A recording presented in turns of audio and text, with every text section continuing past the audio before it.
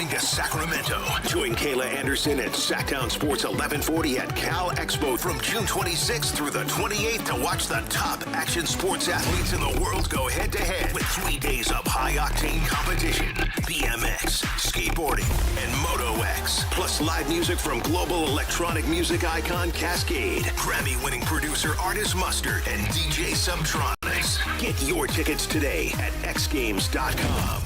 Your local sports leader, Sactown Sports 1140. This is the story of the one. As a safety manager at a manufacturing plant, he does everything he can to keep his coworkers safe. From finding ways to reduce risks to keeping safety supplies in stock. And for that, he relies on Grainger. Grainger offers a broad range of quality products and next-day delivery, so he can always play it safe.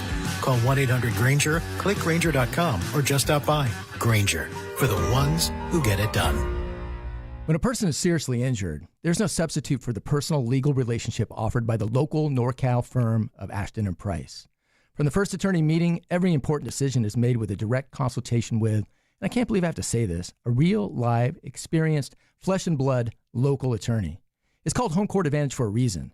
Ashton and Price, serious local attorneys for serious people with serious injuries with no fee until we win. For the best local advice, don't think twice. Call Ashton and Price. Capital Casino is conveniently located in downtown 411 16th Street and has been a part of the greater Sacramento area for over 20 years. They offer the best variety of games in the region in a safe and friendly environment, and there's plenty of parking, all well lit and monitored by security. Come have a great meal at the cafe and restaurant inside. Capital Casino has the best food, the best service, and the best action. But please always remember to gamble responsibly. 1-800-GAMBLER. Welcome to the Bar None Auction. Bar None Auction is selling thousands of items this Saturday, June 13th in Sacramento. Large farming and construction equipment, cars, trucks, and industrial supplies. All sold to the highest bidder. Always open to the public. Visit barnoneauction.com. And we're live from the living room as Doug eyes up the match day spread. He's reaching for the Buffalo wing. Perfect. Hang on, what's this? Oh, he's gone for a can of Pepsi too. Incredible. What a finish. Sensational combination. Look at the delight on his face. There's no doubt about it. It just tastes better. Match days deserve Pepsi. Food deserves Pepsi. Grab a pack of Pepsi Zero Sugar for today's match. It's poetry in motion. The Steel City comes to town as the A's host the Pittsburgh Pirates for a thrilling 3-game series starting Monday, June 15th. Kick off the week with an exciting Monday matchup, followed by special theme nights and exclusive ballpark giveaways all midweek long. Don't miss your chance to catch rare interleague action right here in Sacramento, where the A's take on the Pittsburgh Pirates starting Monday, June 15th. Get tickets now at athletics.com/tickets. That's athletics.com/tickets. Get ready for the expo sale at Cresco Restaurant Equipment, June 17th through 20th. For 4 days only, save big on everything you need for your food service operation. Shop huge discounts on refrigeration, ice machines, gas cooking equipment, indoor and outdoor furniture, commercial cooking tools, glassware, tableware, and much more. Plus, meet factory reps and enter for giveaways. It's all happening at Cresco Restaurant Equipment, 951 Richards Boulevard. Everything is on sale. Don't miss the best savings opportunity of the year. KHTK HD1 Sacramento, KYMX HD3 Sacramento. From the Power Business Technology Toshiba Studios. This is Sactown Sports 1140. This is the Drive, baby! The Drive Guys, Kevin Gleason and Alan Stiles. It's drive time with the Drive Guys. For many, many, many Kings fans, perhaps for you, the finals just went from bitter to most delicious. Especially for those who enjoy hate watching. Alan Stiles, I'm sure, has a few things to say about that. I'll just say, for all the talk, understandable talk of how that was incredible last night, it was remarkable, never seen anything like it. You could see it unfolding. You could see it happening. You could see in that third quarter that the Spurs committed the classic basketball blunder, Alan. The classic basketball blunder is, we have a lead, let's stop doing everything that we did to get this lead and just hope the clock runs out before our lead does. Once you start doing that, you're going to lose the game.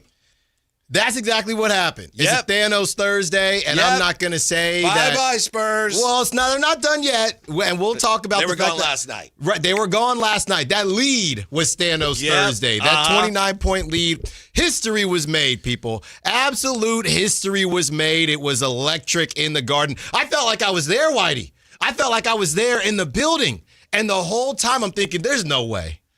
I never thought that. I never thought there was no way. There's no way that the basketball gods are going to treat me to the best hate watch I've ever experienced in my life. Were you asking what you did to be worthy of that? I'm sitting there thinking, I'm a good guy. I try my best. I haven't always been perfect. What did I do to deserve this? Then at the very end, Whitey, a lot of people are getting on Mitch Johnson. And we'll talk about him too. But the play he drew up, assuming it was him who drew it up, Stephon Castle was open. Karl Anthony Towns, low key. That's why you always, Alan, put a big guy on the ball in that situation. Always, always, always. For that very reason. Yeah. And Karl Anthony Towns, we know he struggled. That fourth quarter, he had that huge three where he ended up in a wrestling match in the corner. And he makes that tip because Castle was going to be wide open and I was going to be robbed of my hate watch, and that would have been so soul crushing. Not to everybody out there in Madison Square Garden in New York City, but to us Sacramentans that got to watch everything we tried to tell y'all about De'Aaron Fox. That man ran from the free throw line. I talked and I said it on Friday. He's running from the line.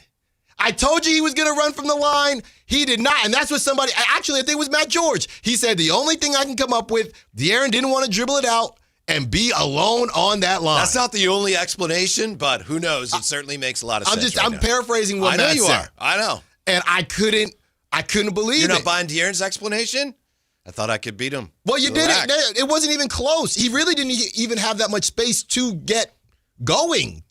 OG maybe what he really should have said is OG was closer than I thought. Yeah, OG just closed that gap on one of the fastest players in the NBA, right? Yeah. I don't know if De'Aaron had to take a step to the side to get control of the ball or what, but OG went from behind him to nope, you ain't coming to the rack. It's a wrap. Yeah. It's a wrap. And that's what happened. He wasn't committed. He didn't know, do I want to finish this layup? Do I want to dribble it out? And here's the thing. When you pay a veteran point guard, a veteran player, you expect certain things. But on the flip side of it, why should we expect any of that from De'Aaron Fox? The man been in one playoff series that they lost. So you bring him in, you say, hey, you're going to be our vet. What's he a veteran of? He was on losing teams his whole career. And you're right. And I don't disagree with you, but I'll just say, okay, at the very least, if you're the Spurs there, you expect that your point guard is going to help stabilize things and not be an active participant in your demise. No, but I mean, he didn't just he should have done more. It's he really hurt them last night. This has gone beyond, and there was a moment in time, fellas. A moment in time last night, I actually felt bad. It was about 15 seconds, but I actually felt bad for about 15 seconds. He's getting destroyed everywhere. But the reality is this. This has gone from Dylan Harper playing better than De'Aaron Fox to De'Aaron Fox needs to be on the bench. De'Aaron Fox, the lights, where is my Jared Allen? Where is that clip? The lights are too bright. The lights were brighter than I expected. Sometimes you got to be careful what you wish for. The grass might be greener. Definitely still is. We know where the Kings are at. But you have to look in the mirror and say, am I about that life? And so far, De'Aaron Fox, absent of one or two games throughout this whole postseason, has not been about that life. I don't know if he needs the Like Mike shoes. I don't know if he needs the special stuff from Space Jam. But the dude from Sacramento, if you talk about Thanos, that dude is gone. And that dude wasn't good enough. And now the Spurs are left with whatever is remaining of De'Aaron Fox. Whitey, can you have the mental yips? Can you just have a career yips? I don't know what it was. It was kind of like Sam Darnold. Like he was seeing ghosts out there. And here's the crazy part. We're all talking about the smoke layup. He got bailed out when Josh Hart smoked the layup. The dude, we talk about the World Cup, De'Aaron was out there looking like Ronaldinho. He was out there looking like, I'm like, what are you doing, De'Aaron? By the way, De'Aaron apparently was also the one who was on OG and left him. Yes, he did. Allowing OG to get to the rack uninhibited for what was still a miraculous putback. But the thing about De'Aaron, you blame the coach. I know Kayla, I thought, made a great point. Like, a lot of that's on Mitch Johnson. It is. But anybody who's played basketball knows point guard is an extension of the coach. So the coach was basically not doing anything, at least that I could see. No adjustments made. And then your coach on the floor, your point guard, I had to go back to my high school coach, Coach Stevenson, who unfortunately is no longer with us. He used to say, look, Gleason, if you're in the air and you make a pass in the air, run a penalty lap. I wasn't going to do that. But it was a good point. It's like basic basketball. Point is, if you're going to pass the ball, if you leave your feet, you better know where it's going. Because otherwise, what happens when you come down? And De'Aaron Fox had that play where he runs and he jumps and he's trying to throw it back to Wemby, who's not looking. It's like, you got to be kidding me. Terrible. Just It's absolutely pathetic basketball at the worst possible time. The Kings are fortunate that he's not here anymore. Wow. Because he clearly is not close to the player that they were going to need him to be. Sometimes you can get rewired, Whitey. And I think De'Aaron got rewired. And we always, I shouldn't say always, but there were questions about his dog mentality when he was in Sacramento. But he did win Clutch Player of the Year. Yeah. And he was the number one player or the number one option on the Kings. That is a fact when he was out here. And for the most part, for a couple years, he did a pretty darn good job at it. All NBA. We get it. There's a reason the Spurs did trade for him. Let's not get it twisted. But when you have the conversation that he had with Rich Paul, it seems like he has been rewired and he is unable to fulfill. And to your point, Whitey, you've said this before, he doesn't know how to be a second option. And part of that is because he ain't the clear second option. If Dylan Harper wasn't as good as he was, maybe it would be easier. It'd be, okay, it's me and Stephon Castle, and De'Aaron said, I text Stephon Castle. I said, I don't want him in the trade. I don't know how De'Aaron didn't get in trouble for tampering for that, but that's a different story for a different day. So that was all part of the plan. That was all part of De'Aaron's plan. I'm going to be the number two, Castle at whatever point he's got good size on him. Maybe, we can rock this thing together. So we got Wemby, we got a big guard that can maybe double as a wing, and we got myself. Dylan Harper blew everything up. And I honestly think Dylan Harper broke De'Aaron's brain. He broke De'Aaron's brain. De'Aaron doesn't know where he fits, where he belongs. Dylan Harper, by the way, was the only player on the floor in the second half for the Spurs who wasn't playing scared last night. Yeah. And you sit up there, and all I saw was De'Aaron. He was already dressed, and he said, I thought I could beat out OG. I saw Dylan Harper, and he wasn't, up there crying or anything like that, but he said, obviously there's shock, but just the way Dylan Harper goes about it, I'm thinking, this is lightweight what I want to be hearing from De'Aaron, not a 19-year-old. It wasn't all on De'Aaron, but a lot of it was because the point guard, I think this is a problem for him. He's never really been a pure point guard, if you will. There aren't as many of them, but he needs to be more of that, almost a little more like Chris Paul, not a fair comparison, a guy that's going to help the team get into their offense. And he's not really very good at that. And last night you saw that. Again, not on all him. Some of it was just the Spurs, their mindset. A lot of it was the Knicks defense. But their offense was terrible. Once they had that lead, their offense was pathetic. And they were just passively shooting threes and missing them. And again, for as shocking as it was, Alan, you could see it coming from a mile away. Yeah. I think that's the worst part when everybody's getting on Mitch Johnson. When they got in the locker room at halftime, the number one thing Mitch Johnson should have said, and maybe he did, but they just got away from it, was, we're not going to shoot 60% all game. So let's not fall in love with it. When it starts to cool off, let's just get back into our regular sets. But here's the problem, Whitey. Didn't we just have the question and have the conversation of what are their regular sets? The way they lost those first two games was, here, Wemby, go do your thing. Right. Some threes fall, in these next couple games, and we're thinking, oh, the Spurs have figured it out. But once the threes went away, maybe they didn't have anything to go back to. At the risk of making an obvious point, the Spurs would have been much better off. They would have had a much better chance of winning that game if they were up 5 at halftime. Easy. Because they wouldn't have quit playing. Yep, easily. Mm-hmm. You know, and it's funny because it's almost as if the Knicks, they and that's why I think the Spurs are going to win on Saturday, because the Knicks, they're unable to it feels like they're unable to self-motivate, right? Those first 2 games in San Antonio, they were clearly the underdog, so they didn't need to do anything.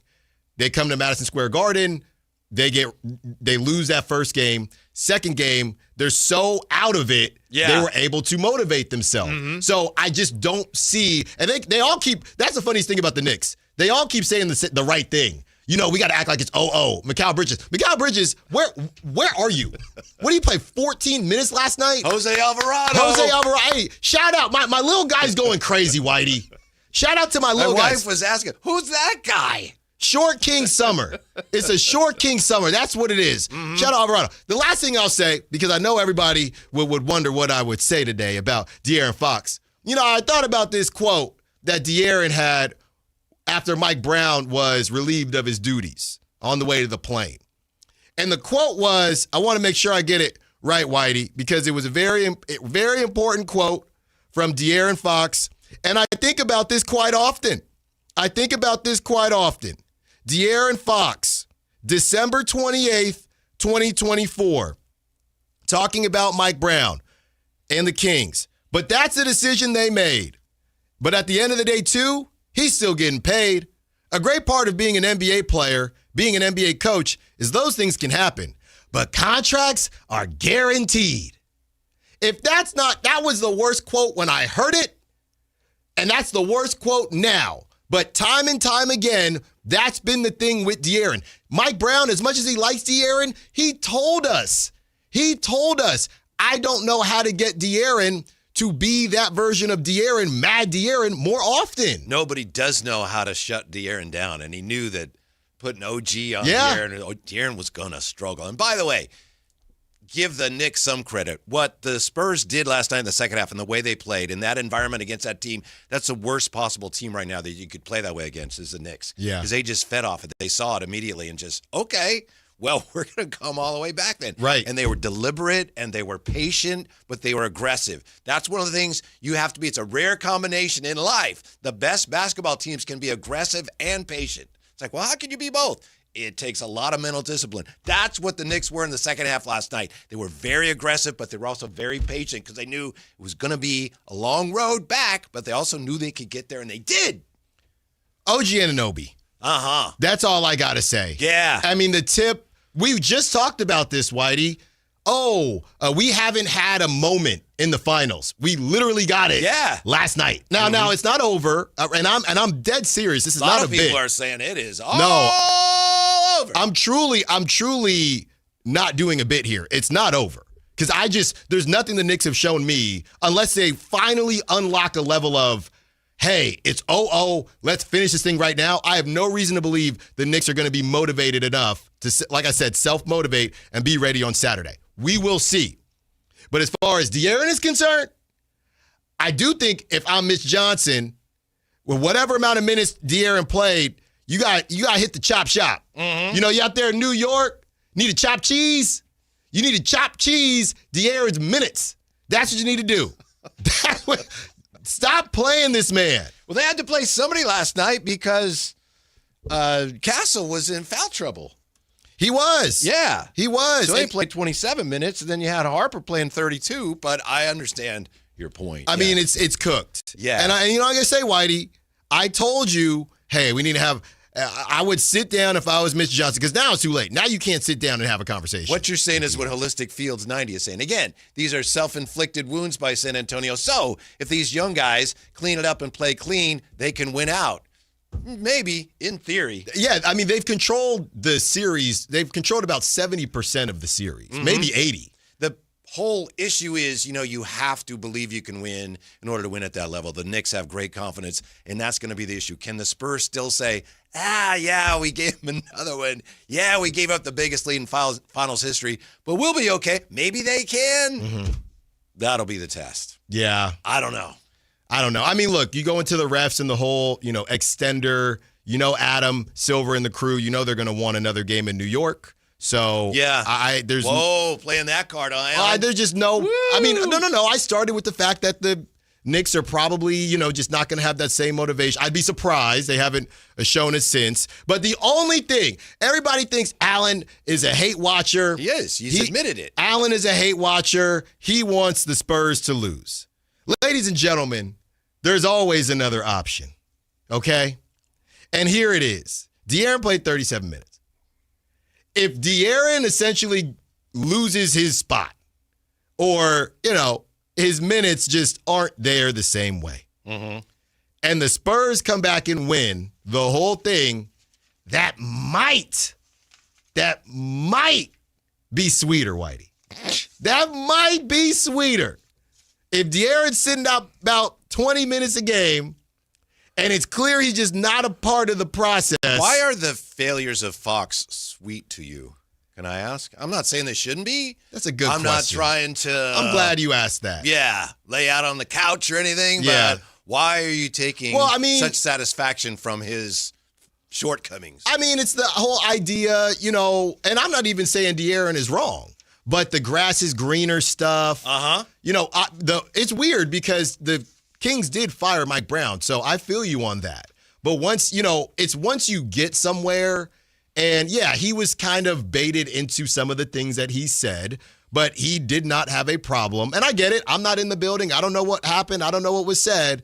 But from my point of view, they cashed him out multiple times, the Kings did. So, to have love, I got love for the city, whatever it is, but the grass is greener, all this stuff. Whitey, when I saw that smile on his face, when they were doing that stupid drum thing, when they released the new stupid drum thing, I hadn't seen De'Aaron smile like that in about 3 years. And I mean, like I said, I'm being petty, and at least I'm honest about it. That would, at the very least, make you feel like, man, he didn't fully, I think Kings fans feel like this. Man, he fully got over on us. And that would be the crazy icing on the cake. Couple of nuts and bolts basketball questions from the smartest YouTube viewers and listeners in radio and on YouTube. Kimberly asked, did Brunson have an over and back that wasn't called? It's what I saw. Maybe I'm wrong. Well, it was actually Alvarado, and I'm not sure they were unclear. They didn't know, the announcers, if it was a foul, backcourt. I'm not sure it was, Kimberly, because you have to establish in the front court, which is both feet on the ball, and then part of you goes back, and then it's backcourt. So I'm not sure he ever got fully into the front court. It really didn't, which would mean that it wasn't backcourt, but it was a little vague. Right. It didn't look that close. You know what it reminds me of, Whitey? It reminds me of your boy Mahomes. Well, Kyle's boy. Kyle's still in here. Ooh, he just got a contract extension, by the way. Mahomes. Oh, yeah. You didn't see? Would they give him the rest of the Kansas City Royals? What'd they give him? He's like it's the first deal that's worth $500 million or something. Oh, well, see, that's what I'm talking about. We'll get to that. Yeah, that's a real winner.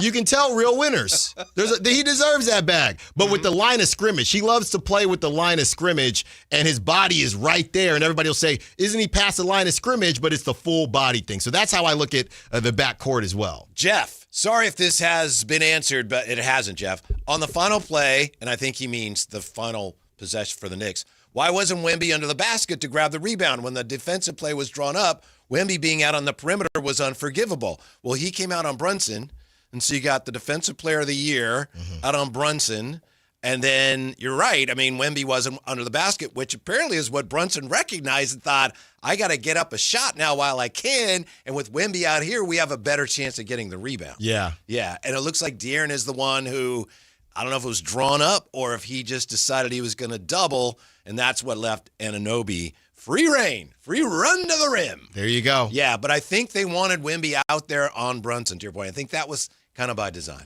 Yeah, and, we got our guy Scott on the text line. Hello, Scott. And he says, Allen is just a hater in general. And then when he sent that right before you said, why are you enjoying this with De'Aaron Fox? Do y'all really think I sat around here and as a hater, I wanted the Spurs to lose last night? Do y'all really think that? North, because Allen comes from a place where he knows what winning and great players look like, and it offends Allen that Sack crowned a guy like Fox. You're not wrong. Wow. You're not wrong, 11th. Now, look, we were waiting for the leap. We were waiting for the elevation after being Aaron. Hey, Fox, on that play, on that drive, Anunoby. Stop that. Come on, Allen. Stop that. Hey, he didn't even want the foul. He running from the line. I text Jay and Whitey. I said, I told you he's running from the line. He's been running from the line.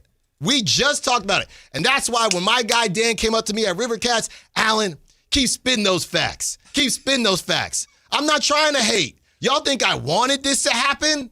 I didn't ask for this. It just happened. Mm-hmm. I have no control under this. I sat there. I'm thinking, man, they're getting beat down. I'm gonna have to come into work. Yeah. I'm gonna have to give them their flowers because De'Aaron, they call certain players a backpack. De'Aaron got carried once again, but they won, so I'm gonna have to be chill. And then all of a sudden, it happened. I don't know if we want to get into this now, but that was not the most surprising thing about our text exchange, the three of us, right? We don't need to get into it now. But the text last night? Yeah, the three of us. Uh-huh. Yeah. I don't know. I don't know what you mean. You don't know about Jay's texts last night? We'll probably get into it at some point. Yeah. Oh, you talking about because I didn't watch the rest of the game? Yeah. Oh, okay. Man, nobody, you wasting your time doing that. I got better stuff to do. I know, but it was funny. Don't tell me that the Knicks won. Yeah. I got better stuff to do. I'm playing.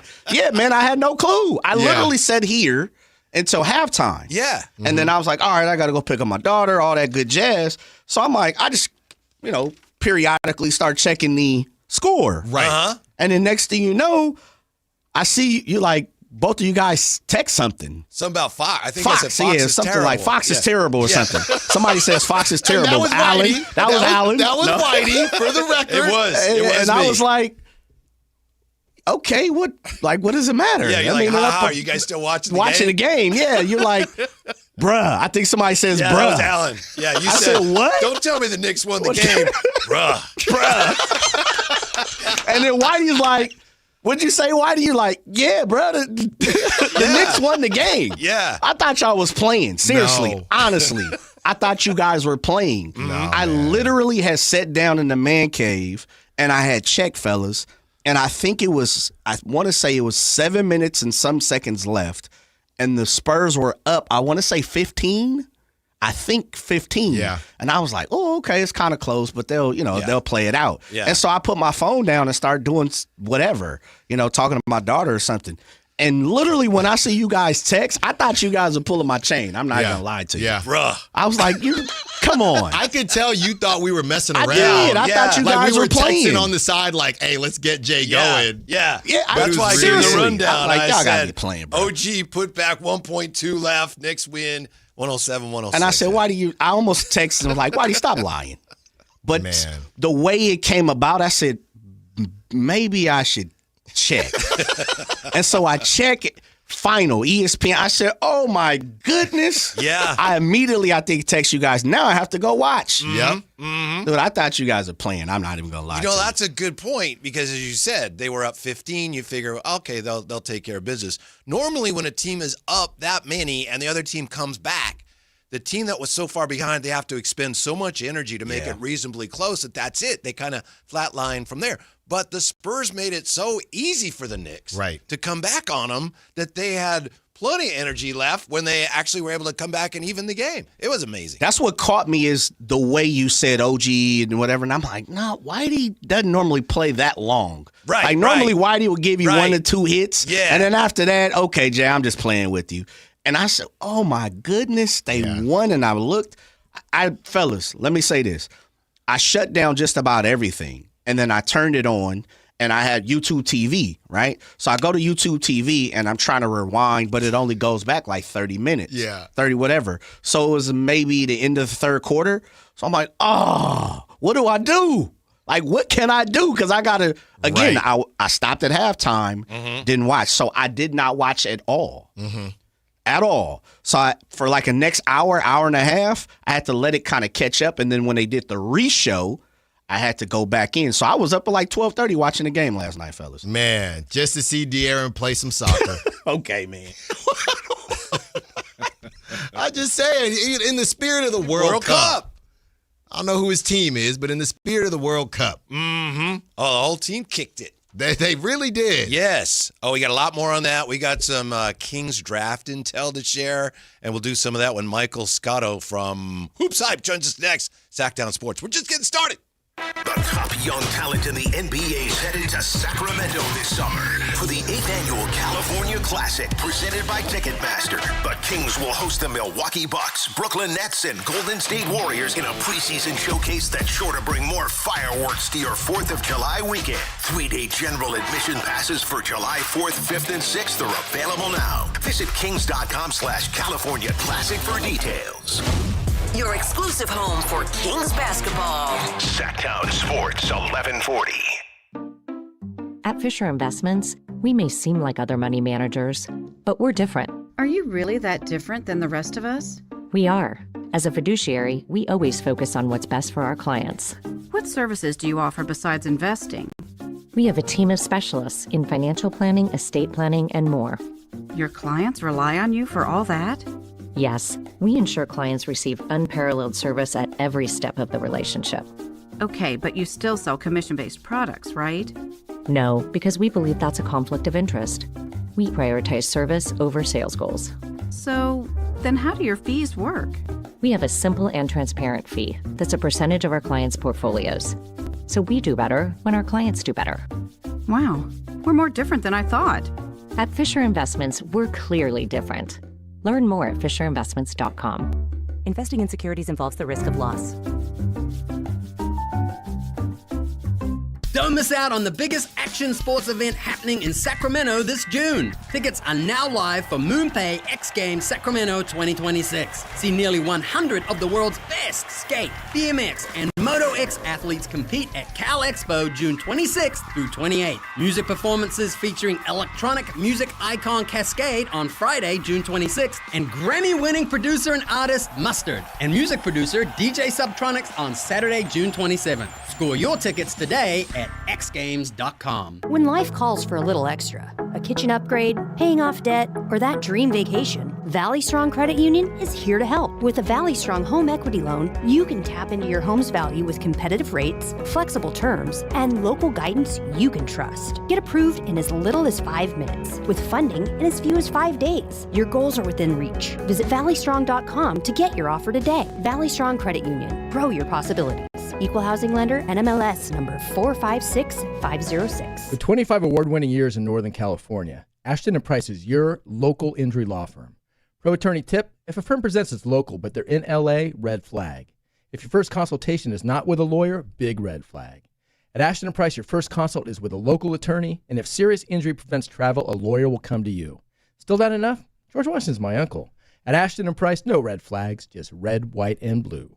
Remember, for the best advice, don't think twice. Call Ashton and Price. Remember the days of real country music? Now you can get your favorite classic country every day on 105.1 HD3 The Ranch. Listen to The Ranch on the free KNCI app or anytime at 105.1 HD3. We've seen every kind of golf swing, some smooth, some, let's just say, innovative. And that's why Hagen Oaks offers Total Game Fitting. The TrackMan-powered player performance studio shows what your swing is really doing. Ting's Ball-Nemic Ball Fitter finds a ball that behaves. The Hagen Oaks Putter Fitting Studio helps turn almost into yes. And FootJoy's 3D foot scanner builds stability from the ground up. At Hagen Oaks, we don't judge your game, we fix it. Hagen Oaks Golf Complex. Better fit, more fun. Fulton Avenue at Business 80. It's time for your Sactown Scouting Report, breaking down the top prospects for the Sacramento Kings ahead of the 2026 NBA Draft. Braden Burries, shooting guard, Arizona. Braden Burries was not just putting up empty numbers. He contributed to a really good team at Arizona. Played with physicality, defended, got downhill, and found ways to impact winning. The question is whether NBA teams will start talking themselves into taking him higher in the lottery than expected. Could Burries rise up boards and become a real option for Sacramento at number 7? Read the entire breakdown from Brendan Nunez right now at SactownSports.com. Presented by Power Business Technology. Copiers and printers for all your office needs.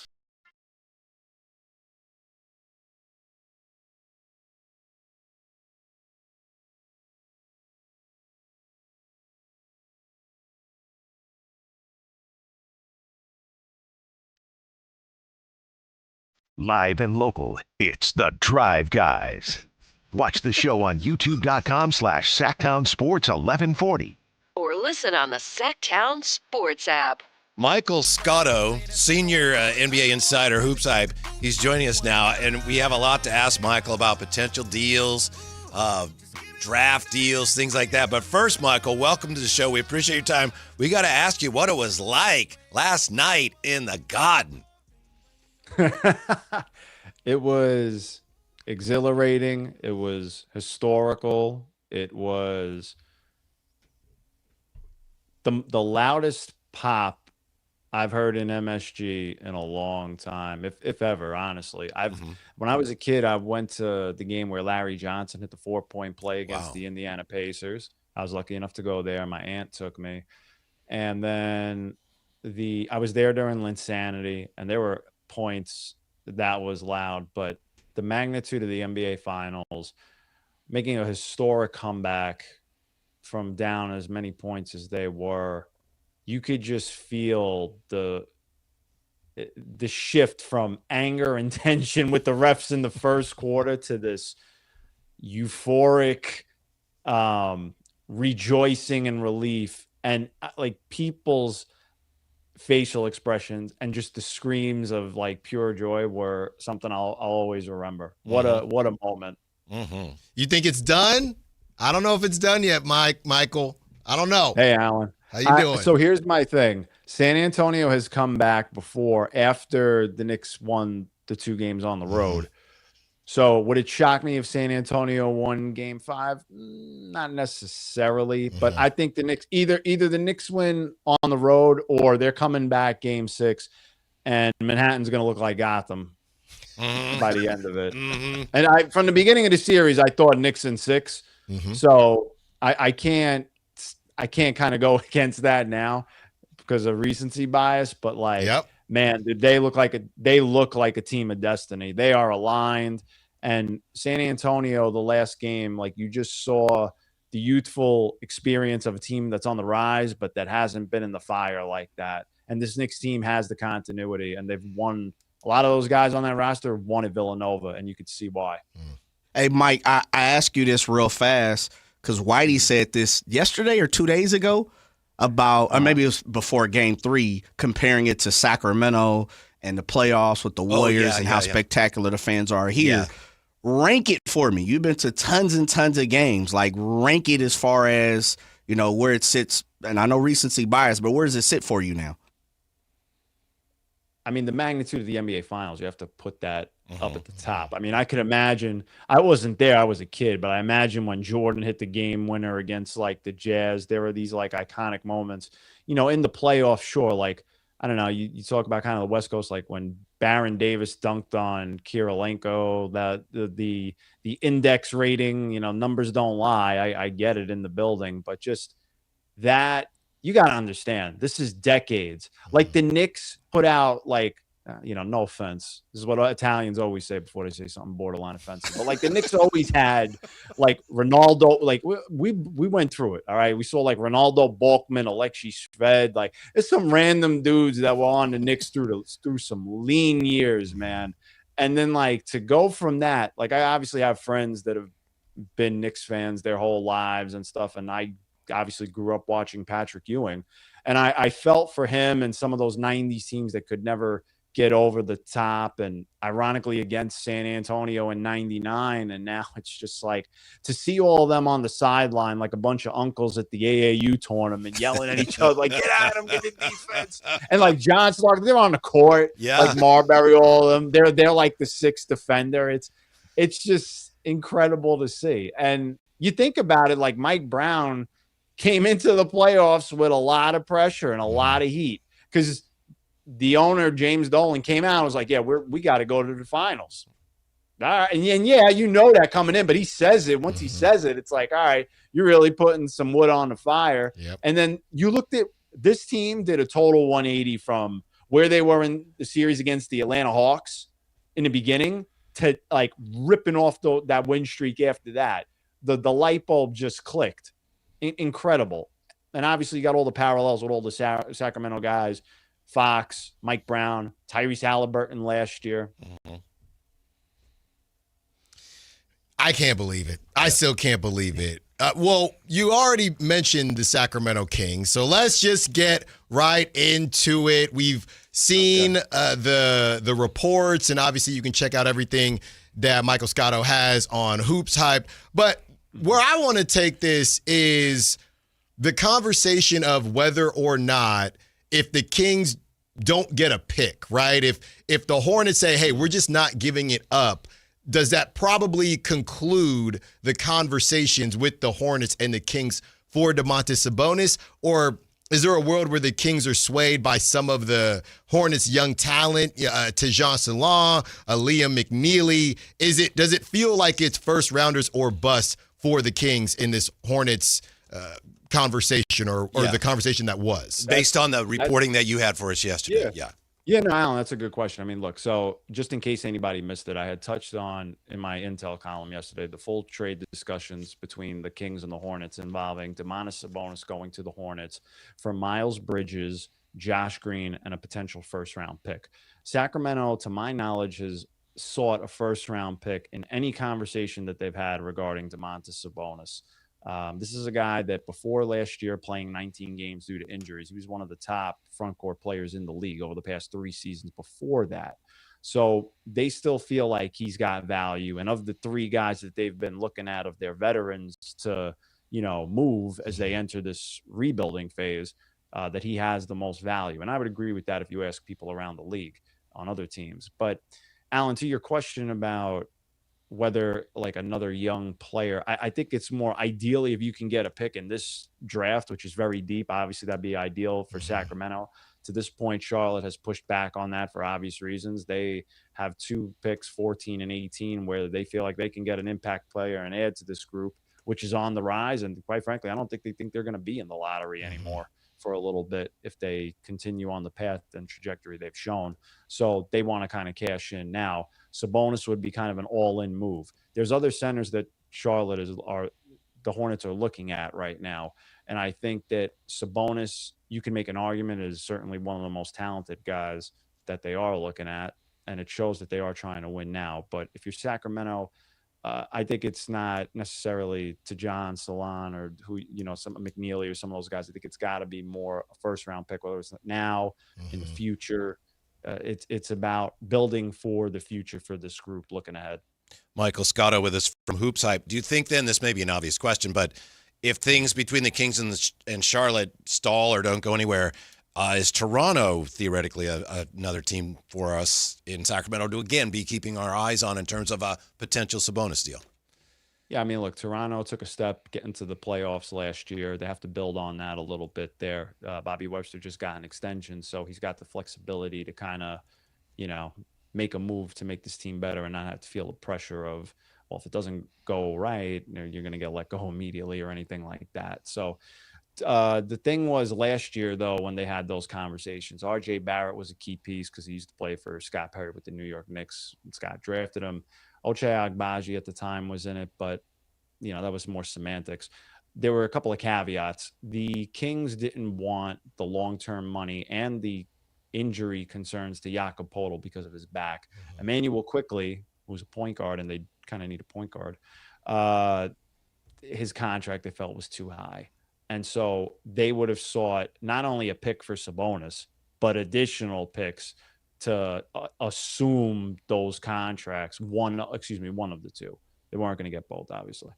But they had differing conversations, different, frameworks of it with either one of those 2. I still think that's going to be tough ultimately because the contracts, you shaved off a year of the contract, but it's still not great for either one of them, both looking forward. So Sacramento's still going to want draft pick compensation for that in the first round, plus the pick for Sabonis. And I think for Toronto, it's too much. at least at this point from the way they've talked. We'll see if it changes and they don't maybe hit some of the targets that they wanted, Yep. Obviously, Domantas Sabonis probably has the most value just based on what he can bring to a team. I know we mentioned the other contracts.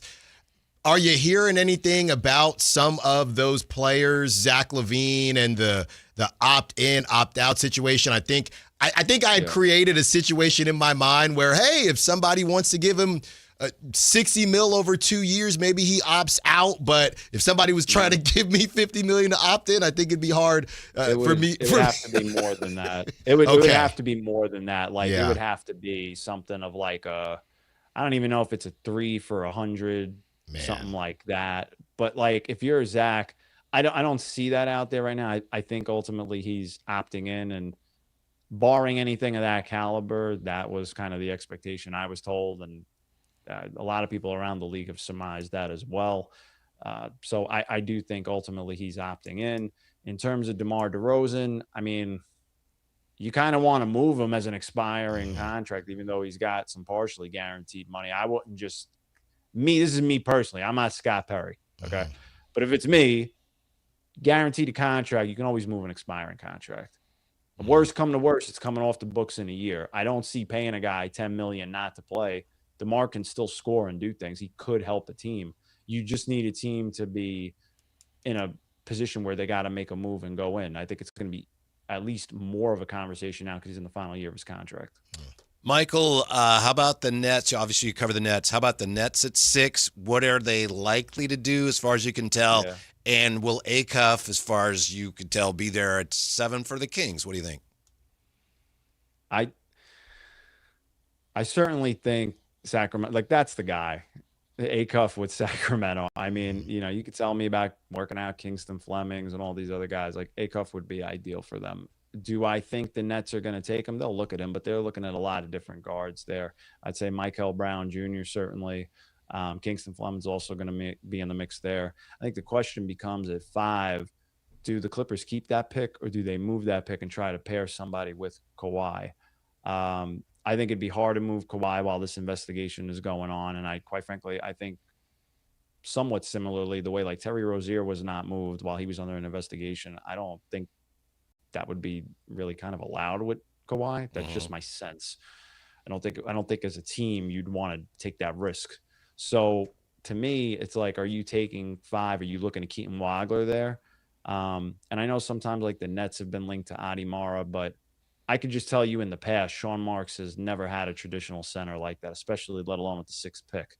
That would be out of character if they did that. So a lot of people looking at the Nets there. If they take a guard, I know Nate Ament has been linked there, but any of those outcomes outside of Acuff is good for the Kings ultimately. So I do think as of now they're staying pat at 7. Michael Scott, a couple of weeks. Yeah, thank you so much for your time, Michael. We know you're very busy. We appreciate it. Enjoy the rest of the series. We hope to talk to you again soon.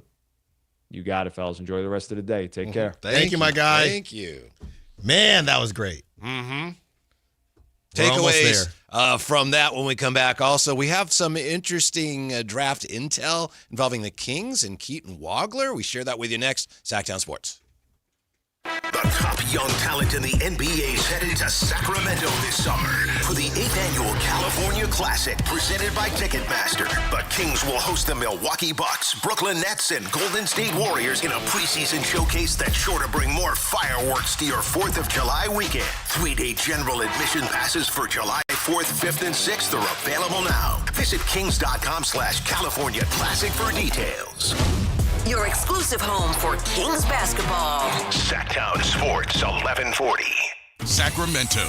Get ready because the Fasteners Inc. Super Sale is back Friday, June 12th and Saturday, June 13th. Stop by Fasteners Inc. Tool Outlet on Power Inn Road for crazy deals on DeWalt products. We're talking all of the lowest prices in Sacramento on bare tools, tool products, batteries, lasers, hand tools, outdoor power equipment, and so much more. Again, this DeWalt sale event will be June 12th from 7 till 5:30 and June 13th from 9 till 3 p.m. at Fasteners Inc. Tool Outlet on Power Inn Road. Visit fastenersinc.net for more info. Struggling to find your perfect Ram truck? Look no further. Hoblet Dodge Chrysler Jeep Ram in Woodland has the best selection of hard-to-find Ram heavy duties, and right now you can save up to $14,000 off MSRP on new 2026 Ram 2500 and 3500s.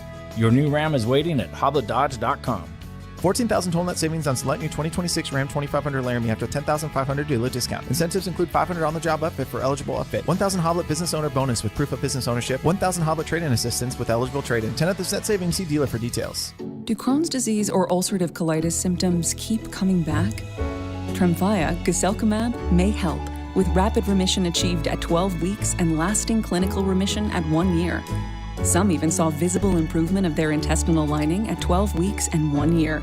Tremfya is a prescription medicine used to treat adults with moderately to severely active Crohn's disease and adults with moderately to severely active ulcerative colitis. Serious allergic reactions and increased risk of infections and liver problems may occur. Before treatment, your doctor should check you for infections and tuberculosis. Tell your doctor if you have an infection, flu-like symptoms, or if you need a vaccine. Healing is possible with Tremfya. Approximately 3 out of 10 patients were in endoscopic remission at 1 year, based on areas visualized on colonoscopy, which may not represent the deeper bowel layer or entire GI tract. Individual results may vary. Ask your doctor about Tremfya today. Call 1-800-526-7736 to learn more or visit tremfyaradio.com.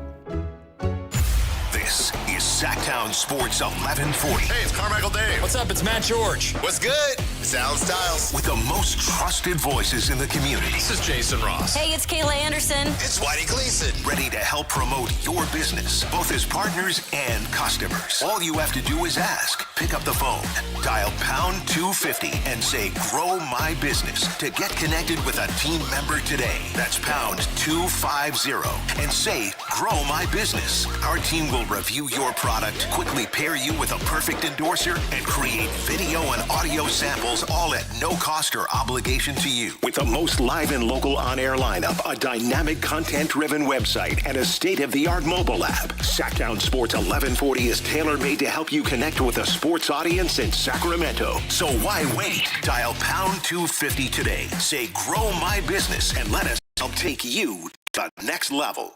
Card collectors know there's nothing as special as a rare one-of-one card. And now you can hear a very rare one-of-a-kind sports card show right here on Sactown Sports. Whitey Gleason here inviting you to join me and Mr. True Sports Cards himself, Imran Pilati, for the True Sports Card Show every Saturday morning at 10 on Sactown Sports. It's the only sports card radio show in the nation. For all your hobby needs, get to True Sports Cards, 6661 Stanford Ranch Road in Rockland. And for hobby, insight, and fun, join us for the True Sports Card Show Saturday mornings at 10 on Sactown Sports. Want the best movie experience in town? Join Sactown Sports IMAX Pass by visiting SactownSports.com. Sign up today. You can win tickets to see this week's films at the Esquire IMAX Theater. Midtown Second Saturday is back again on June 13th. Discover local art, catch a special activation in Government Alley, and enjoy a free car show in Silent Disco at Fremont Park from 4 to 8 p.m. Learn more at Explore Midtown or visit MidtownSecondSaturday.com. Thanks to Bonnie Plumbing, Electrical, Heating, and Air.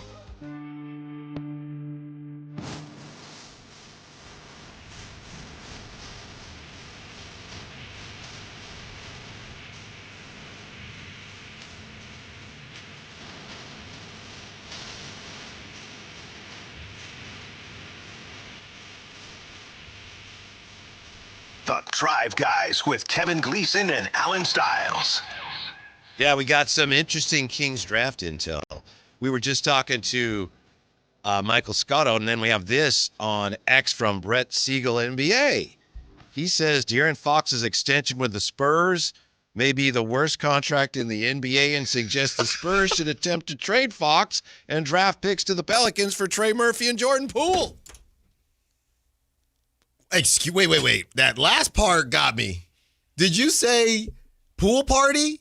That's what your friend Brett Siegel says. Well, I can't wait to see Michael Scotto. He says the Spurs should attempt to trade Fox and draft picks to the Pelicans for Trey Murphy and splash pool party. Pool party. You know, this is a weird thing. We just talked about rewiring, right? I was talking about De'Aaron got rewired. I truly don't know. Jordan Poole, does he remember how it feels to be on a competitive team? Trey Murphy, you're really trading for Trey Murphy, and so the Pelicans get off that contract. Yeah. But Jordan Poole is the least Spurs-like player ever. Nah, he would cook a little bit, though. From Holistic Fields, Fox is just low-hanging fruit right now. He's still an extremely great player, but maybe you just need to be popped in the face with a shot of reality to get you focused again. Maybe, but I don't think so. Extremely great player. I don't think he ever has been, and I don't think he ever will be. No. But that's a high standard. That's not like ripping somebody to say, I don't think he's going to be an extremely great player. Well, you might not be ripping him, but you're definitely not shouting him out. Not at all. And look, man, I think the Spurs, like they said, there were their own writers, not me being a hater, not me being King Petty. There were their own writers that said, we understand that, you have to pay someone. We understand that we are slightly overpaying De'Aaron Fox. Right now, they are grossly overpaying De'Aaron Fox, and that's been the issue.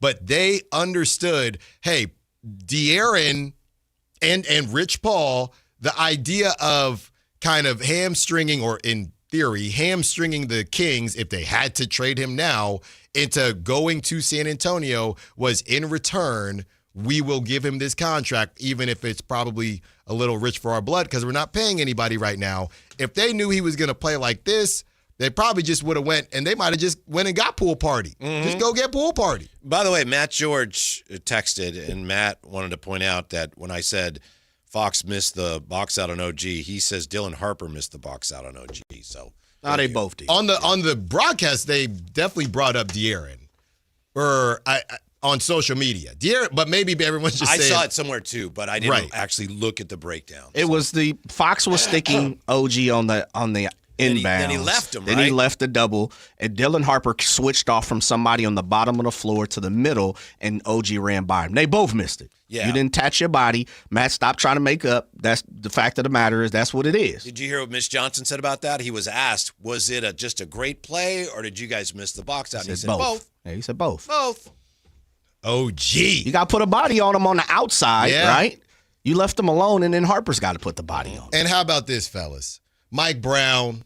Man, gotta love Mike Brown. And Mike Brown. Why you gotta love Mike Brown? No, you know what? So when Mike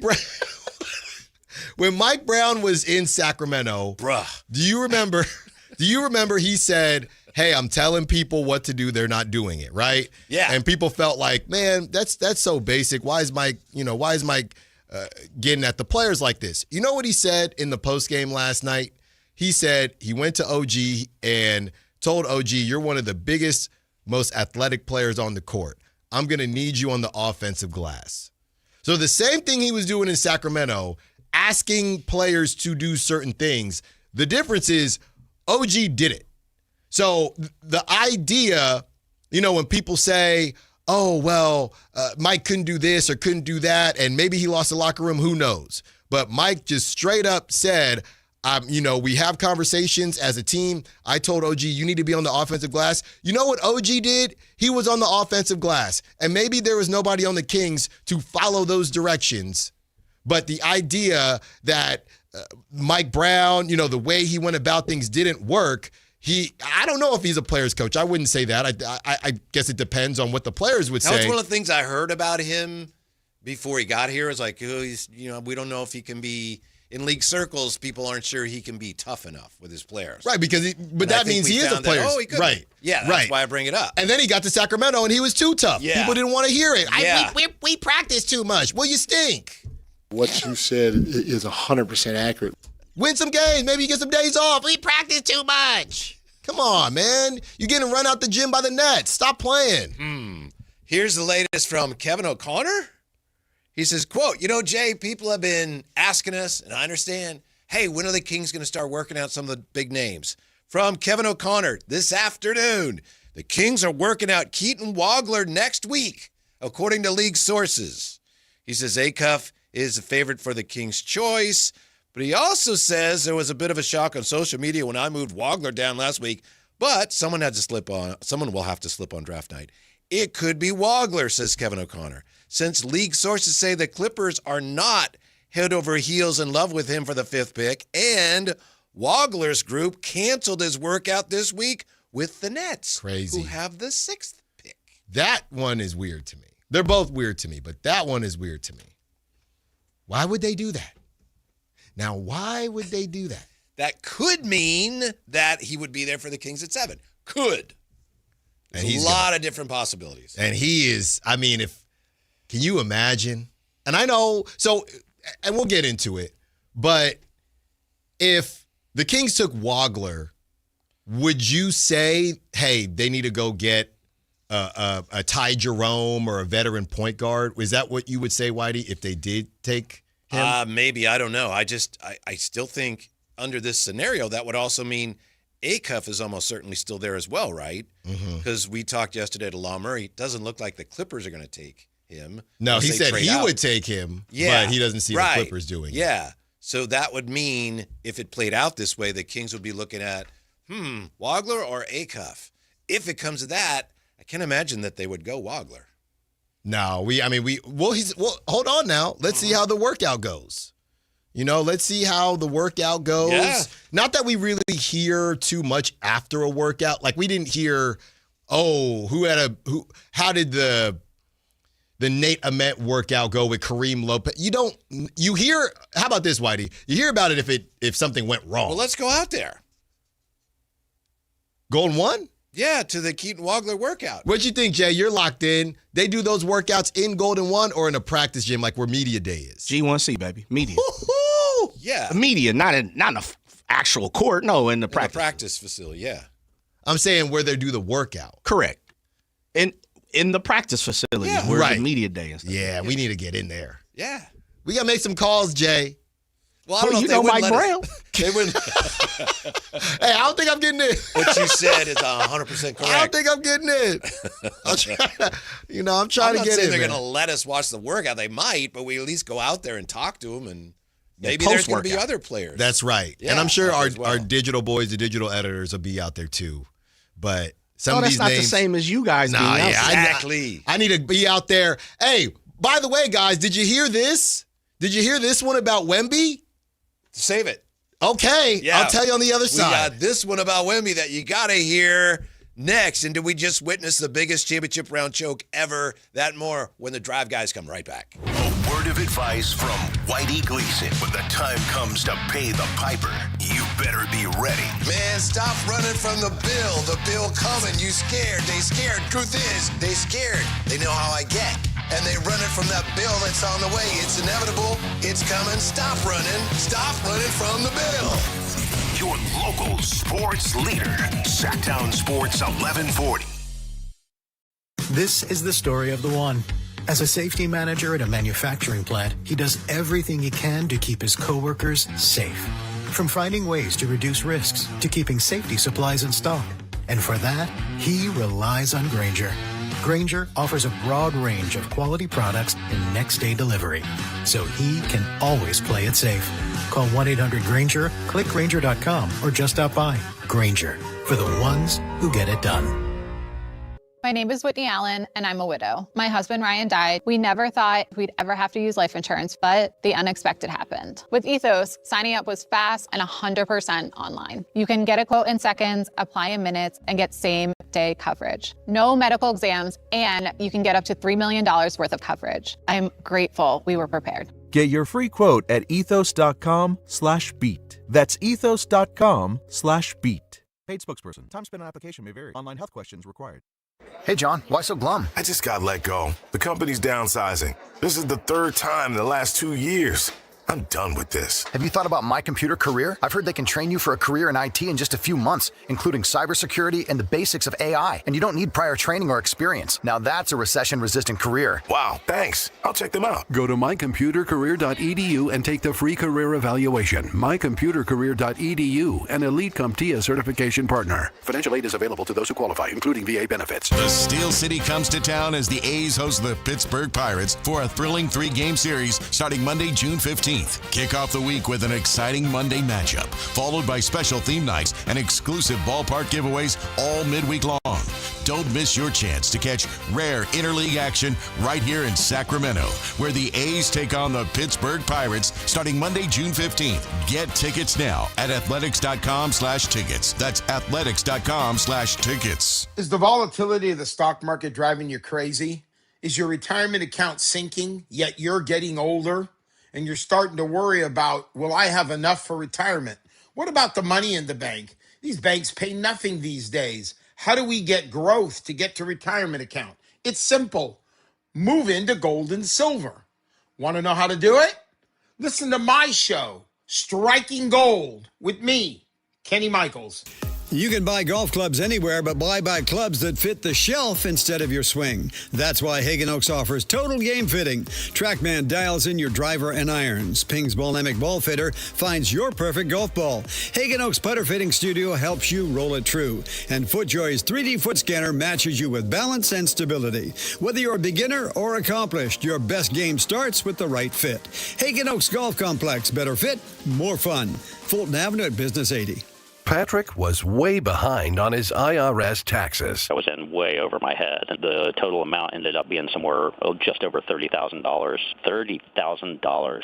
Then the IRS came to collect. Started getting letter after letter. A lien had been filed against me. They were going to basically hang me completely out to dry. He had to do something. That's when I reached out to Optima Tax Relief. Patrick's life quickly got a lot easier. It was very easy, pretty much hands off. They picked up the ball and ran with it. And how'd it go? I couldn't believe it. I had to ask 2 or 3 times. I saved an incredible amount of money. How does Patrick feel about Optima? Couldn't be happier. They definitely helped me. Optima Tax Relief, the best place to call. They're the best in the business. Do what Patrick did and call Optima Tax Relief for a free consultation. Call 800-375-2922. 800-375-2922. 800-375-2922. Optima Tax Relief.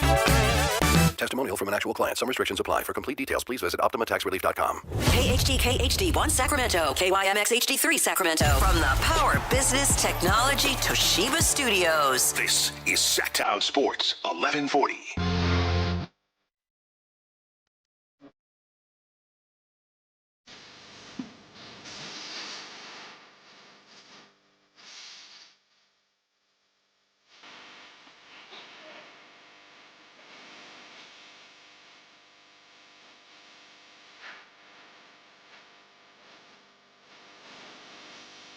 Your afternoon home for Kings talk and so much more. The Drive Guys on Sactown Sports. Did we witness last night the biggest championship round choke job ever? I don't know. We got a list. There's already a list that ranks it. We'll see what you think of this ranking. But first, Alan expertly teasing us. Just dangling that carrot and then taking it away as we went to break. He's got something. Hey, did you hear about Wemby? What do we got on Wemby? Hold on. Yeah. I got this. It just came out, guys. Okay. And it's pretty cool. It's pretty cool. Victor Wembanyama. So I just saw this. It came out. It's a huge update. I didn't want anybody to miss it. So here it is. Victor Wembanyama is flying to Antarctica tonight barefoot while drawing a picture to mentally freeze this loss from his mind in preparation of Game 5. No, he's not. That's the report? Come on. Come on. You reading The Onion? I wrote it. Oh. That was me. I see. That was me. Yeah. But you believed it for a half second. Did not. A half second. Because he was barefoot. Right. He drew a picture. So he had to do both. Yeah, and he's going to clear his mind. Yeah. So I just wanted to get that out there. Because there will be something. We don't know what it is yet, but there will be something. Somebody hit him in the head with an egg, I guess. And No, an egg? No.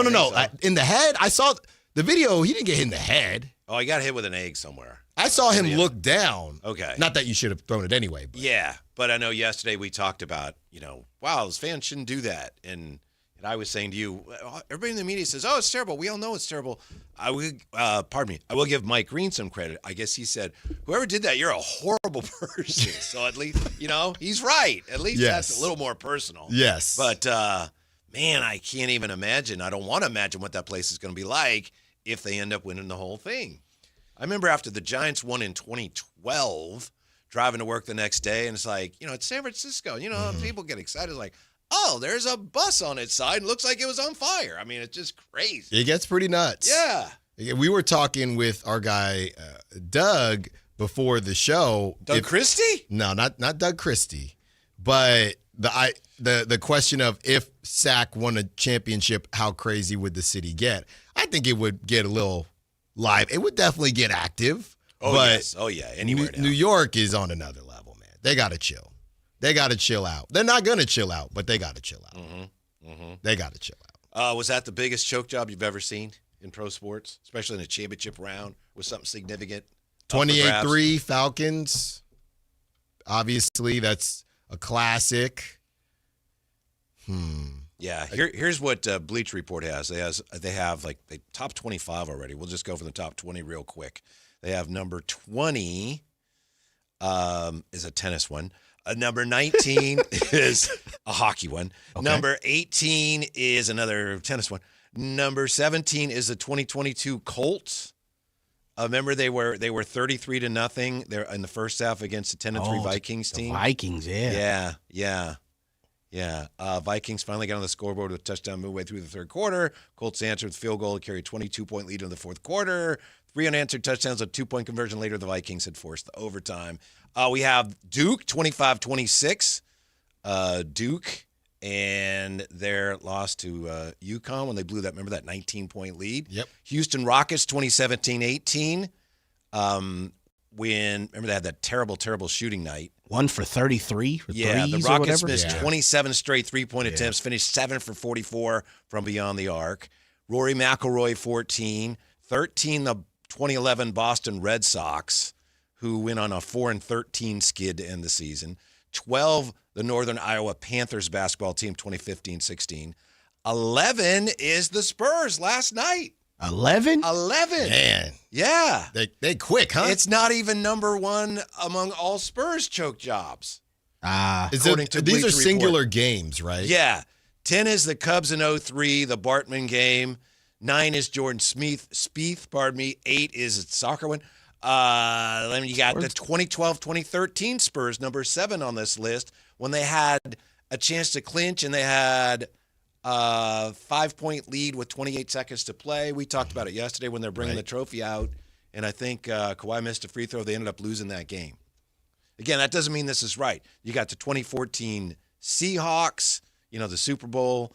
You got Virginia college basketball 2018, 2011 Texas Rangers, and then number 3 is the 2016 Warriors. Number 2, the 2004 Yankees blowing the 3-0 lead. And then number 1 is the Falcons Super Bowl. Joe, the Trailblazers, 99, not on there? Not for on the there. Lakers? That 15-point lead in the fourth quarter. Choked that I'm off, with you. man. Yeah, they did. What did they have for the Warriors specifically? I think it was blowing the 3-1 lead. Okay, well, that's why I asked if it was a singular game or not. Mm-hmm. Got it. So yeah, they did took a 3-1 lead. Tides turned in Game 5. 2 games later, Warriors went from a team of destiny. Just that they won 73 games. Then they had a 3-1 lead, and they didn't finish it. Yeah. So De'Aaron and the crew, only number 11. No way. It was worse. Yeah. Yeah, it was. I expected them, like a lot of us, to be prisoners of the moment. Oh, it's got to be one of the top 5. But it probably is. Yeah. It has to be. Yeah. Because because of the historic math of it. Right. I mean, the football one, there's so many opportunities. Because in basketball with the three-pointer, you could kind of squint and see, all right. The football one, it got to stay number 1. It has to stay number 1. But some of that not being if you're going to, why Bleacher Report, why are you even cooking up a list just to put that at number 11? Mm-hmm. If you're going to spend your time making a new list, you would have thought that it would have been in the top 5. I wonder if somebody found the list that already existed and it's like, we got to get this out there. Just, what about the one last night? I don't know. Put it at number 1. Yeah. Did you say 1 or 11? All right, I'll put it at 11. I don't know. Just slot it in somewhere. We can get it out. Slide it in there. Just get it out. Get it out as soon as possible. Yeah. Okay. Get it out. Get it out. That's the second list. Yesterday they had what was it? The top NBA Finals moments of this century. And obviously, last night definitely needs to go on that list and rank very high, Alan. Yeah, on the flip side, it definitely does. But you kind of gotta win it, right? You gotta win it. Yeah, but I mean, just as a moment, a snapshot in the finals. Somebody on on the YouTube chat said, Sean Maller said, is Alan doing a bit saying that it's not over? I'm definitely not doing a bit. You doing a bit like your Wemby bit? He's going to Antarctica. I had you guys. No. That one I came up with. Did you believe that for a split second? I've been negative. As soon as I said Antarctica, I should have said something more realistic. Yeah. But that was the whole Could point. have been like, anything better. But that was the whole point. I should have said he will be in a frozen chamber until Game 5. Until Game 5. But it's not a bit, guys. I'm telling you that right now. And the other part of the Spurs losing last night, I'm serious. You look around, Draymond and hey, I'm going to tell you so. What did he say? I was half listening. Hey, I'm going to tell you something, Brunson, but I'll do it after you win the championship or something weird. I'm telling you guys, the one thing that the Spurs have left is that just like when they got to New York, everybody is saying it's over again. And that's when the Spurs play their best, and that's when the Knicks have played their worst. So I don't see them winning. Like everyone's saying, I had Knicks in 6 just like my guy Scotto, but I'm telling you, that building and the emotional overload, that could either propel you to finish the job or it could have taken a lot out of you. It took a lot out of the Knicks. One of the games that I think should be on this list, and I'm going here because I'll get around to what you're saying. The 1986, I know it was a long time ago, when the Red Sox had a 5-3 lead in the 10th inning against the Mets, and they were going to win the World Series for the first time in forever, and and against Bob Buckner. Okay, so that was Game 6. That's a good one. Devastating. I wasn't even a Red Sox fan. I couldn't sleep that night because it was just like, oh my goodness, what was that? The next game, they had a rain out the next day. They played on Monday. The Red Sox had a 3-0 lead in the 6th inning. Now, they lost the game, but still, it's like, oh, that's going to devastate them. They were up 3-0 in that game, the Game 7. Right. Yeah, so I don't know if that'll apply to the Spurs, but it's just tough to, keep talking yourself into, yeah, we lost that one, but we still got them. After last night, it just gets a lot tougher. Yeah. To give yourself the buy-in to, we can still do it after you just got humiliated. I think the one thing that the Knicks are just begging for within their group is, guys, if we come out and we're the ones for the first time in the series, they haven't led after the first quarter once. The Knicks are probably thinking, if we can dig deep and lead after the first quarter and go on a little run, then it'll probably be folding time. It'll probably be time for the Spurs to fold.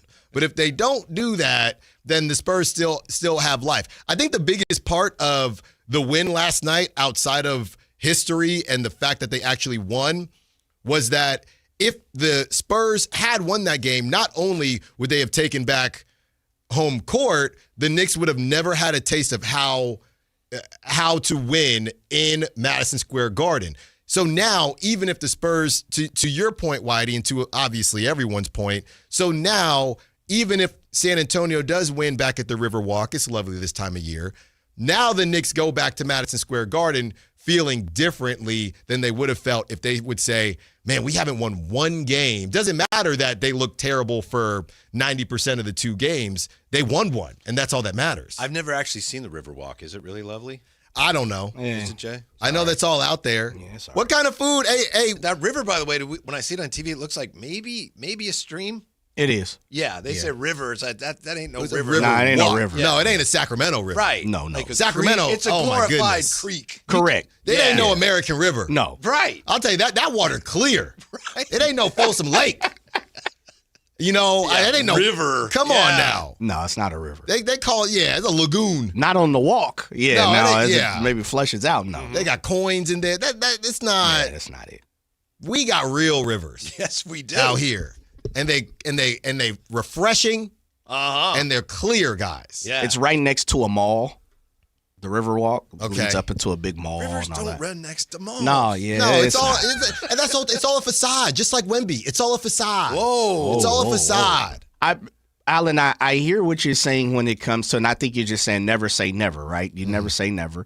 Whitey just read off a few things of why you never say never when it comes to the top 20. The only question I would have for you, not one, but one of the questions I would have is, I think last night we didn't see any leadership from the Spurs. Well said. In all shapes, forms, or fashion. When they desperately need it, when you just need a little. It. Yep. Players, coaches, staff, whatever, right? And so knowing the way they lost in the fashion they just did, where's the leadership coming from the Spurs to say, fellas, I heard what they said in the locker room. That was tongue in cheek. You're supposed to say that. But you know how it is. That flight back home, everybody a little quiet. Yeah. Like, where's the leadership going to come from the Spurs to say, we're going to win, we're going to overcome this? Because LeBron's not on that team. Right. 3-1 down and LeBron, the best player in the world on the other side, okay, it's not over.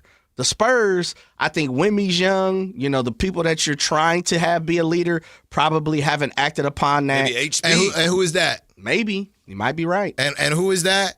I'm just trying to double check. As far as who you need him to be a leader? Probably HB. Oh, okay. HB. And nobody else? Probably De'Aaron Fox. Oh, I'm just... Yeah. Wemby. Don't you think? Now, we weren't in the locker room, obviously, but watching the game, I just felt like they needed somebody, a coach, any of the players. Yeah. The more minutes the player plays, the better. But somebody to go, let's go. We haven't won anything yet. Let's get down to business. Knock it up. And instead, they were all like, hold on, if we just close our eyes, we'll win the game.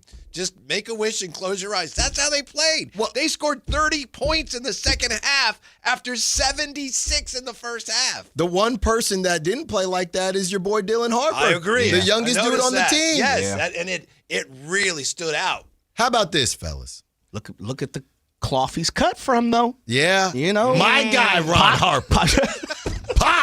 Pops in the stands. I saw him, too. You saw him barking out instructions. I was about to tweet. I looked up on TV. I said, let me put my phone down. I'm good. Did you I don't see that need LeBron took a shot at him recently? No. I did see that. Yeah. I did see that. He said something about Dylan Harper. They said, but his dad ain't leave. Yeah. Like, what? I didn't know what that beef was. I didn't either. I'm sure Ron heard about it. Ron's probably said Jordan's better. Yeah. He's probably, Probably, yeah. Now, look, I've been tough on Wemby, making the jokes about Antarctica and the cryo. That wasn't even a joke. The cryo freeze chambers. Yeah. This is a real quote from Wemby. He sat down with Malika, Oakland's finest, and this was before the finals, okay? She asked Wemby about not having the experience, right? They've been harping on it. This was Wemby's response, and I'm telling you, I thought it was a bar. I thought it was a great response. The lack of experience is a strength for us because we could do impossible stuff because we don't know it's impossible. That was before the series.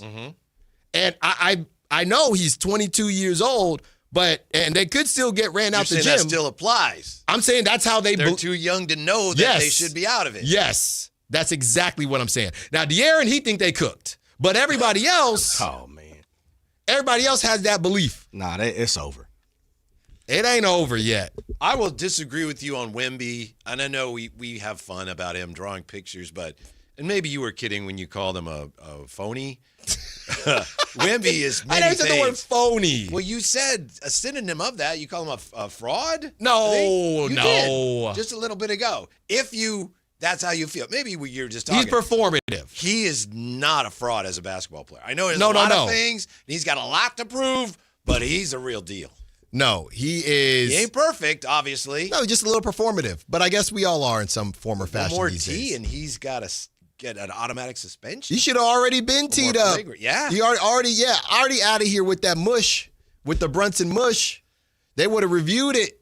If Adam knew what was coming, they would have reviewed it. You're like when you're at the beach and the tide comes in, the tide goes out, tide comes in. It's like, oh, no, he's not a fraud. They should have already gotten rid That of has him. nothing to do with being fraudulent. Okay, so he's not fraudulent, or is he? He's fraudulent off the court. Okay.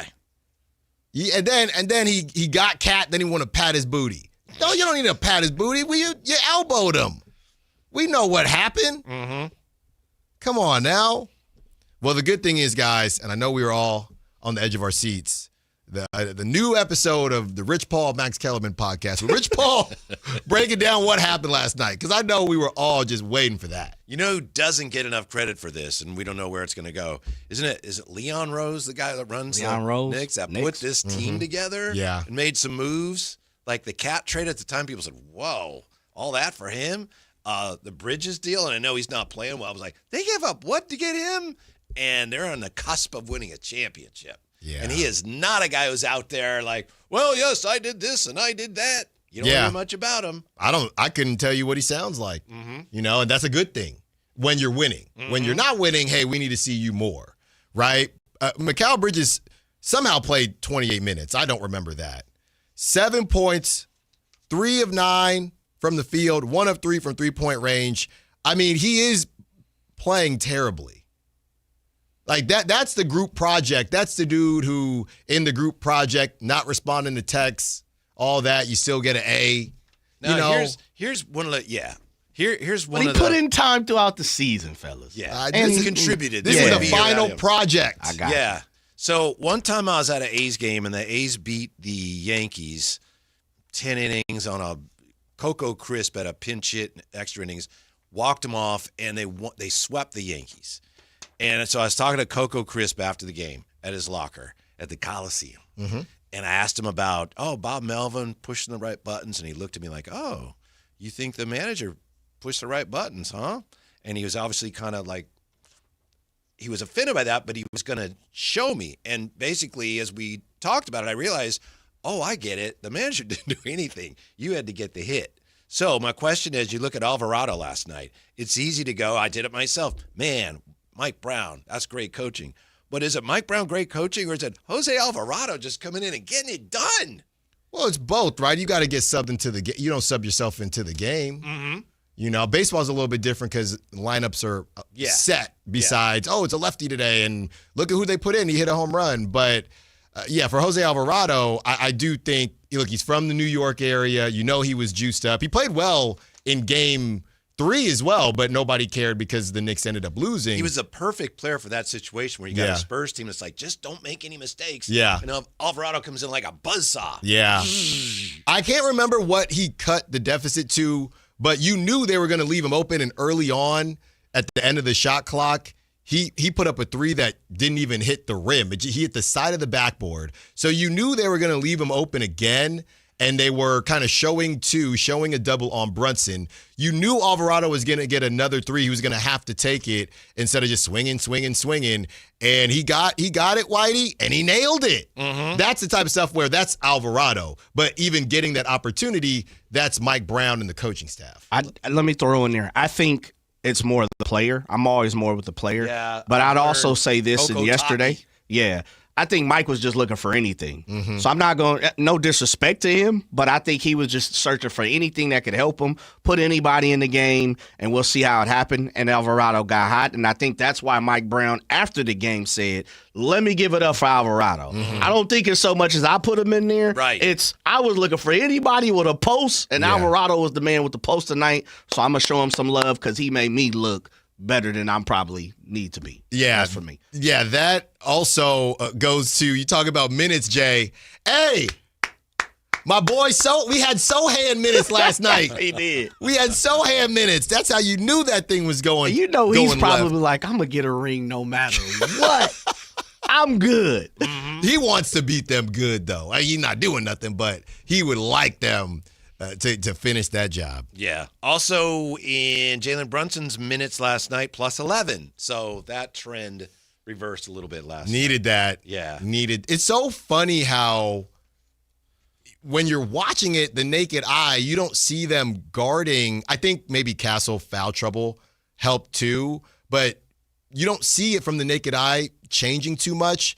And then all of a sudden, Brunson just starts getting to the cup, doing whatever he wants, and you're wondering, why wasn't he doing that all game? But I do think Castle, that foul trouble, and that's the type of stuff that maybe Mike is talking about, and even when Mike said, hey, 24 fouls versus whatever, it might not show up in the box score that it's even, but if he says, hey, if I can get 1 or 2 touch fouls, because Cat was out, that was the fastest 2 fouls in, I think, finals history, and Castle wasn't that far behind him, and Mike's thinking just one little change. If you can get Castle about the game, so then De'Aaron is guarding Brunson, whatever the case is, those are the mind games that need to be played, Whitey. You know, when Brunson took the shot that was missed and then OG tipped it in, I was really stunned when he pulled up from 31 and shot it. Yeah. I thought, whoa.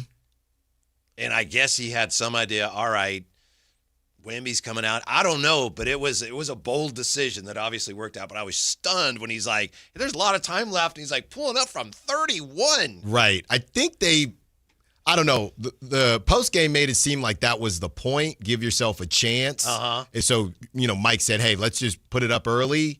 And what's the point in waiting? Wemby's just going to sit there and give yourself a chance. And they certainly did. Mm-hmm. They certainly did. I'm thinking of my friend and your friend and our friend, the great Kyle Draper. He used to sit in here when he did the show with Jay and I. And a lot of times he'd say, you can't trust the box score. The box score doesn't tell you what you really need to know. If you just looked at the box score today, you'd say, De'Aaron Fox had a pretty good game. Yeah? Give me that box score. I don't need it. Drapes is right. That box score did not tell the whole story on him last night. Drake don't even write his own stuff. Because I'm not panicked, Kyle.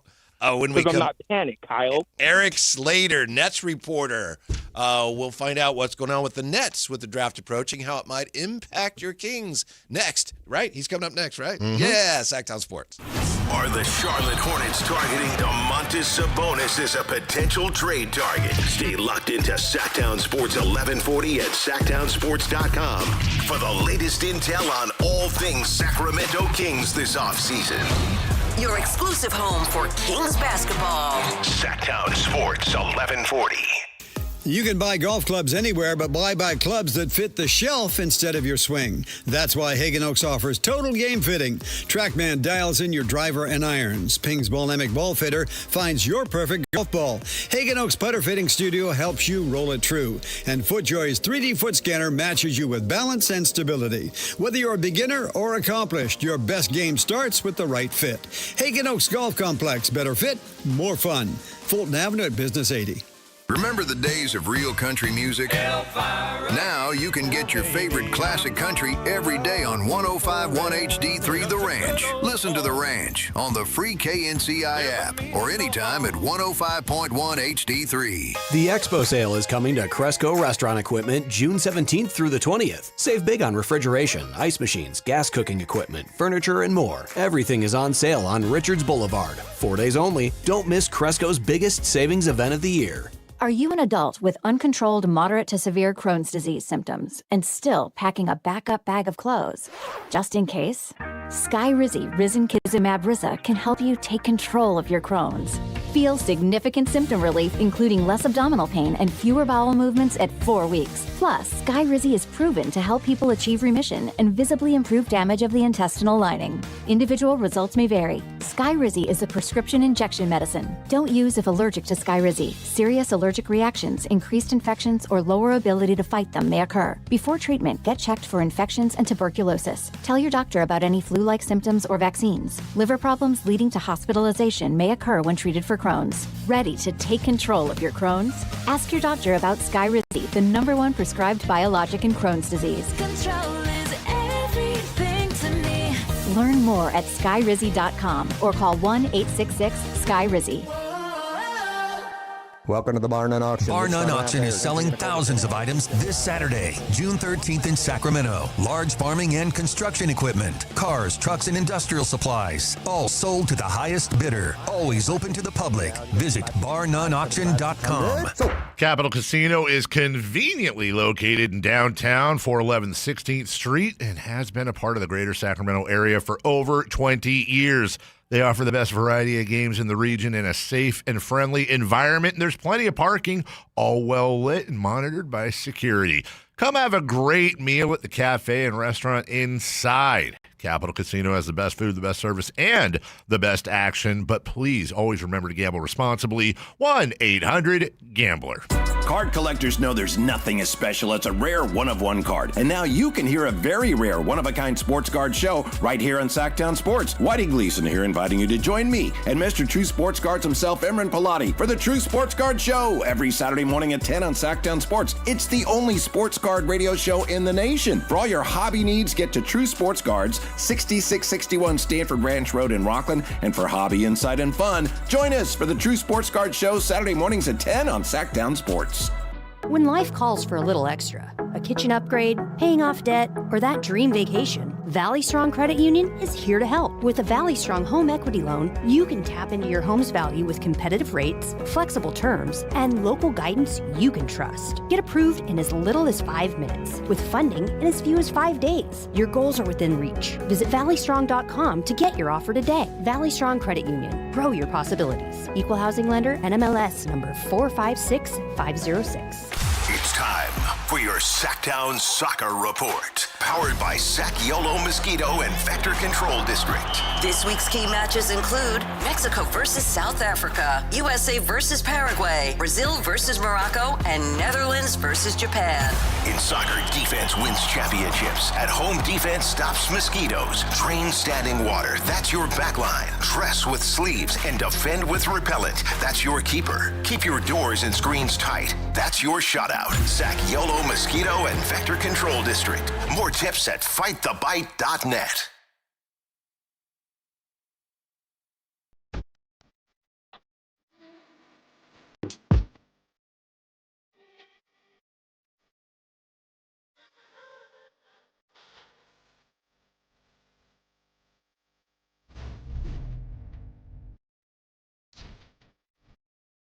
Download the app and listen to The Drive Guys. The Drive Guys with Kevin Gleason and Alan Stiles. On Sactown Sports 1140. It looks like there may be some things going on with the Nets concerning their draft, which could have an impact on the Kings.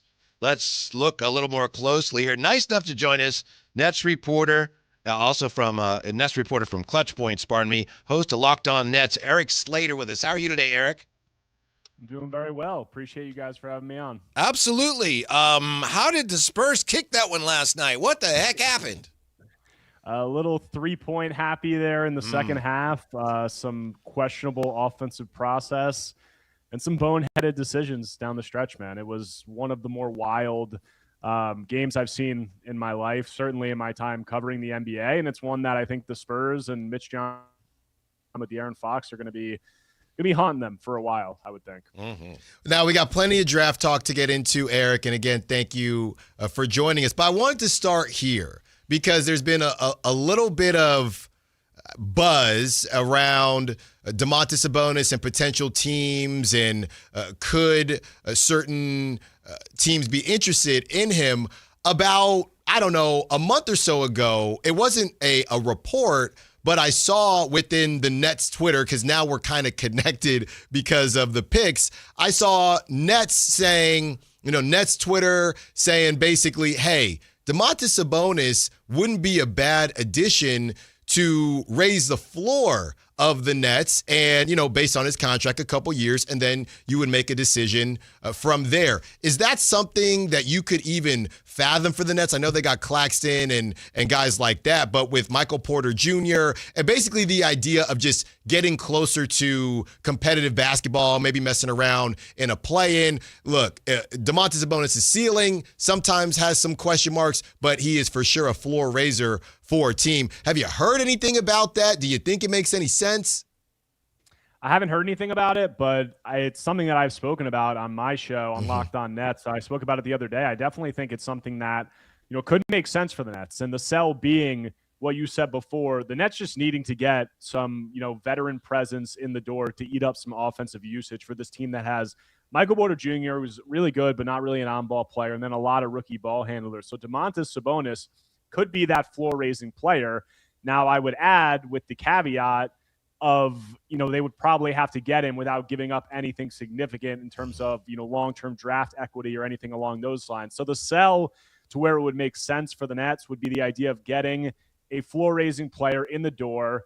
You're helping the Kings probably shed salary, obviously, to get below the luxury tax and some of those things. And you can bring him in without giving up any significant long-term draft equity, and he only has 2 years left on his contract. So you're not hamstringing yourself in terms of your long-term financial flexibility. So I could see it making sense for the Nets. Obviously, there's a connection there with Jordi Fernandez, but I think the circumstances would have to be if it's just helping the Kings save money and they're not looking for first-round draft capital or things along those lines, which based on some other reports, it seems like the Kings might be looking to get back some value for Sabonis. We're catching up with Eric Slater, Nets reporter from Clutch Points, host of Locked On Nets. As far as the draft goes, Eric, we are hearing today, we're seeing on X, that Keaton Wagler, his camp is canceled to work out with the Nets. Don't know if this is true. Fleming's as well. Those are the reports.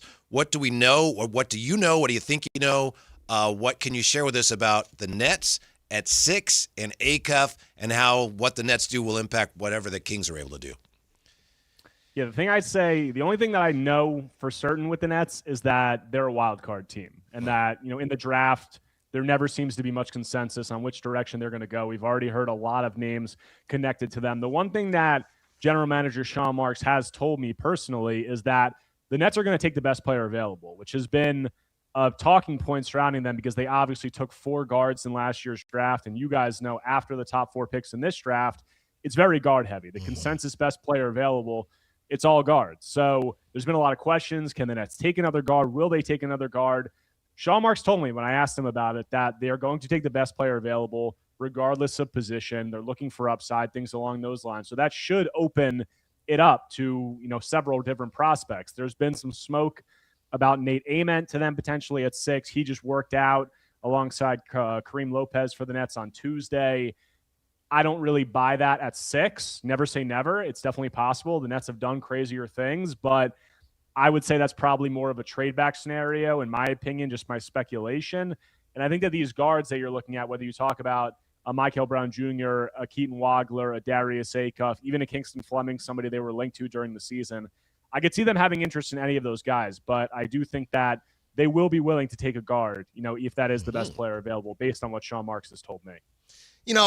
Eric, we love what you're saying here, but Domantas, I'm still tripping off the Domantas Sabonis as a salary shed. Y'all had about 7 first rounders last season. We can get one. Eric.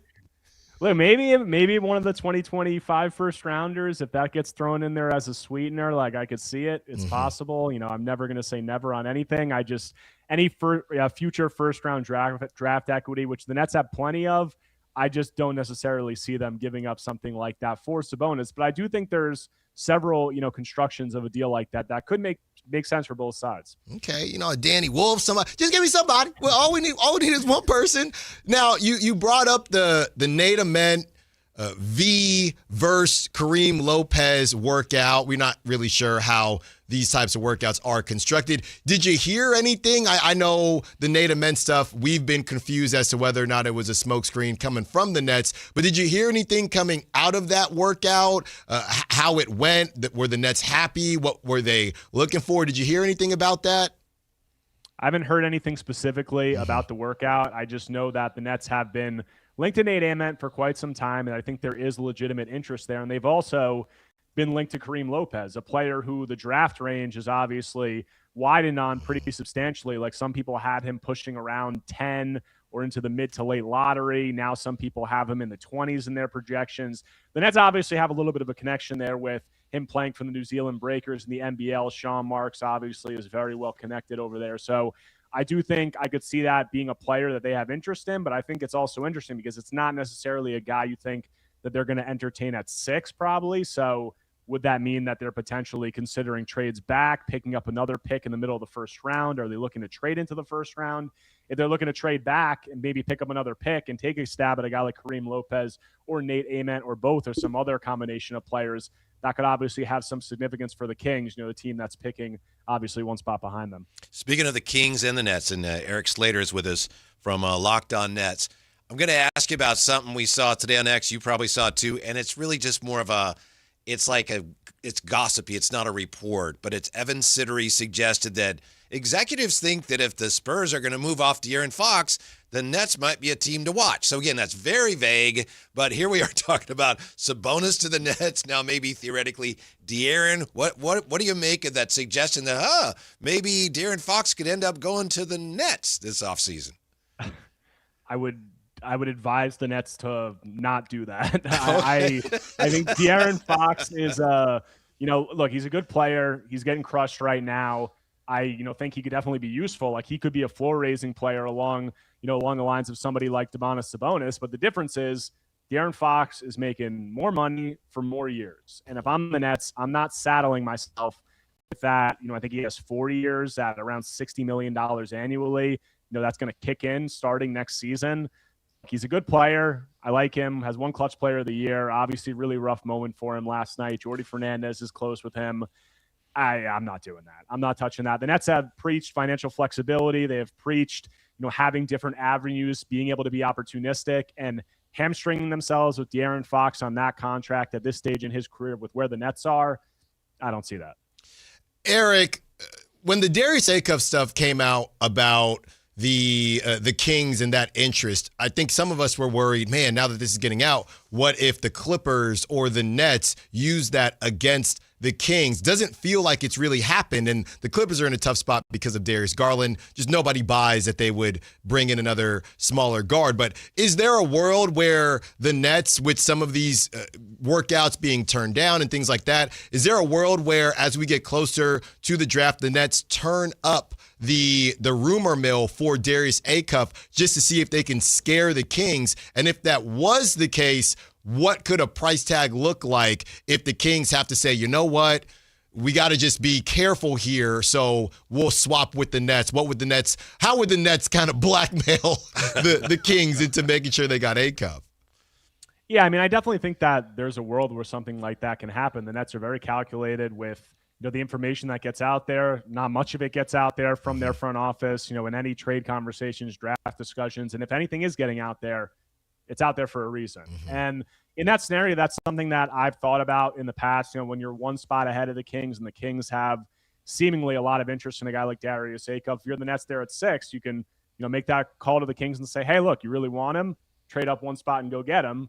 Maybe the Knicks say, doesn't seem like you want him. Take him if you want. We'll take him at 7. But in a scenario like that, if the Nets and the Kings were to swap one spot, it would be tough for me to say what the specific price would be. I don't think it would be anything that significant. Maybe a pick swap down the line, maybe some second-round picks. I don't think it would be anything all that significant. I'll say Darius Acuff, from the Nets' perspective, doesn't really fit some of what they spoke about last year in terms of the philosophy that they went with in the draft with their 5 picks in terms of positional size, defensive versatility, guys who guard. Like, those were the things that Sean Marks pointed to, and Darius Acuff doesn't necessarily check those boxes, but he's as prolific a scorer as anybody in this draft, and the Nets are in desperate need of star power. So while it would be a zag for them to take him, I wouldn't at all put it past the Nets that they could, look at him and say, look, there's not much interest in this team right now, in our team. The Knicks are winning a championship across the river. We need to create some buzz. We need somebody with some star power.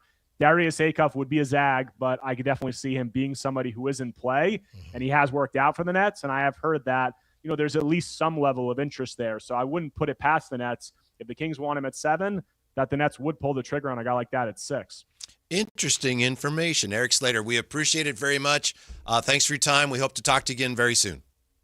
Thanks, guys. Appreciate it. Thanks, Eric. Yeah, so when we come back, we'll take a look at what the whole NBA now is calling the Brooklyn Kings. Are they reassembling the beam team there for Jordy in Brooklyn? What's going on? We'll look at that. Also, we got Jay's Gems coming up.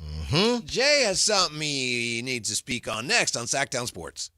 Are the Charlotte Hornets targeting Domantas Sabonis as a potential trade target? Stay locked into Sactown Sports 1140 at SactownSports.com for the latest intel on all things Sacramento Kings this offseason.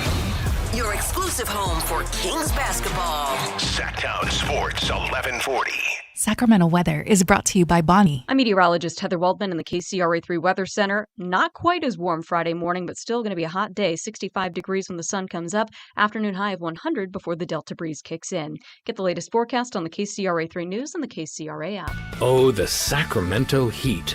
Right now, get your AC professionally tuned up for as low as just $59 and enjoy your summer nice and cool. Plumbing, electrical, heating, and air, Bonnie.com. Summer restrictions apply. License 696-355. To 15-year-old Harper, buying an $80 vintage rock t-shirt is a great investment. To Harper's mom, this logic has a few holes in it. So she helped Harper open a Wells Fargo Clear Access banking account. With no overdraft fees and tools to track spending, Harper's learning, one heavy metal tee at a time. However you make money work, Wells Fargo can work with that. Terms apply. Visit wellsfargo.com/deposit disclosures for fees and details. Sacramento. Get ready because the Fasteners Inc. Super Sale is back on Friday, June 12th and Saturday, June 13th. Stop by Fasteners Inc. Tool Outlet on Power in Road for crazy deals on Milwaukee tools. We're talking 20% off all Milwaukee Packout, hand tools, and tool accessories. Free goods and dollars off your order and certain spend amounts. And overall insane deals on Milwaukee batteries and Bear tools again. June 12th from 7 a.m. till 5:30 p.m. and June 13th from 9 a.m. till 3 p.m. at Fasteners Inc. Tool Outlet. Visit fastenersinc.net for more info. Today on the pod, we're talking to Megan, trapeze artist and scratchers enthusiast. So, Megan, what do you like about playing scratchers? Well, they're easy to play when I'm hanging around. Oh, okay. Like when you're relaxing? No, like when I'm hanging on the trapeze. I swing upside down, then do a quadruple somersault, all while playing scratchers. Watch this. Ta-da! Unbelievable. I know, right? Scratchers from the California Lottery. A little play can make your day. Please play responsibly. Must be 18 years or older to purchase player claim. Whoa. Okay. This one says you get a free phone if you switch. Hey, this one also says you get a free phone if you switch. Yeah, they all do, hon. Huh. The T-Mobile one says their customers had the lowest wireless bills versus the other big guys over the past 5 years. And their latest experience plans have Netflix included, plus a year of Dash Pass by DoorDash. Hang on, let me see that. Oh, yeah, we're switching. That's what I'm talking about. Do we clap now, or...? At T-Mobile, get savings that keep stacking up. That's value you can feel every day. Switch now and keep your phone, and T-Mobile will pay it off up to $800.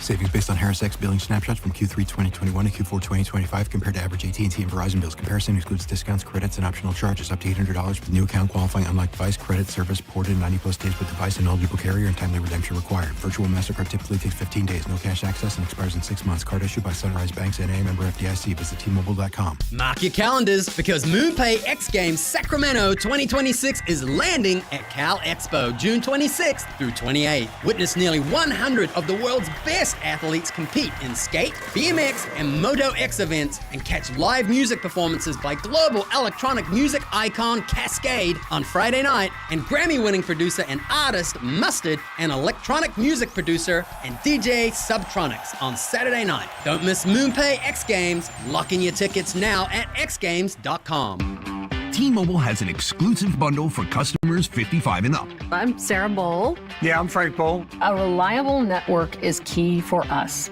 And with T-Mobile, it's been wonderful. And going to the 55 plus plan saved us so much money.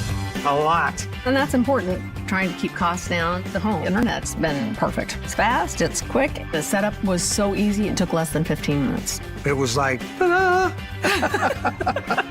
If you want simplicity, coverage, reliability, you want the whole package, T-Mobile has it.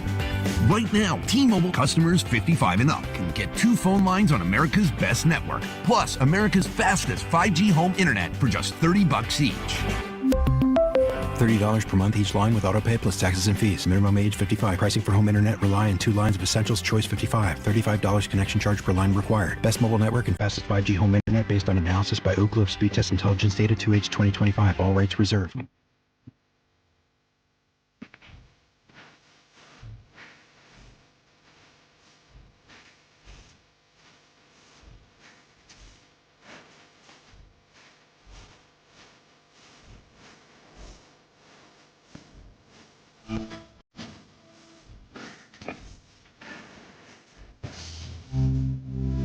The Tribe Guys powering your afternoons Monday through Friday on Sactown Sports. So what is going on here with this talk all of a sudden involving the Nets and the Kings? I didn't really know about the Domas thing that you asked Eric Slater about, but I see it. And then I had just seen today, and it was Evan Siddery, and Evan Siddery was just kind of spitballing like, some people are saying maybe blah, blah, blah. If the Spurs move off of Fox, that he might go to the Nets. Yeah. It's like Jordy rebuilding the B team. Yeah, I don't know if that's Brooklyn.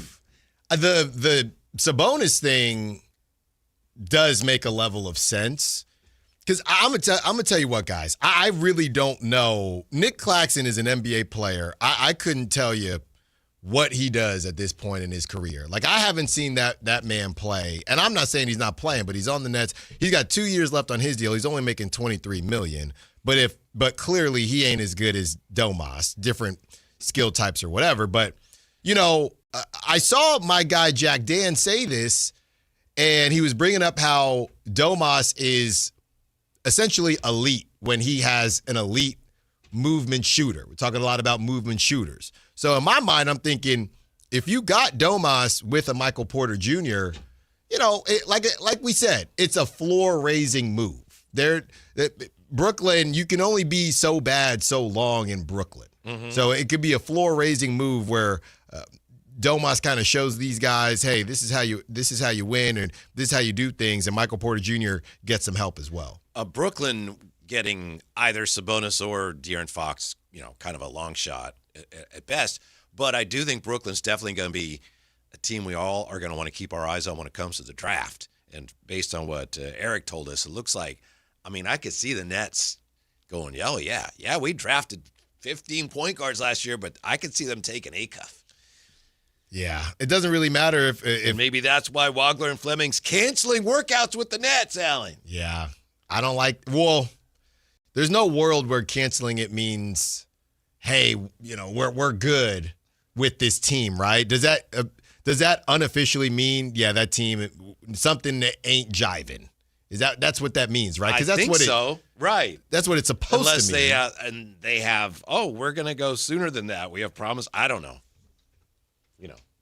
Yeah, Michael. Wagler is working out, according to reports, for the Kings next week. So why would he cancel a workout with the Nets if he's working out with the Kings? Eric did say, he said he talked to Sean Marks, and there were conversations about positional size.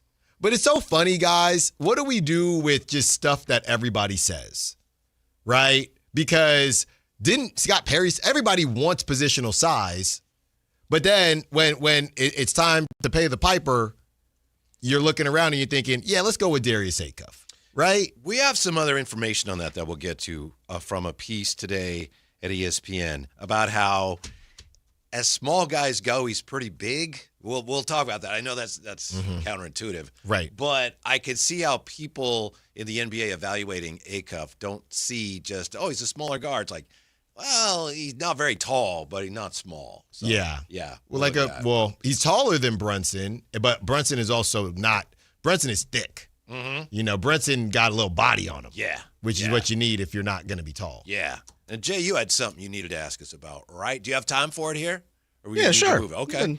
All right. Jay's Gems. So it's kind of a twofold one. I thought about keeping one for next week, but they're timely. Number one, you guys see Amon Shumpert last night? No, I heard him mentioned, but Amon Shumpert was in the building. Of course, one of the former Knicks legends. Amon Shumpert, after the game, walked through the crowd outside on 7th Street or whatever the heck, I'm a West Coast boy. But he had on his own jersey. Yes, right? I did see that. It was an Amon Shumpert New York Knicks jersey. Cool. You made it. You're champ. I got nothing against Amon. He came here, shook up Sacramento real quick. So one of my questions, fellas, is it okay to rock your own jersey? And you're not at a celebrity event. You're not at, True Sports Cars signing autographs with the car parts. Is it okay to put your own jersey on? Initially, I thought, but thinking about it, it's fine. You've earned it. A lot of people would just not consider it. Yep. But if you want to do it, you've earned that. I want to say no, but in that moment, I guess all bets are off. I really want to say no. I know what you mean. I just feel like I can't. Yeah. I feel like I can't. Special circumstances. Yeah. I said, you're at a show, you're at a hall, you're enshrining, you're being enshrined with something or whatever. Okay. If the promoter celebrity is softball making game. you wear it, so why do I have to wear it? Exactly. Because people don't know who you are. Right. Yeah. He's doing a commercial. Yeah. It's a little look at me, but it barely gets through. Yeah. It barely. By the hair on his chinny chin chin. And I think Shump is, people know who Shump is, especially in NY, I would say so. Yeah, I don't think you need to wear your jersey, but I got you. Maybe if it makes you feel. Second thing is Taylor Swift. Mm-hmm. All right. If I'm not wrong, Taylor Swift was from Pennsylvania. Isn't she? I believe so. I believe that's true. Okay. Didn't she have on a Chiefs jersey for a while. I get it. Your guy's there, right? If I'm not mistaken, a couple years ago, she was rocking Phillies jerseys. I don't know, but I know she was just at a Cavs game. Yeah. Yeah. With Kelsey. Yeah. And some people was like, oh, she there supporting the Knicks. Right. And she's been in Knicks situations. What I'm saying is this. New York and Philadelphia don't mesh. Right, Alan? No. They don't like each other at all. Yeah. I mean, at all. Right. How in the hell did she become a New York Knicks fan? And how is it okay for her to get a pass, right, as being a Knicks fan, and you're from PA, you're from Philadelphia area. I don't care if you're from Pittsburgh. It doesn't matter. You don't cross. With that being said, do celebrities get passes for pulling up and rocking jerseys or being fans of the Lakers or the Knicks because they're celebrities and they live there, but they're from Chicago? Like I saw Keke Palmer, you're from Illinois. Right. Tracy Ellis Ross, you're not a Knicks fan. Why are you guys repping the Knicks? Yeah. Do celebrities get a pass because they're celebrities and it's okay to rock the Knicks and the Lakers and the Chiefs? Or we need to start calling some of these people out? Well, I'll start with Taylor Swift because she's not really getting a pass. People are all asking that. I guess Monica McNutt, who is a broadcaster. Oh, yeah, she had to apologize. She had to apologize. She got caught with the hot mic saying she didn't know Swift was a longtime Knicks fan. I had not seen her here this year or last year.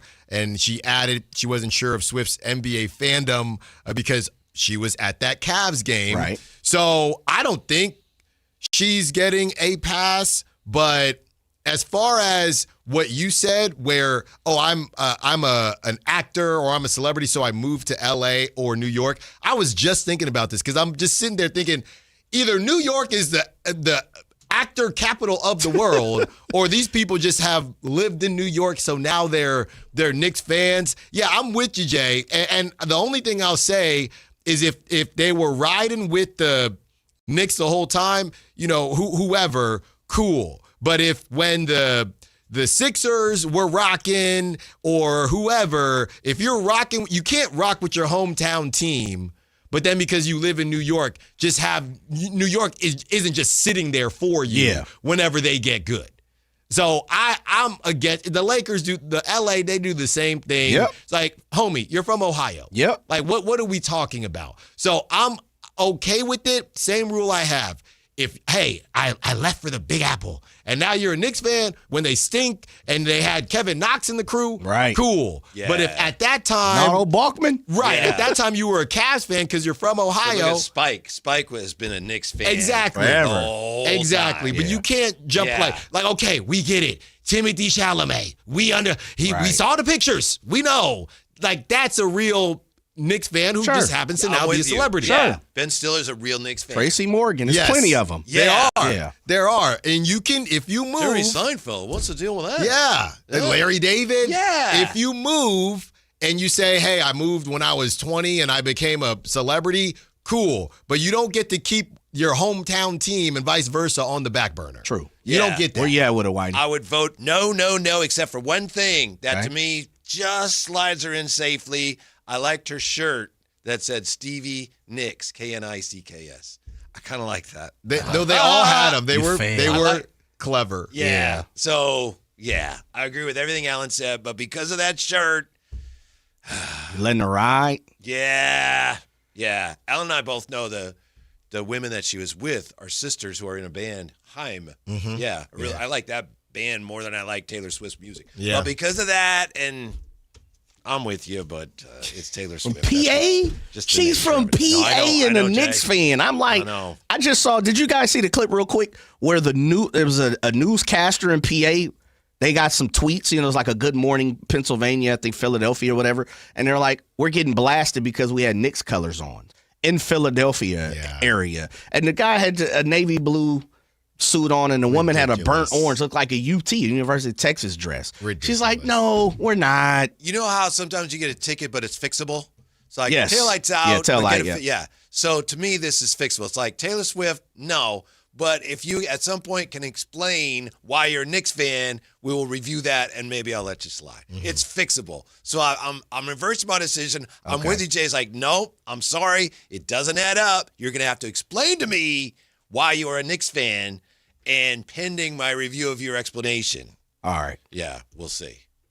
Yeah, I just never met anybody from PA that likes New York teams. You're right. You're right. Never. I've never heard of anybody. She might have not even been into sports at that time. Yeah. When we come back, who deserves the biggest slice of blame pie after the biggest collapse in NBA Finals history? It's coming up. Sactown Sports.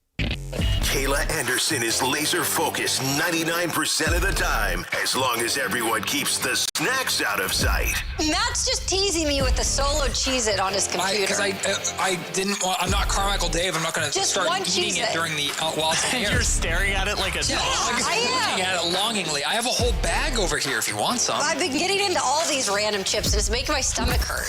Your local sports leader, Sactown Sports 1140. This is the story of the one. As a safety manager at a manufacturing plant, he does everything he can to keep his coworkers safe. From finding ways to reduce risks to keeping safety supplies in stock. And for that, he relies on Grainger. Grainger offers a broad range of quality products and next-day delivery, so he can always play it safe. Call 1-800-GRAINGER, click Grainger.com, or just stop by. Grainger, for the ones who get it done. What's up? We're talking to Chad Hoblet of Hoblet Dodge, Chrysler, Jeep, Ram in Woodland. What's happening, Chad, for Chrysler's Make This the Summer events? Right now, you can save up to $15,000 off MSRP on one of America's most popular trucks, the new 2026 Ram 1500 Crew Cab. Plus, with an EPA estimated 22 mpg, you're going to save big at the pump.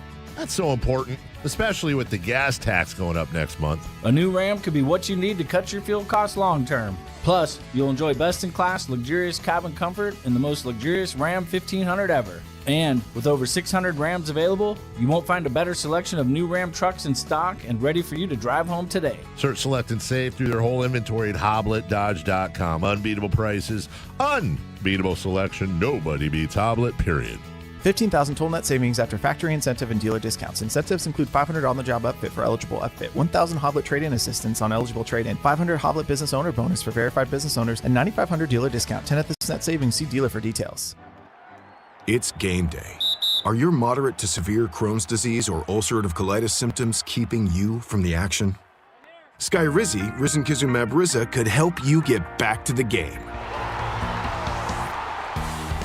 Skyrizi is proven to help people feel significant symptom relief, achieve remission, and visibly improve damage of the intestinal lining. Skyrizi is a prescription injection medicine for adults. Don't use if allergic to Skyrizi. Serious allergic reactions, increased infections, or lower ability to fight them may occur. Before treatment, get checked for infections and tuberculosis. Tell your doctor about any flu-like symptoms or vaccines. Liver problems leading to hospitalization may occur when treated for Crohn's or ulcerative colitis. Ask your doctor about Skyrizi, the #1 prescribed biologic in Crohn's and ulcerative colitis combined. Learn more at skyrizi.com or 1-866-SKYRIZI. Hi, I'm Adam Johnson here with Golf Fitness Solutions. If you want more distance, less pain, better mobility, and a body that holds up for 18 holes, come see us. We're expanding in Carmichael, and you're invited to our grand opening party on June 13th from noon to 4. Tour our new space, meet the team, try the simulator challenge, see if you can make a hole-in-one, and learn how golf-specific training, stretching, massage, and assessments can help your game. Call 916-802-5175 or visit us at golffitnesssolutions.com for more information. This is the story of the one. As a maintenance engineer at a beverage manufacturing plant, he starts his day knowing every line is ready to run because Grainger delivers the industrial-grade products he needs to keep mixers, conveyors, and packaging equipment moving. With Grainger's vast selection of bearings, belts, and motors, he keeps operations running smoothly, so nothing grinds to a halt. Call 1-800-GRAINGER, click Grainger.com, or just stop by. Grainger, for the ones who get it done. Wait, everything on this IHOP value menu is just $6? I told you it was amazing. A huge plate of pancakes, bacon, and eggs is just $6. Wow. There's also French toast, a ham and cheese omelet, and oh, they got a BLT and fries now. Okay, we're coming here every day. You don't have to tell me twice. Feast for just $6 with the IHOP value menu. $7 in some locations, available every day for a limited time at participating restaurants in the U.S. Hours may vary. No substitutions. Not valid with other discounts or promotions. Prices may vary. With 25 award-winning years in Northern California, Ashton & Price is your local injury law firm. Pro attorney tip: if a firm presents as local but they're in L.A., red flag. If your first consultation is not with a lawyer, big red flag. At Ashton & Price, your first consult is with a local attorney, and if serious injury prevents travel, a lawyer will come to you. Still not enough? George Washington's my uncle. At Ashton & Price, no red flags, just red, white, and blue. Remember, for the best advice, don't think twice. Call Ashton & Price. KHD-1 Sacramento, KYMX HD3 Sacramento. From the Power Business Technology Toshiba Studios. Sactown Sports 1140.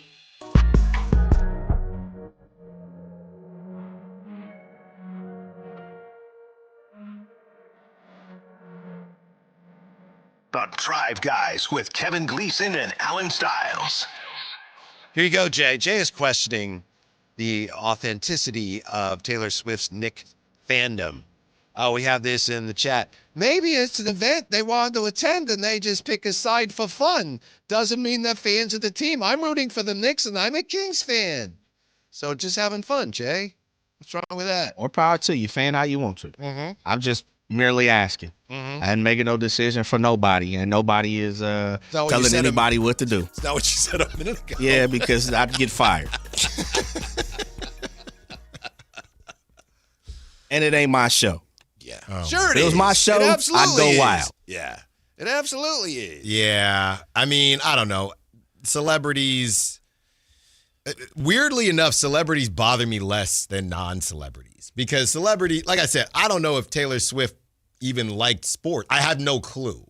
Like, I don't know if you're not into sports, and it doesn't matter where you were born or where you grew up because you weren't into sports like that. And she now probably got paid to be there, right? Probably. Yeah. Mm-hmm. Probably. These people, they switch up all the time. If the Knicks want to give me tickets, they want to pay me to sit courtside, I'll root for them. Same. You're already rocking the Knicks blue shirt. Yeah, that's you're good. right. You're already ready to go. That's what my wife said today. She was rooting for the Knicks last night. A lot of people are. I know, but I get it. There's fellas, real fast. There is a difference in the form of, in competition, Whitey, you've said it multiple times. If you are involved, you want to win, right? Mm-hmm. So that's first thing. We're playing to win. I'm not playing for a participation ribbon. That's just the way I get down. Some people don't. I respect that. No problem. Second part of it is fan how you want to fan. I'm a true believer in that. But there is etiquette to it. Just because you fan how you want to fan doesn't mean that other people have to like or agree to what you're doing. I'm not saying that. I'm just saying, listen, my etiquette is unless it's to fit the bill of the style of shoes or something, you're doing it for the coach or whatever, I'm not rocking no Knicks jersey because I'm going to MSG. Mm-hmm. Some people do. Jay, you're 100% right. I'm in MSG. I'm going to wear a white tee. That's just how I like. That is the most offensive thing about so-called bandwagon fans. Bandwagon fan being somebody who's just, I'm a fan because they're doing well right now, and it's a cool thing to do. As you say, I'm with you. You have every right to root for whoever you want to. But if you're at a game and you're rooting and you're getting all excited because your team won when it's really not your team, that is disrespectful to the people who have suffered through all the losses that your team had to go through to get to that point. You're right. Where were you then? I don't care. Like, oh, you won! Disrespectful to the true fans. Well, I agree. Yeah. The only thing I would say is just the idea of a when in Rome type deal, right? If it went in Rome, if you have a team, obviously it's weird. If you don't have a team and it's when in Rome, hey, my buddy's taking me to the game and they gave me a Knicks shirt, so I'm going to wear it. No. I'm saying if you don't have a disrespectful. It's disrespectful. No, but is it disrespectful? Yes. Okay, so if you went, no. So you're going to a Knicks game. They're trying to get it popping and have it look as crazy as possible. Yeah. And you say, hey, look, big fella, I'm a Kings fan. They're going to say, you going to keep that purple jersey at home. Here's a Knicks jersey. Who are saying this now? I'm saying, wouldn't a Knicks fan want the ambiance to be as fully Knicks as possible? Why would they want you there in a Kings jersey? What do I care what they Come want? on, yeah. And I'm not wearing a Kings jersey to a Knicks game. Okay. I'm wearing a shirt. Okay. I'm wearing a Rockstar Original or something. Like, I'm good. What's wrong with that? All right. I don't have to, just because I'm going to a Knicks game doesn't mean I have to wear a New York affiliated jersey, t-shirt, or color. No, I don't. I'm wearing red. If I want to wear red, I'm wearing red. If I want to wear, purple, I'm wearing purple. Along the same lines, I think there's a former coworker of ours, really good guy and really talented. And I think he recently on social media said, I can't believe I saw somebody at a Giants White Sox game and he was wearing a Dodger hat. And to me, it's like, maybe that person is a Dodger fan. Yeah. I mean, if I go to a game and it's a baseball game and the Padres aren't playing, I'm still going to wear a Padre hat because I'm a Padre fan. There's no mystery there. No. I don't have, I can't wear a Padre hat. I went to A's Yankees. I wore a Giants hat. Good for you. Perfectly fine. Yeah. But the jersey is a little too much. You don't need to be wearing a Giants jersey to a non-Giants game. I don't like that. I'm with you on that. You can wear a hat. What about the stirrups? Well, that's okay. The socks or the stirrups, yeah. That's okay. But it's a little bit different. I agree with you in the form, if I'm going to a and B team, I'm not wearing a J jersey. Right? No, I'm with that. But you rock a hat or something, okay. Hear me, because I want to make sure I'm clear. If you, like Whitey's got on the dope New York Knicks blue polo. Do not.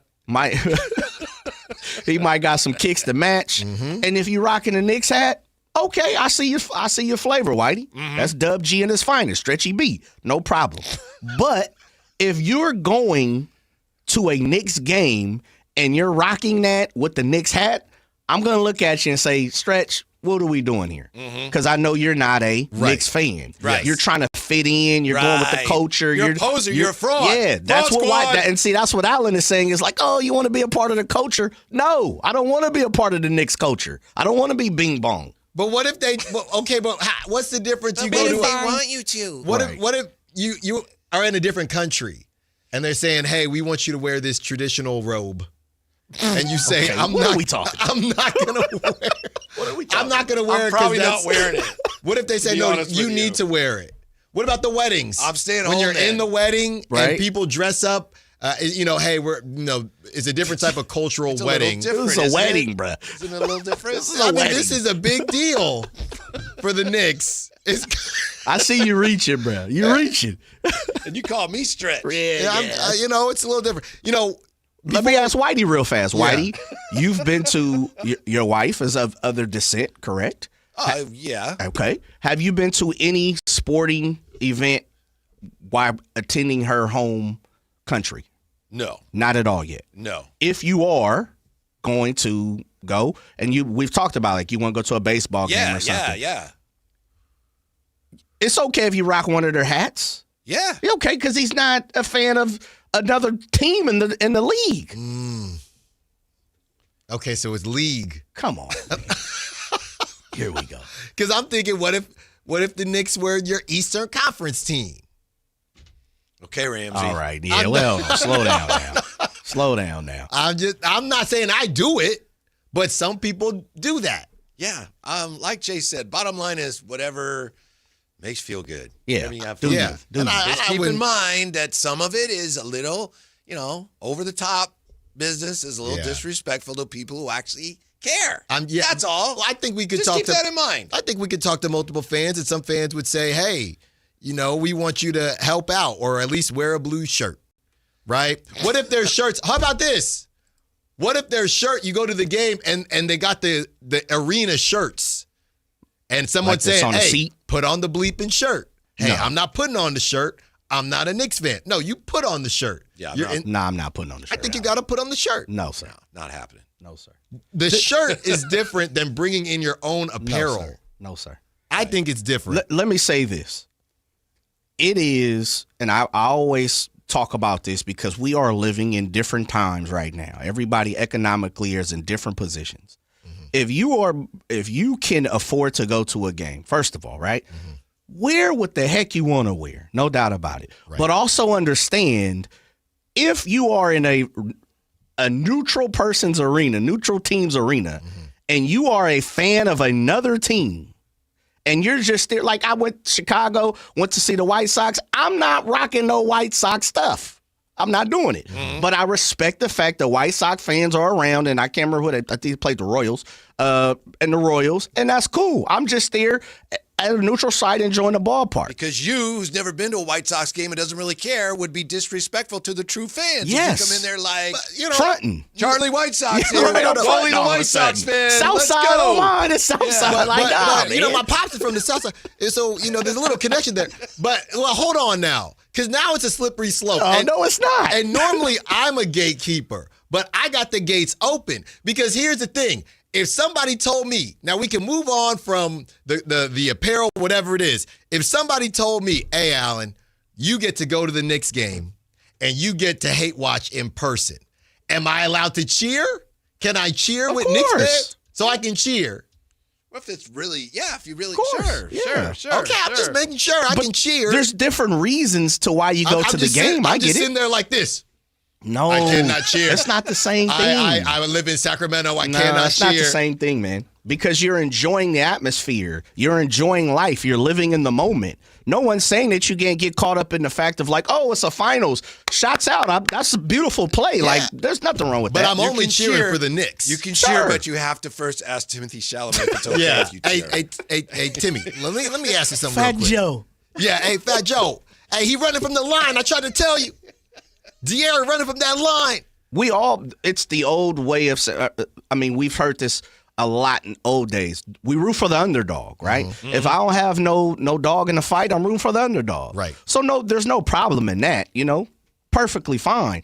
But I'm just saying is if you're in there, as you said, building a facade in the fact of like Keke Palmer and them being from Illinois and being a Bulls fan, now all of a sudden because you're a celebrity, you're rocking Knicks stuff. Like, nah, that's not it. I'm just not. Yeah, no, as you said, Whitey, that is disrespectful to the fan who has put in the time, the effort, and guess what? The money. Right. Yeah. Nah, that's disrespectful. Nah, I'm out. I can't mess with you on that. I'm out on that. Now, if you had a feast to observe what happened last night, okay, you'd have the main course is the Knicks because they deserve so much credit. And the main course might be, I don't know, a turkey or something. That would be Brunson. You'd have delicious side dishes, and that would be a cat here. And, of course, OG. OG might have been the main dish last night. My point is you bring out the dessert, and the dessert is a big old blame pie for the Spurs who lost. How do you divvy up the blame pie? Who deserves on the Spurs the biggest piece or pieces of the blame pie last night? Man. Well, before you answer, not only did De'Aaron Fox have a rough shooting night, missing 10 of 16 from the field, including 4 of 5 in the fourth quarter, but all 4 of his turnovers came in the final 17 minutes of the game. So are we doing it by slices? How are we doing this? Percentages? How big are the slices? Yeah, I think that Wemby's getting a pretty healthy slice. I'm with you. How about Coach Mitch Johnson? Mitch Johnson's getting a pretty healthy slice. Those are the 3 biggest slices, De'Aaron, Wemby, and Mitch Johnson. Those are the 3 biggest slices. Are they the same size? Yes. Or should the coach get more? Really? Maybe the coach gets more. Okay, fair enough. I just expected you to give like half that pie to number 4. Yeah, I want to. But, yeah, I'll say, he's the coach, man. Mitch Johnson got to wear this. And the fact that Wemby's in this conversation, that just speaks to, who he's going to be as a player. But I think those 3 are probably even. And it wasn't so much anything Mitch Johnson did. It's the fact that he didn't appear to do much of anything. Because they haven't really done, I saw somebody else say, man, De'Aaron's going to get a lot of the blame here, but the Spurs just don't run anything. They really don't. If they didn't have a 20-year-old Dylan Harper, this series is already cooked. How crazy is that? They run a high pick and roll that oftentimes accomplishes nothing. where you end up with just two guys kind of changing places. Mm-hmm. Then they have a pass, a draw, a reverse dribble, throw it weak side, skip pass, and then take a long three. That too often has been their half-court offense. Yeah. And last night in the second half, those shots weren't going down. It's De'Aaron penetrate and kick for a three.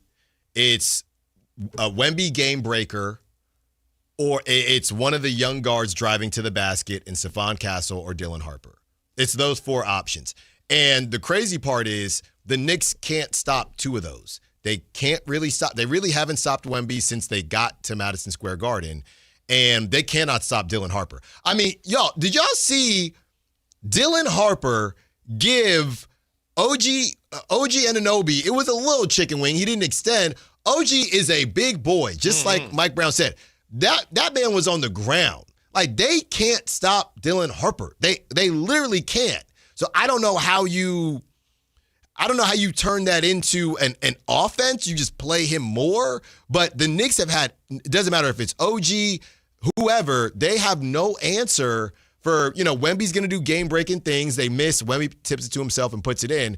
And they have no answer for Dylan Harper.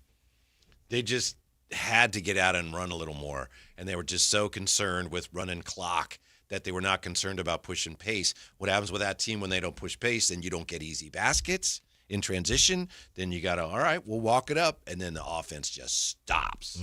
Just stops cold. Is there any world in which you could defend De'Aaron Fox's decision to take the ball to the basket? If I'm being honest, and I know it's a very unpopular view, and I know when he did it, I was saying that's not what you should do.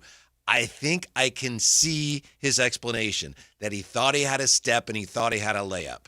Again, I'm not going to argue with anybody. I get it, and I said it myself. When it happened, I said that was the wrong play.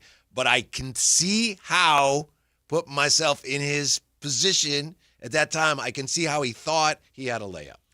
Yeah, I think for De'Aaron, the play more so spoke to how lost he is right now. Because De'Aaron, honestly, and I've kind of bagged on him for it, De'Aaron hasn't really wanted to take the shot. And that's why there have been some conversations about whether or not he was afraid of the free throw line. But everything that De'Aaron has shown us throughout this postseason leads me to believe that De'Aaron was going to dribble it out and maybe try to find somebody else, to be honest, to take to take those free throws if he could. Now, maybe he didn't feel like he could. So the fact that he went up just kind of spoke to me to say, yeah, this guy is scrambled eggs right now. He just doesn't know. I get that. He's not trusting himself. Because, like I said, when I saw it, I was like, what are you doing? But I can see, after hearing his explanation, if he thought he had a step and he thought he had a layup. Force him to take the three.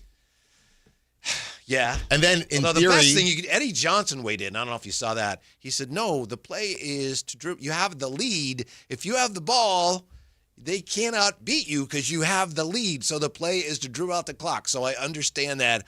I'm just, everybody, people who probably don't even know what to do with the basketball are saying, oh, it was a horrible play. So I'm just trying to see, well, wait a minute. Are people overreacting? But ultimately, I think he just made the wrong play. Yeah. And here's the other kicker. And I know we don't know how healthy he is, but De'Aaron is one of the fastest guys in the NBA. So if anybody would have been able to just burn out the clock, I know he's not fully healthy, but that was the perfect situation for De'Aaron to just run around. It was almost a little yippy in this sense. Like, I have the ball, but I don't want the ball. No. So I'm going to shoot a layup, and then we're going to be up 3. You know what I mean? It's like, I just don't want any part of the ball right now. Right. Well, I don't want to dribble it out of bounds. I don't want to throw it away. He definitely don't want the free throw. Mm-hmm. He did not want the free throw. And he probably, as the rebound came out, oh, man, I got to deal with this. I got to run it down. Probably looked around. There was nobody home, nobody else with him.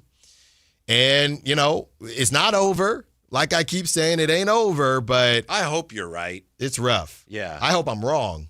I was with you after the first 2 games. You said it's not over. I was with you, but after last night, woo, it's hard to see. Tony Ray Harvey says, I'm being honest, I would have backed off and dribbled out in real time. That's what I was thinking. Gotcha, Tony. And Logical Raptors Fanatic says, JJ is now the president of the Fraud Squad Exposers. He says, Allen has been blocked. Wow. Huh. Allen was trying to make sense of it. I get it, Allen. You were just I'm not flip-flopping, man. Yeah. Look. Playing devil's advocate. Wear what you want to wear. Please That's do. number one. Please do. Yeah. Okay, I'm just saying wanna do. there's a when in Rome. Nobody flip-flopping is when you legitimately have multiple teams, right? If you just a when in Rome, hey, let me just, do as the New Yorkers do. Because if you're not wearing it, you might get get knocked out. Did you say New Yorkers? Well, you see him? See? Hey, I like I'm talking to my guy Michael Scotto, and I want to chop cheese, and hey, At the bodega. Hey, if I get my coffee, then I go down to bodega. I say I need a chopped cheese. I need a bagel with lox. Let me get some lox. Hey, you see Brunson last night? Forget about it.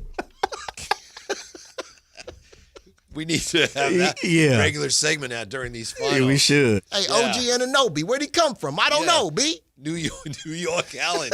New York Allen breaks down the Knicks game. We might need that. It was crazy. It was crazy, Mad man. bananas. It was wild, yo. Bananas. Hey, it was bananas. Word to the mother. I'm sitting there eating a cannoli. All of a sudden, OG Anunoby. Well, are you Jewish or are you Italian? Because a minute ago you had the lox and the bagel and then you're Italian. That's for dessert. Okay. Logical Raptors fanatic says Fox did not want to take free throws? No, he was running from that line. Mm-hmm. He stays running from that line. But I do have something I need to tell everybody on the other side. Oh, no. What it's all said and done. Wear what you want to wear. Hey, I got something to tell everybody on the other side. Do ya? I really do. All right. I really do. We got that coming up with Ellen. Ellen got something he got to tell us. So, he's a New Yorker. We'll see what he's got to say. Also, the Kings won't tank next year, but they may draft one. So we got a lot to get to coming up on Sactown Sports. Don't go away. Kayla Anderson is laser focused 99% of the time, as long as everyone keeps the snacks out of sight. Matt's just teasing me with the solo Cheez-It on his computer. Because I didn't want, I'm not Carmichael Dave. I'm not going to start eating it during the while it's in the air. You're staring at it like a dog. I'm looking at it longingly. I have a whole bag over here if you want some. I've been getting into all these random chips, and it's making my stomach hurt.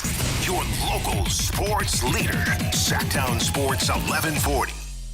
Get ready for the expo sale at Cresco Restaurant Equipment, June 17th through 20th. For 4 days only, save big on everything you need for your food service operation. Shop huge discounts on refrigeration, ice machines, gas cooking equipment, indoor and outdoor furniture, commercial cooking tools, glassware, tableware, and much more. Plus, meet factory reps and enter for giveaways. It's all happening at Cresco Restaurant Equipment, 951 Richards Boulevard. Everything is on sale. Don't miss the best savings opportunity of the year.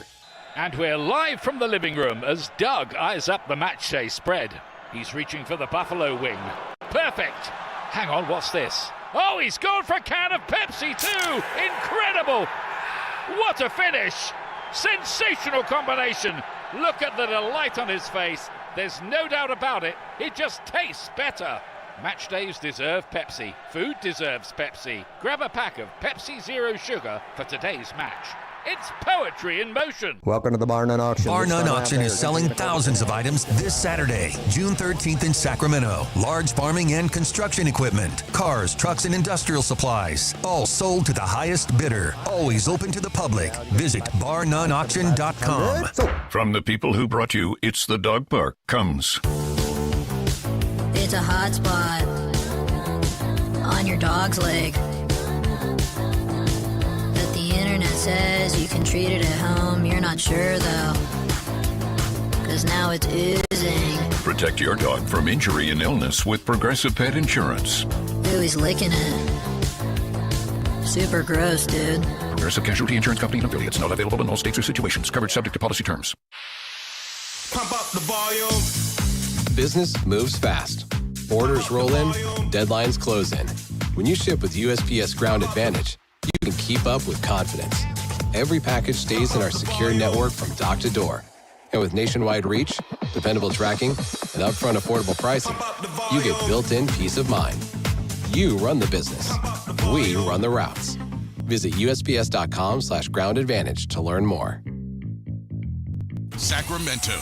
Get ready because the Fasteners Inc. Super Sale is back Friday, June 12th and Saturday, June 13th. Stop by Fasteners Inc. Tool Outlet on Power Inn Road for crazy deals on DeWalt products. We're talking all of the lowest prices in Sacramento on bare tools, tool products, batteries, lasers, hand tools, outdoor power equipment, and so much more. Again, this DeWalt sale event will be June 12th from 7 till 5:30 and June 13th from 9 till 3 p.m. at Fasteners Inc. Tool Outlet on Power Inn Road. Visit fastenersinc.net for more info. From the FIFA World Cup to competitive business environments, grand ambitions lead to game-changing achievements. At Bank of America, we're there to support businesses at every step, providing insights and expertise to help you gain an edge. He shoots, he scores! What would you like the power to do? Explore winning business solutions at BofA.com/gamechangers. Bank of America, official bank of the FIFA World Cup 2026.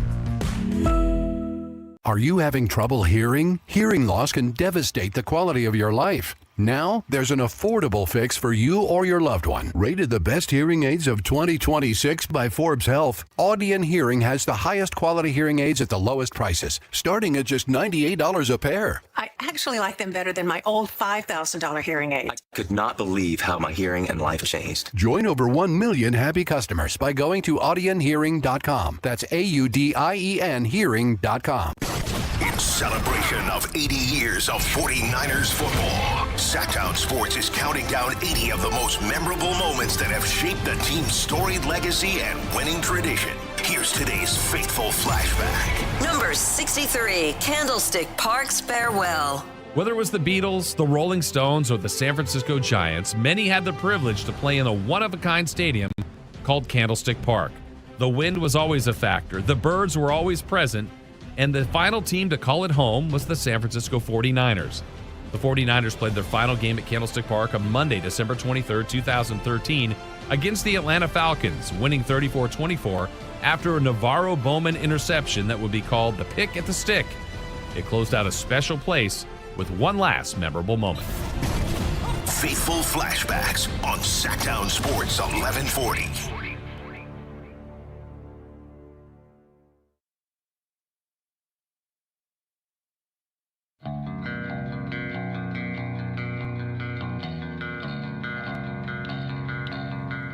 The Drive Guys with Kevin Gleason and Alan Stiles on Sactown Sports 1140. We got to tell you how the Kings won't tank next year, but they may draft one.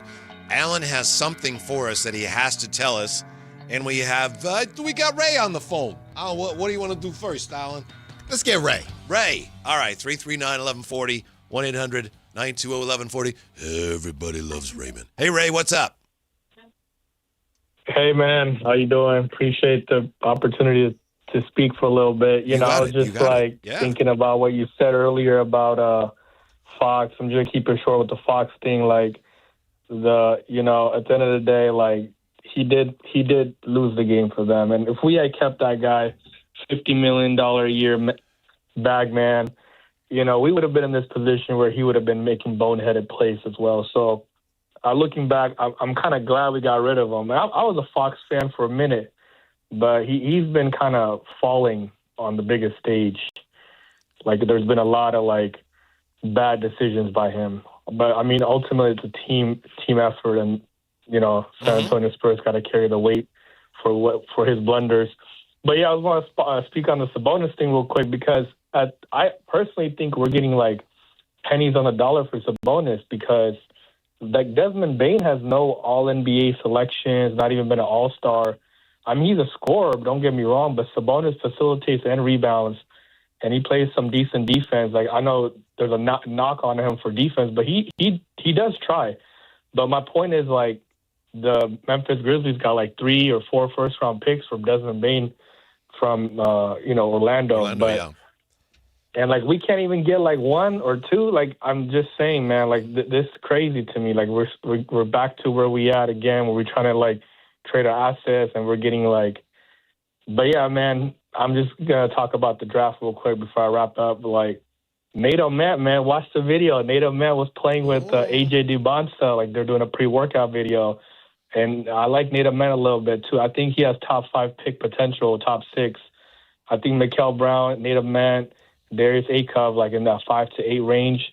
Definitely, like Keegan Wagler, I told you guys, man, he was going to fall. Like already, like news reports coming out.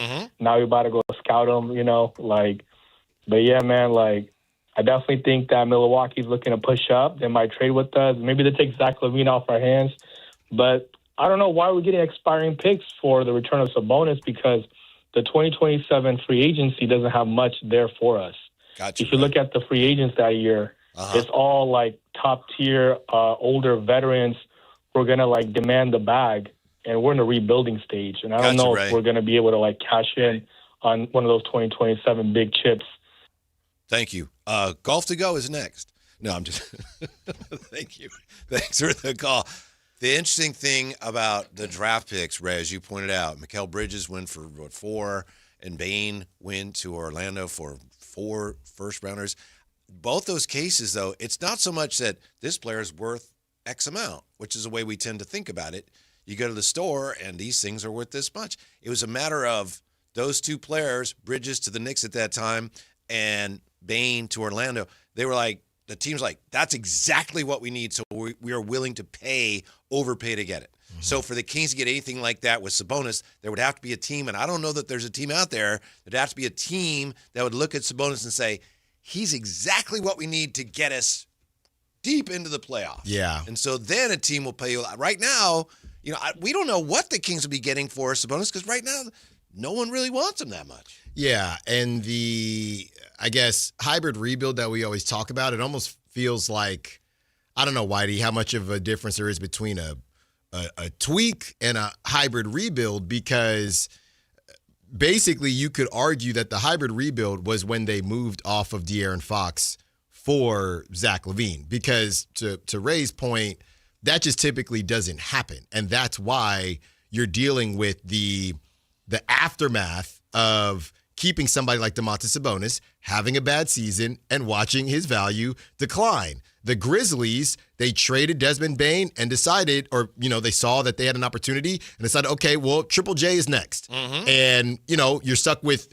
if you look at it the same way, that would have been basically, we moved on from De'Aaron Fox, we moved on from Domantas Sabonis, and Zach LaVine is that contract that is our jaw that we're just going to figure out what happens, because we already got value back from Sabonis and from De'Aaron Fox and future assets. That's just not what they did. So that's why they're in this situation now, because Sabonis had a rough year, injuries, the Kings stunk, and now his value is in the tube. I don't think he's going anywhere, at least until the deadline. And if he plays well, then maybe there'll be more demand. But what did you have to tell us? Yeah, guys. So I got to say this first and foremost. For all of my, they call us weekend warriors, the millennials out there, anybody that's in your 30s, and maybe even late 20s, going into your 40s, older guys, right? Or we're on our way to being older.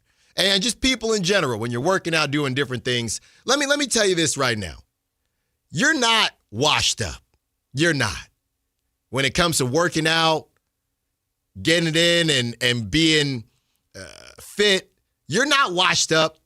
You just need new shoes. Because Whitey Gleason, a couple weeks back, I got me some new running shoes. I'm so relieved. I thought this was Alan Stiles doing like a Nugenix commercial. No. I'm Frank Thomas. I forgot to tell you. She'll like it too. I forgot to tell you what we just signed. We just signed a new deal. I meant to tell you that one. I could talk to you about girth. So I got these new shoes. Flutie, I look great. I got these new shoes, guys. And, sometimes I'll be running and I'll do my, just jog, whatever, 3-4 miles. Sometimes I'll do a HIIT workout, right? And I'll mix in some sprints. And Whitey, I'm here to tell you, Jay, I'm here to tell you, it started out like this. I start, Jay, base stealer. I envision the pitcher raising his foot, and I take off, Whitey. I'm feeling good. And I do it a couple times. And I get some clarity. When you work out, you get some clarity. And I decided, fellas, we got to confirm this. Going. Oh, yeah. First, I was going to say, you know what, fellas? I think I'm the fastest host in Sacramento. That's where I was going to start. And then I said to myself, you know what? That's clear. That's clear to me. Then I start thinking about, you know what? Maybe I'm the fastest host in Northern California. And I start thinking about my buddies in the Bay. I know that roster over there, and I got them too. And I'm here to tell everyone today, and we got to get it on paper. We're going to get me running a 40. We doing the whole thing. That excluding professional athletes, I believe I am the fastest host in California. Ooh, you putting the state down? Radio, TV, or just radio? I believe I am the fastest host in radio. And I'm going to go out there. We're going to do it with the digital boys. Get me a 40 time. Guys, I know for a fact, I'm feeling, and I know, 36 post-Achilles, I think I'm still sub 5. I'm highballing it here. I'm pretty sure I'm still sub 5. I was, easily sub 5 in my heyday. But I'm here to tell y'all right now. Faster than Carmichael Dave?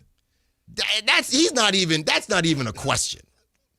I don't know who out there in SenCal and SoCal, these college radio stations. What's SenCal? Central California.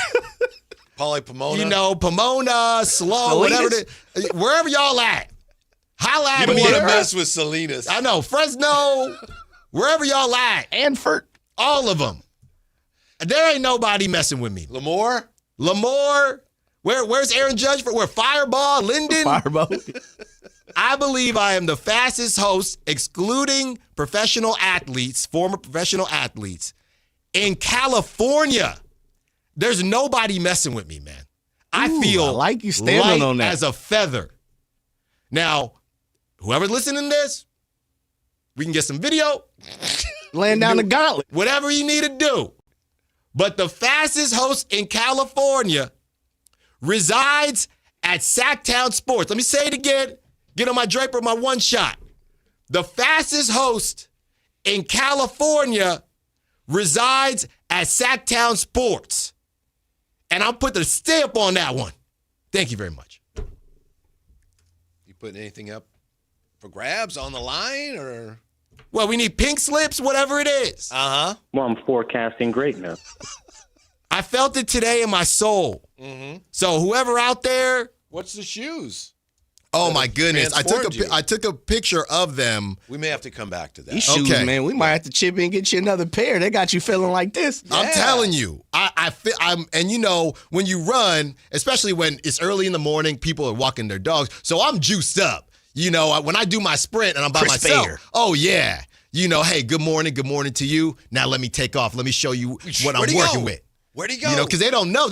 You don't see people sprint. A lot of people haven't sprinted in years. Mm-hmm. But I'm out here. Gotcha. Okay. Yeah, more on that and more on the why Darius Acuff is a big small. What next? Sactown Sports. The X Games are coming to Sacramento. Join Kayla Anderson at Sactown Sports 1140 at Cal Expo from June 26th through the 28th to watch the top action sports athletes in the world go head-to-head with 3 days of high-octane competition, BMX, skateboarding, and Moto X, plus live music from global electronic music icon Cascade, Grammy-winning producer Artist Mustard, and DJ Subtronics. Get your tickets today at xgames.com. Your local sports leader, Sactown Sports 1140. Sacramento weather is brought to you by Bonnie. Meteorologist Heather Waldman in the KCRA3 Weather Center. Not quite as warm Friday morning, but still going to be a hot day. 65 degrees when the sun comes up. Afternoon high of 100 before the Delta breeze kicks in. Get the latest forecast on the KCRA3 News and the KCRA app. Oh, the Sacramento heat. Right now, get your AC professionally tuned up for as low as just $59 and enjoy your summer nice and cool. Plumbing, electrical, heating, and air, Bonnie.com. Summer restrictions apply. 696-355. T-Mobile has an exclusive bundle for customers 55 and up. I'm Sarah Bowl. Yeah, I'm Frank Bowl. A reliable network is key for us. And with T-Mobile, it's been wonderful. And going to the 55 plus plan saved us so much money. A lot. And that's important. Trying to keep costs down. The home internet's been perfect. It's fast, it's quick. The setup was so easy, it took less than 15 minutes. It was like, ta-da! If you want simplicity, coverage, reliability, you want the whole package, T-Mobile has it. Right now, T-Mobile customers 55 and up can get 2 phone lines on America's best network, plus America's fastest 5G home internet for just $30 each. $30 per month each line with auto pay plus taxes and fees. Minimum age 55. Pricing for home internet rely on 2 lines of essentials. Choice 55. $35 connection charge per line required. Best mobile network and fastest 5G home internet based on analysis by Ookla of Speed Test Intelligence data 2H 2025. All rights reserved. This is the sound of Claire, cooking dinner at home. And that's the sound of a fraud alert from Wells Fargo, flagging a charge for a pricey restaurant in Paris. Considering Claire isn't in Paris right now, that seemed odd. To the bank and to Claire. 2 taps later, Claire says nope to the charge, and Wells Fargo is on the case. However you make money work, Wells Fargo can work with that. Wells Fargo Bank, N.A., member FDIC. Hi, I'm Adam Johnson here with Golf Fitness Solutions. If you want more distance, less pain, better mobility, and a body that holds up for 18 holes, come see us. We're expanding in Carmichael, and you're invited to our grand opening party on June 13th from noon to 4. Tour our new space, meet the team, try the simulator challenge, see if you can make a hole-in-one, and learn how golf-specific training, stretching, massage, and assessments can help your game. Call 916-802-5175 or visit us at golffitnesssolutions.com for more information. What's up? We're talking to Chad Hoblet of Hoblet Dodge, Chrysler, Jeep, Ram, and Woodland. Chad, tell me what's going on for Chrysler's Make This the Summer event. Well, you'll have to choose between 3 great deals. 0% financing for 60 months, 2.9% financing for 72 months, or 4.9% financing for 84 months. And whichever you choose, you get no payments for 90 days. Whoa, that was so many numbers. I don't even know what it all means. It means you will save thousands of dollars on your new Ram truck with the best financing options available. It's a choose-your-own savings and payments adventure with Hoblet Dodge. Search, select, and save through their whole inventory at hobletdodge.com. Unbeatable prices, unbeatable selection, and now unbeatable interest rates. Nobody beats Hoblet, period. Financing through SFS for qualified buyers. 0% for 60 months equals $1,667 per thousand borrowed. 2.9% for 72 months equals $1,515 per thousand borrowed. 4.9% for 84 months equals $1,408 per thousand borrowed. No payments for 90 days on approved credit. Interest accrues from date of purchase. Offers cannot be combined with certain other incentives. Excludes Ram, 1500 RHO, and Tungsten models. Sample VIN 342368. See dealer for details. If you have unfiled taxes or are in debt to the IRS, this is important news. Did you know the IRS has programs specifically designed to help people struggling with tax debt? Powerful tax assistance programs that can save you thousands if you qualify. No one knows these programs better than the experts at Optima Tax Relief, America's most trusted tax resolution firm, A-rated by the Better Business Bureau. Their award-winning tax attorneys and licensed professionals have resolved over $3 billion of tax debt for their clients. One call to Optima can start the process, helping to put an end to your worries about wage garnishment, asset seizure, and other aggressive IRS actions. Find the best options to solve your tax problems. Call the experts at Optima Tax Relief today for a free consultation. Call 800-375-2922. 800-375-2922. 800-375-2922. Optima Tax Relief. Some restrictions apply. For complete details, please visit OptimaTaxRelief.com.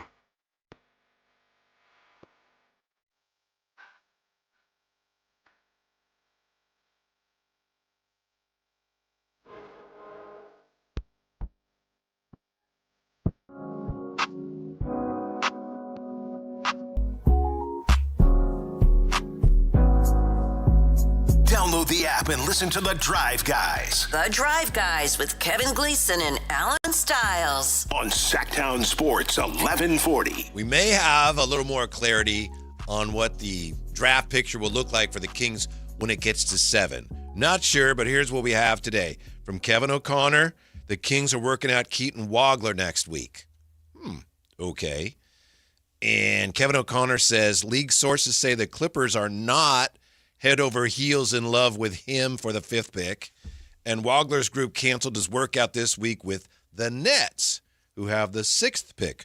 We just talked today to Eric Slater, Nets reporter from Locked On Nets, and he seemed to think, Alan, see if you heard it the same way I did, he thinks the Nets they're probably going to take a guard there, and Acuff might be the guy they take. Yeah, he said, look, it wouldn't make a ton of sense just based on who they drafted last year, but to be fair, that was, and he didn't say this is me adding on, but to be fair, that was a bit of a down draft, and I don't know, I know they like Igor and Demon, and he looked good, and some people thought he maybe should have got a shout for all-rookie team, but there's clearly nobody there right now that they would call the guy. Yeah. So it doesn't really matter the other guards that they have. We know, as I'm sure you think you know, that the Kings still like Acuff. Some people are not sure about the size, Acuff and the size. That is something being talked about a lot. Interesting piece here at ESPN.com that addresses that. The matter of Acuff's size has hummed in the background of his valuation process. Only 11 of the 30 players 6'3" or shorter drafted since 2016 cracked the top 10. Only 11 of the 30 6'3" or shorter drafted since 2016 cracked the top 10. According to CraftNBA.com, only 52 of 434 current NBA players are 6'2" or smaller. Only 52 of 434. However, there's also this side of it. And there's a place in Santa Barbara. Is Santa Barbara SoCal? It might be the beginning of SoCal. Yeah, SoCal. Yeah. Okay. But it's like right there. SoCal? Yeah, right there. So Ventura shots out. Yeah. Like, I'm not a geography major, but in my mind, SoCal, the line of SoCal is slow. San Luis Obispo. I think. Probably like Santa Maria and all that. Yeah, I got to look at a map. So you're not saying Goleta is Central Cal? It's SoCal. It's outside of Santa Barbara. Goleta. Yeah, well, Cambria. You ever been to Cambria? No. Ooh, he's You ever been slacking. there? I've been to Cambria. Nice. Okay. That's south of. That's SoCal? That's what I'm at. Yeah. I think it is. Yeah, Cambria, SoCal. Yeah. I would say SoCal. I mean, Okay. Yeah. right on the water. It's right. I got to get out there. Yeah. Acuff evaluated at P3 Peak Performance Project in Santa Barbara, which has data on 70% of the league's active players. This is a biomechanical analysis firm that evaluates players to project how they'll handle the physical demands of the NBA. And one of the guys who works there, Eric Liedersdorf, resident head of research, he says, if you get a small guard, what you don't want is a guy who is 6'2", but the movement tools actually have him moving around, covering ground like he's 6'1". So this guy says, based on everything we've seen from Darius, I'm confident that he's going to play bigger than his height suggests because he's a tank, end quote. So that's a lot of what teams are looking at. The teams that love Acuff, well, he's 6'2", but he's a big 6'2". Okay. So we tend to evaluate basketball players only in terms of, well, how tall is he? But there's more to it for a guy who's going to be presumably, what's the word, Alan, for a guard who has the ball a lot, like all the time? Heliocentric. Yeah. Well, is this just about him as a player in general, or is it offense or defensive focused at all? Is it just in general? It's a biomechanical analysis firm that evaluates players to project how they'll handle the physical demands of the NBA. Okay, so would you argue that Darius Acuff, his body type is viewed in a better light than Kingston Fleming's? Well, in some ways, yeah. I mean, there's no substitute for height, but yeah, as far as being the sturdier build and the more muscle, with you said Fleming's, right? Mm-hmm. Yeah, because I know we talked about this. There was an article at NBC Sports Bay Area, an interview with Kelvin Sampson, who says, Kingston's going to struggle defensively. He's getting bigger, but he still needs to get bigger. And with Acuff, I don't think, that's not really a concern. He's going to get, I assume, somewhat bigger. But right now it's not like, well, he's so small, he needs to put on some muscle. Right. And Kingston was only, 0.5 inches taller than Acuff barefoot at the combine. Yeah. So that's what I'm saying. Kingston might need to be having and on ESPN, they're both 190. That's just not possible. I don't think that's, I guess 190s can look different, but they don't.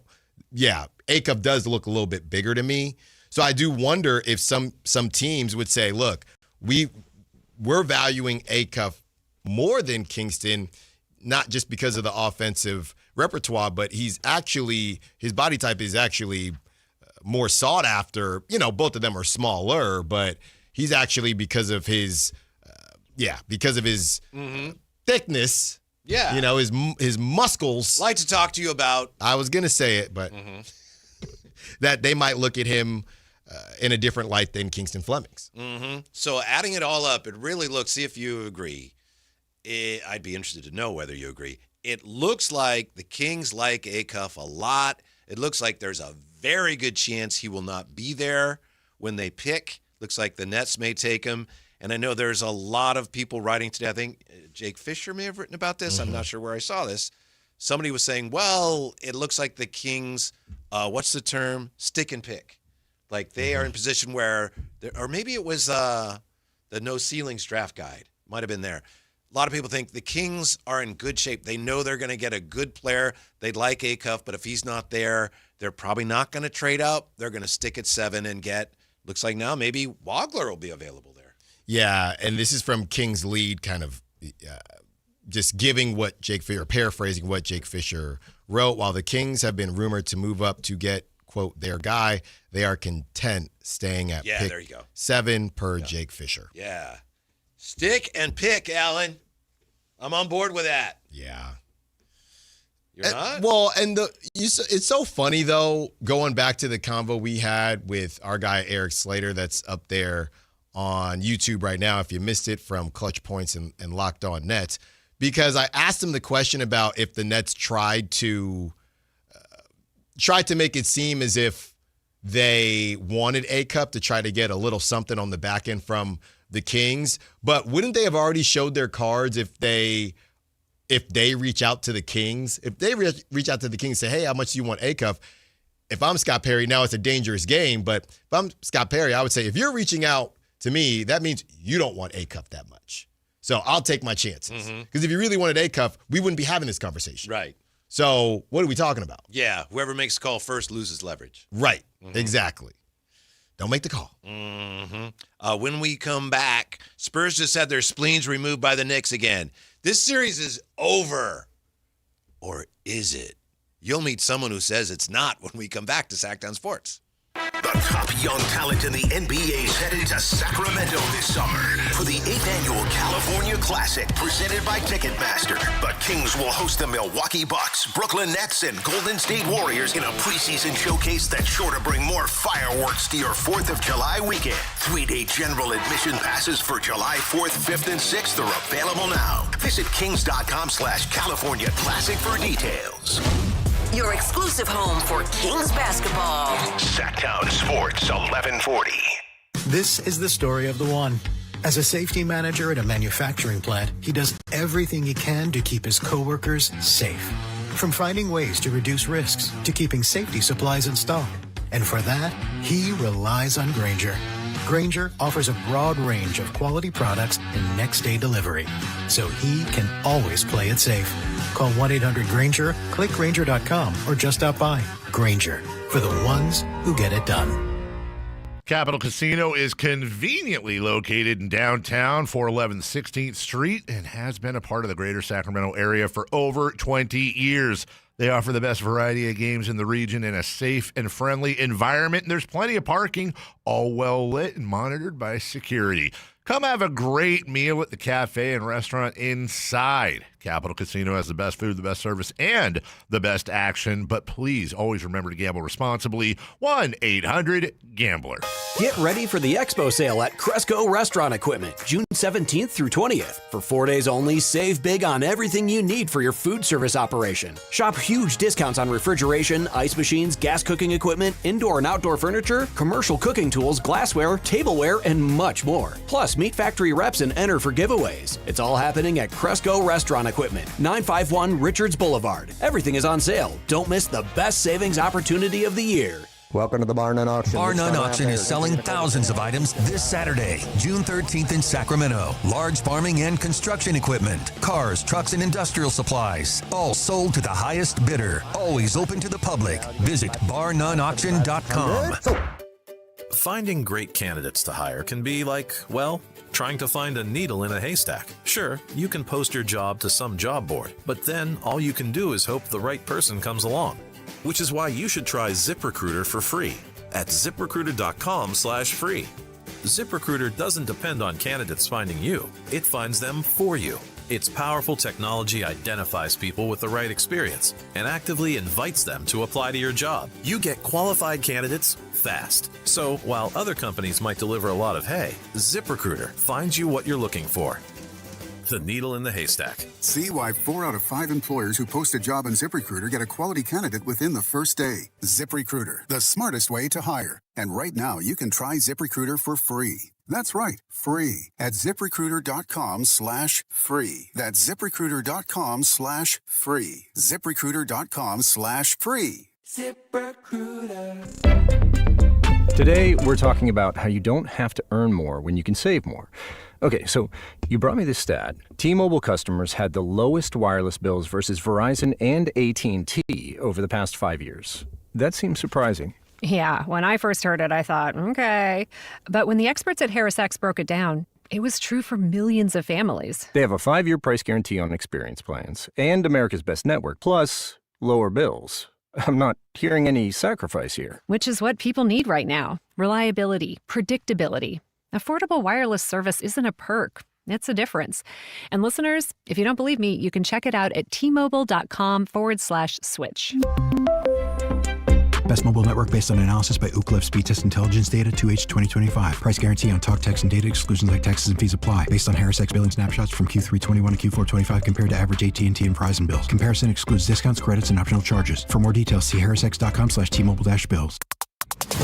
Your summer concert lineup is here with the Sactown Sports Live Events Calendar. June 18th through the 21st, it's the El Dorado County Fair and Event Center with rides, food, live music, and family fun. June 20th, catch Dave Cause and friends at the Blue Note Napa Summer Session at the Meritage Resort and Spa in Napa. Then laugh with Chris Tucker June 27th. Don't miss the X Games flying into Cal Expo June 26th through the 28th. July brings Frasco Flats July 10th at Lake Tahoe Amphitheater at Caesars Republic. Gary Owen July 18th at Hard Rock Live Sacramento, and Willie Nelson July 19th at Ironstone Amphitheater. Then August explodes with Santana and the Doobie Brothers August 8th at Toyota Amphitheater. David Lee Roth August 14th at Thunder Valley. Kane Brown August 16th at Ironstone Amphitheater. The Black Crows and Whiskey Myers August 19th. George Thorogood August 24th, and Ashley Cook October 10th at Ace of Spades. Get every show and every ticket now on the Sactown Sports Live Events Calendar. KHD1 Sacramento, KYMX HD3 Sacramento. From the Power Business Technology Toshiba Studios. This is Sactown Sports 1140.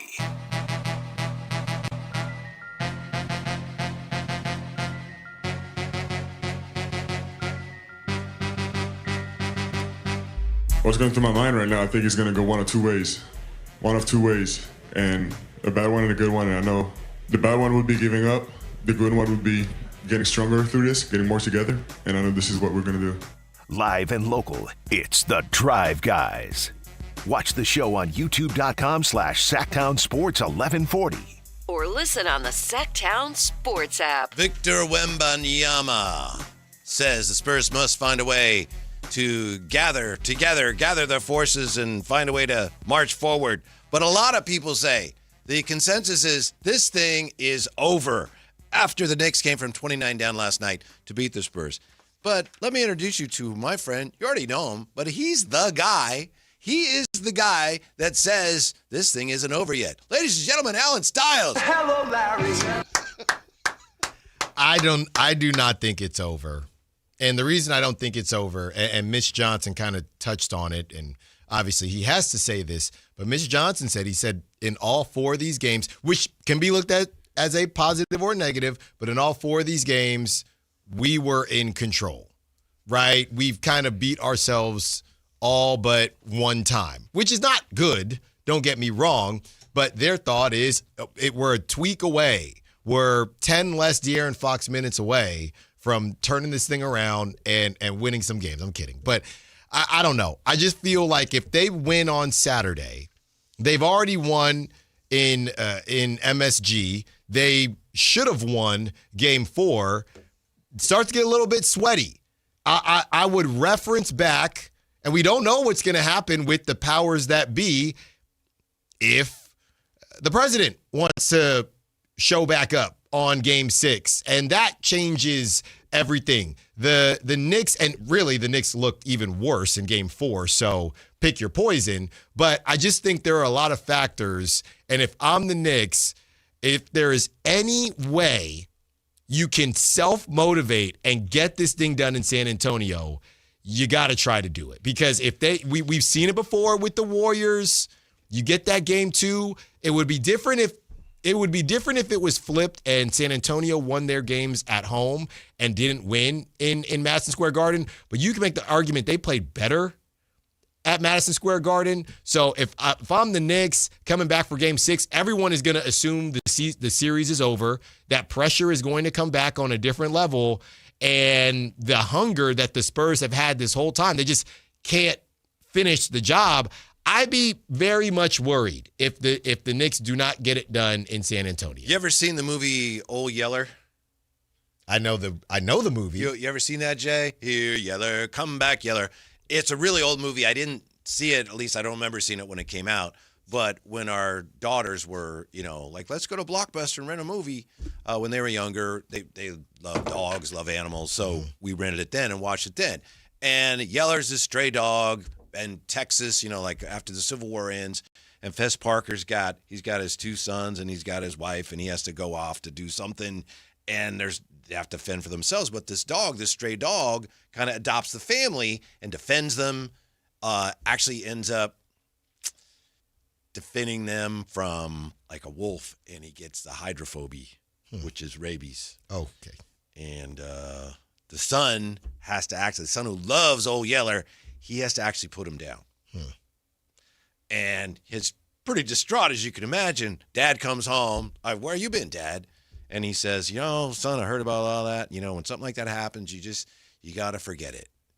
And the son says, Dad, Pa, and this is where the Spurs are right now. Pa, how are you going to forget a thing like that? Pa, how are you going to forget a thing like that?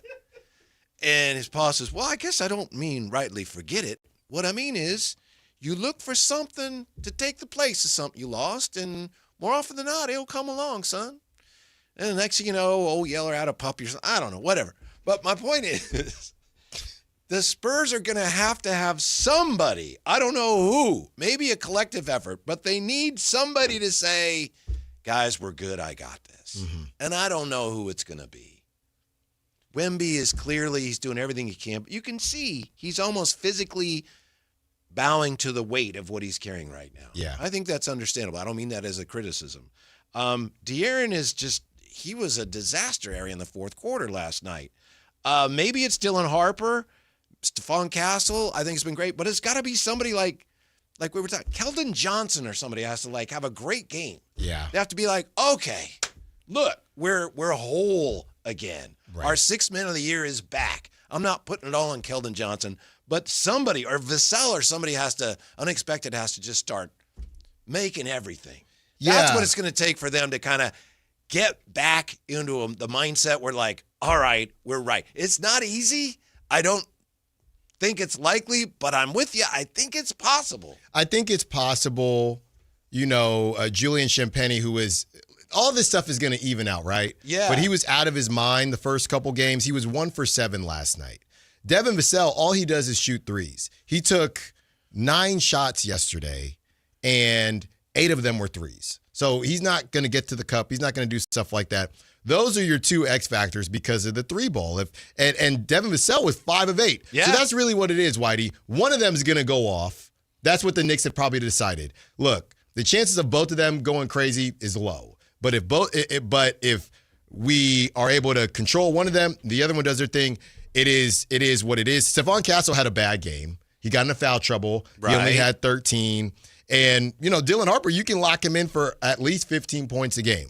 So if I'm the Spurs, I'm looking here at one thing and one thing only, Whitey. Everything that the Spurs did wrong, from De'Aaron Fox to Victor Wembanyama to Mitch Johnson, all of it. If OG Anunoby doesn't have the game of his life, you win that game. So to me, they took their foot off the gas, yes. OG Anunoby was 7 of 9 from 3. Mm-hmm. Do you really think he's going to do that again? So now maybe you'll get more from Landry Shamet. I don't know what happened to that. What type of role player gets worse at home? He was terrible. He was absolutely terrible. A lot of things at work now when you're talking about the championship, and especially now when the Knicks are to the point where, you could win it. There's a lot of conflicting forces. I don't know that OG will play like he did last night, but he's found something. Yeah. He's gonna be the MVP of the series. If they win. Yeah, and I think, like I said, I don't think he's going to score 33 on 10 of 15 the rest of the way, but I wouldn't think that it's impossible for him to continue to have excellent games. The Spurs need Fox to play well. They don't need him to play out of his mind. He cannot play badly for them to have any chance to win, and they need him to play well. Yeah. Yeah, and I guess you could say Whitey, and I don't know, man. Maybe you could assume Mikal Bridges, even if OG doesn't play that well, Mikal Bridges would play better, but I don't know if that's true.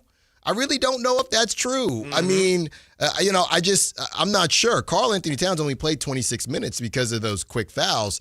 So you could say, hey, well, Cat didn't play well either. Both sides could do the dance. If you're the Spurs, I would say we've controlled the game for a lot of it. Every game throughout the series, it's just one tweak here, one tweak there. But you have to eventually do it. Tony Ray Harvey knows the song. Here, Yeller, come back, Yeller, best doggone dog in the West. I mean, it's in Texas. Old Yeller takes place in Texas. The Spurs, Texas, it's right there. I can't believe I'm the only one in the country who's talking about that comparison today. Maybe not. Maybe you're not. Yeah, you're probably right. Probably not. There's a good chance you are. Hopefully the first. Yeah, you broke that. You broke that connection. Yeah, I'm with you. It's not over, but it's going to be really tough for San Antonio. It's going to be really tough. Yeah. But we're going to. You have just no margin for error. You've made so many mistakes that now, you got to win 3 straight. Yeah. And I'm not even doing the thing anymore. Well, here's the thing. If you get to Game 7, I got the Spurs. If you get to Game 7, I would for sure have the Spurs. I don't know. The only way the Spurs get back into this thing is if momentum really doesn't matter. And so if momentum doesn't matter, then when they get to a Game 7, it's another flip of the coin. I would say, and I would say this, and I know he's always been pretty even-keeled. Some would say aloof. Some would say too nonchalant. But there was a look on De'Aaron's face yesterday. Doesn't he kind of look like a deer in headlights a little bit? Yeah. He looks like the lights are too bright. He played like it, then he looked like it. But but he's making a mistake, and he's almost trying to talk himself. You know, what do they call that, guys? Imposter syndrome. Imposter syndrome. He said all the right things. He's kept, I want this. But it's almost as if, I don't know, I wouldn't be surprised if De'Aaron thought, man, I maybe would have shaved off about 20 mil to just kick it in Sacramento and not have any expectations. I'm just saying. He in that moment, maybe I bit off more than I could chew. That's what it looked like to me. And that's how he played. You know what he's probably thinking, or he might be thinking? I'd be thinking this if I were him.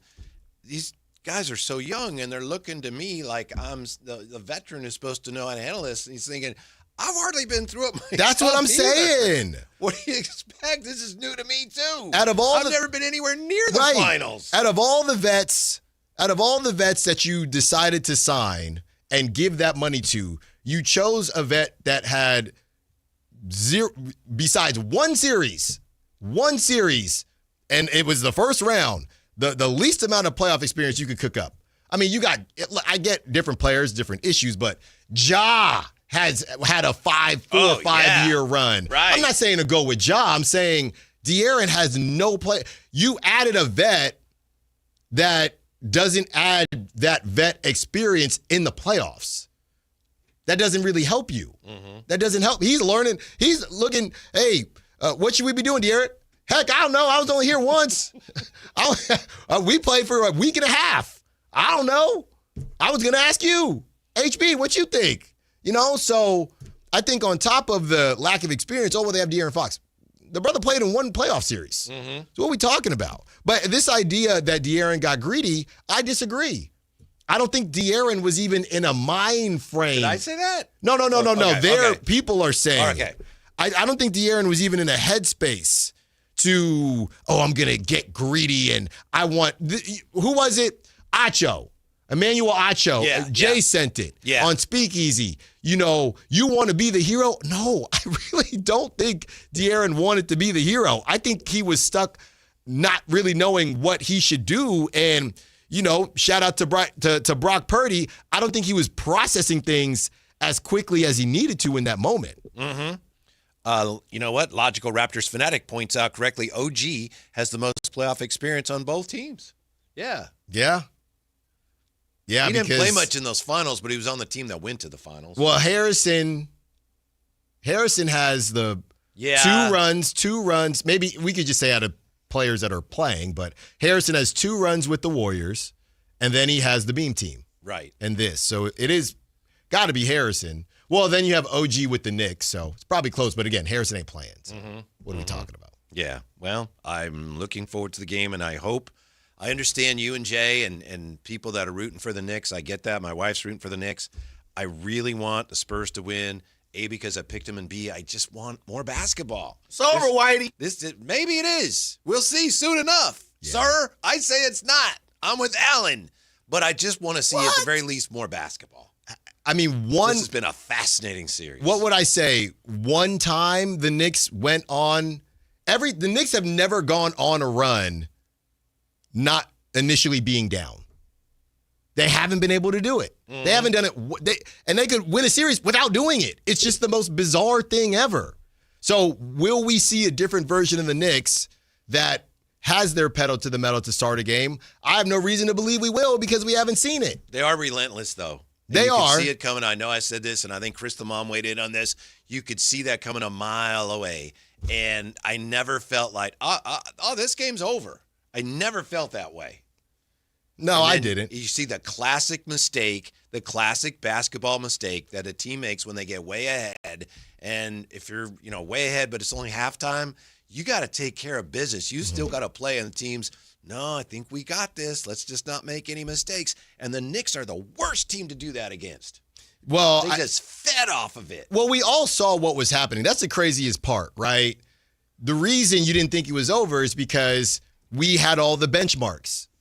Hey, if the Knicks can get it to about 20 is nothing these days with 3-point shooting. If the Knicks get it to about 15, that was really their goal. Get it to 15, and that's nothing at this point because you would have already climbed up the mountain. So once they were no longer down 20, I think we all thought they could have enough time if the Spurs completely blow it, and that's what happened. That's a great point. I don't think it was this way 10 years ago, certainly not 15 years ago. When the Knicks got it down to 14, it was like, they're in the game. I know they haven't led, but 14 is that's incredibly doable. Yeah, and they kind of did the Knicks, and maybe that's just, I know I keep harping on the slow starts. Maybe that's just the kind of team that the Knicks are, and maybe that's just how this boxing match has been set up. And they're winning 3-1. I still worry that, the Spurs could just figure it out any of these days, and the Knicks would be in a tough spot. But just where the Knicks were at and how the Spurs have started games, they just have to find a way to kickstart it, because I do think that the Spurs are going to pop out and show out. The only thing, Whitey, is if this, and we'll know pretty soon, if it did break the Spurs. And I don't think so. Not with guys like Dylan Harper in that locker room, not with guys like Wembanyama, Stephon Castle. Dylan Harper's 19. I know, but he's 22. Look, I got a little nephew. Them young dudes, they're not scared. They'll roast you. The whole respect your elders thing, they don't care. And in this situation, that's what you need. Yeah, but this is also about somebody understanding what's going on and having the wherewithal to say, okay, look, this is what we have to do. And outside of Barnes, I don't know who's going to do that on that team. And again, that gets back to De'Aaron has to do a lot of that, and maybe he doesn't know how to do it. Mitch Johnson is on the spot. When the Spurs were beating the Thunder, remember we talked about that. I said, man, Mitch Johnson doesn't get talked about. He's done a great job coaching this team in that series against the Thunder. And in this series, I don't think he's done a great job. Yeah. And he just looked like he didn't know what was going on last night. Again, it was like, hold on, guys, we're almost there. What do we do, Coach? Just hang on. We're almost there. Coach, we're losing. Oh, boy.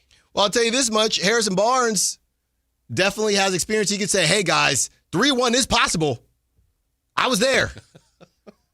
I was there. So we can do it because it was done to me. So we can tell them that. Now I would say, but they had LeBron James. Wemby's supposed to be next. He's not, though. hey, we don't know what's not possible. We don't know what's impossible. Nothing's impossible because we don't know it. We don't know it.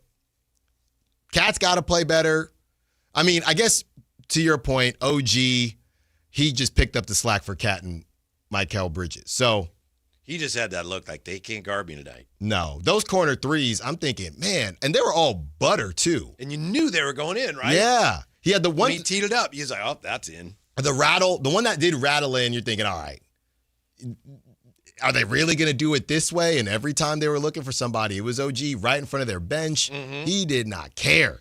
The timeout right before Brunson missed the shot and OG got the tip in, my wife, Sheena, she was, excited, rooting for the Knicks, and I just felt like I knew it. I said, they're going to score here. They're going to score. And then they score. Then the Spurs have the ball out of bounds. And I didn't say it, but I was thinking, they're not going to get a shot off. And they really didn't. Yeah. Yeah. It was a good play. Are you giving them credit because it was a good play and Cat just blew it up? I think so. I have to look at it again. I'm still not sure. Was it either going to Wemby or Castle, or was it Castle? Somebody set a screen on the elbow, and Josh Hart kind of got caught up in the mix, and Castle broke free. And if they had scored that, Josh Hart would maybe have to move out of New York. Yeah. And I saw somebody say Josh Hart needs to send De'Aaron Fox the most expensive bottle of wine that he can find. Did Josh Hart go up and it looked like he was going to dunk it, and then he realized I'm not high enough? He looked back. Yeah. And then his momentum, it kind of turned into a floater. Because he probably didn't want to dunk, somebody's under you. Not that he would have got undercut. Well, if you're going to do a layup, you try to use the glass unless he was worried about who was behind him. Yeah. Then he got up there because, I can't dunk it. I better lay it up there. Clunk. That was remarkable. That was terrible. Yeah. And De'Aaron grabbed that rebound thinking, it's our time now. Yeah. He had if they pause that, he's got no clue what he's about to do. And not even 30 seconds later, everything flipped.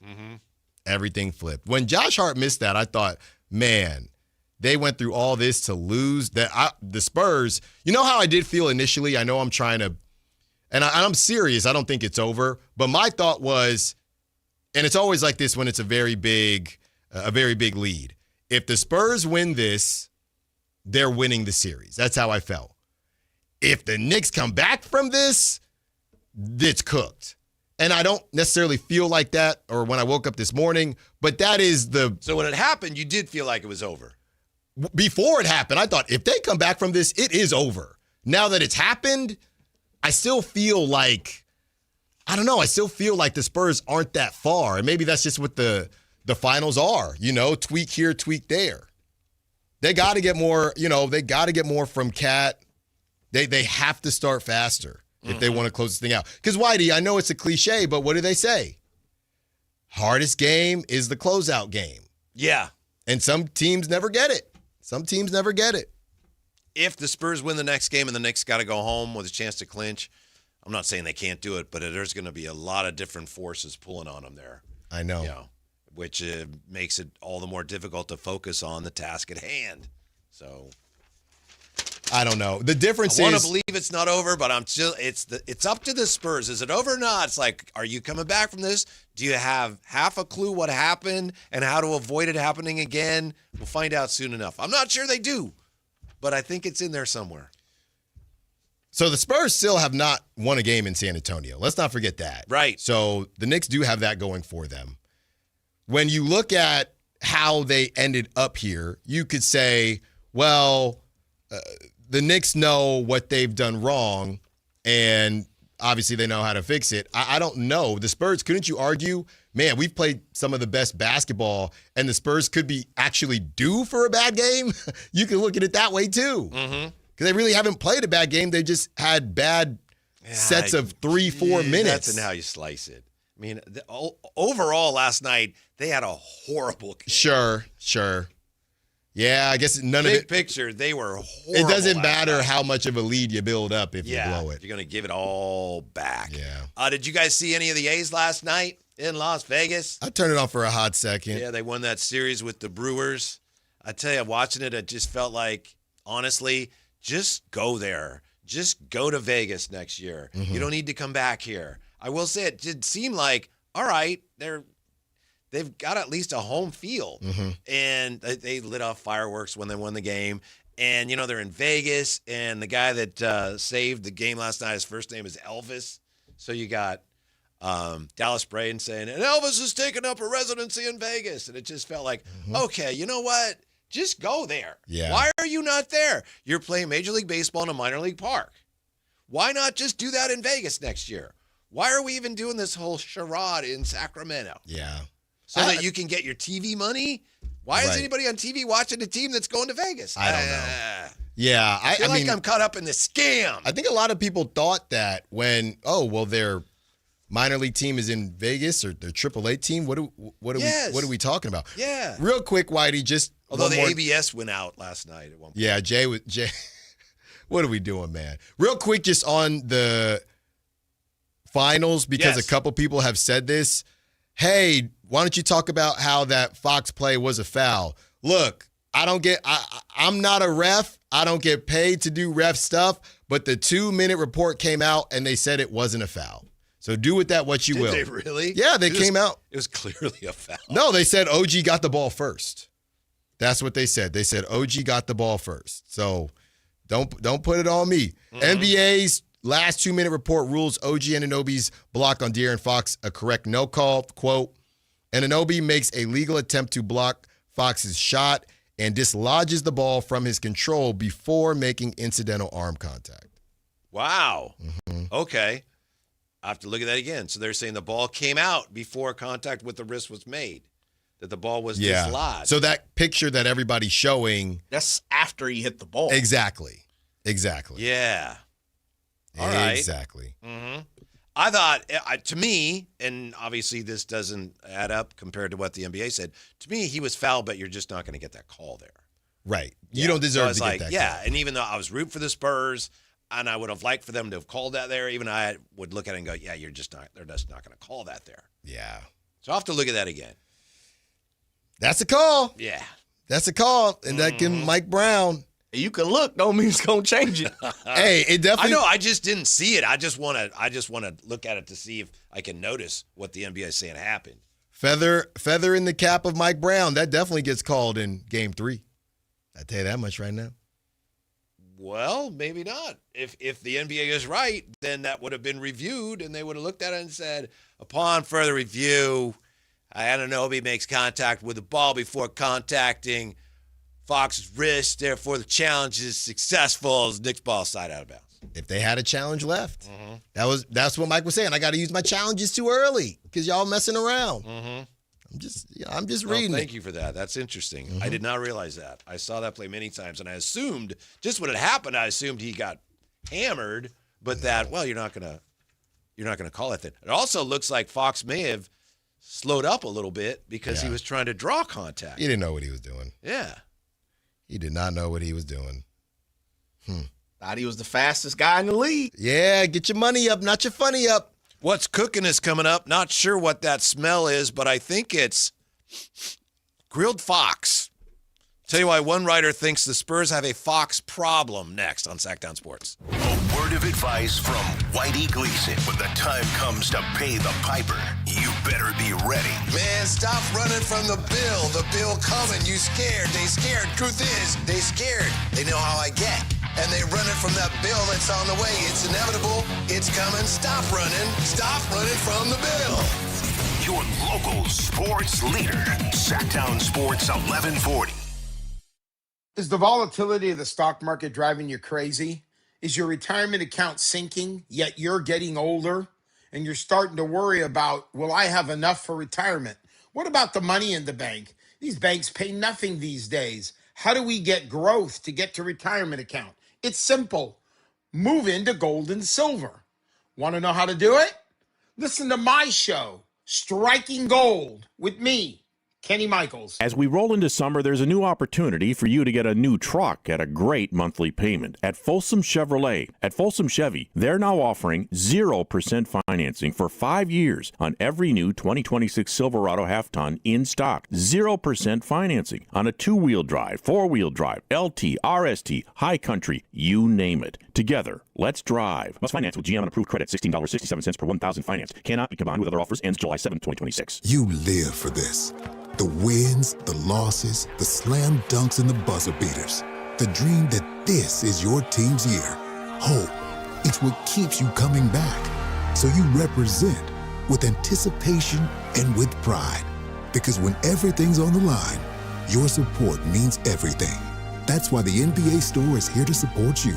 Check out the largest selection of official NBA gear at NBAstore.com. A Fanatics experience. Now that Wendy's has these new biggie deals, everyone in the family can get what they're craving, from nugs to JBCs. The parental units can get an $8 biggie bundle, the eldest who think they're so grown can get a $6 biggie bag, and the little one who can do no wrong can get a $4 biggie bites. You know, assuming they have a credit card. No, I'm kidding. We take cash too. 4, 6, and $8 biggie deals for the whole family. Only at Wendy's. Price and participation may vary. Single items at regular price. Prices may be higher in Alaska, California, and Hawaii.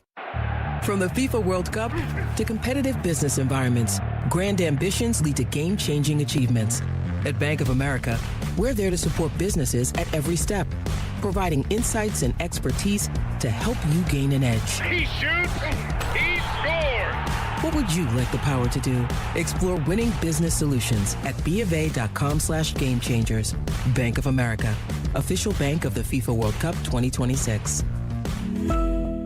Capital Casino is conveniently located in downtown, 411 16th Street, and has been a part of the greater Sacramento area for over 20 years.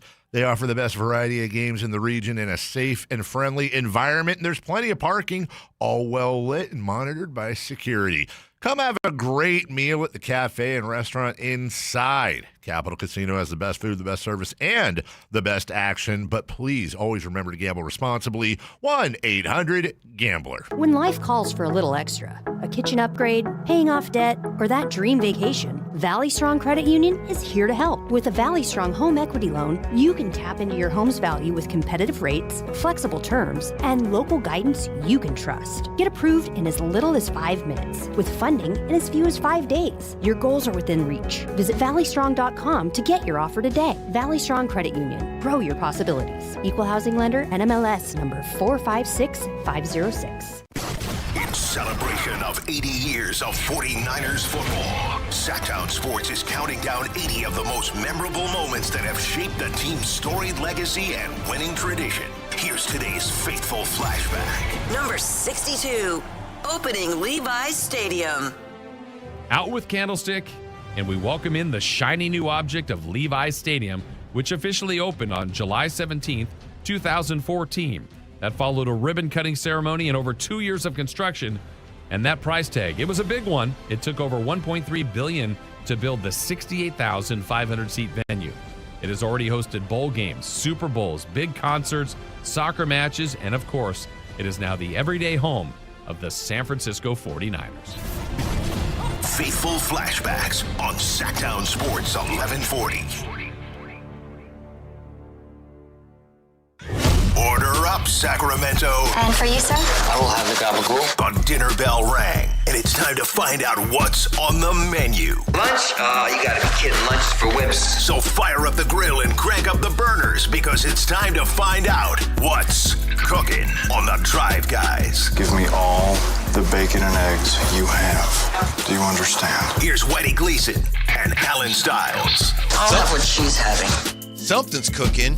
I can smell it, but it's an unusual meaty smell. I think it's grilled fox, if I'm not mistaken. And I'm not trying to be, piling on here, but this is from Yahoo Sports and Tom Haberstroh, contributing writer. As Game 4's collapse showed, the Spurs have a De'Aaron Fox problem. Do the Spurs have a De'Aaron Fox problem, Alan?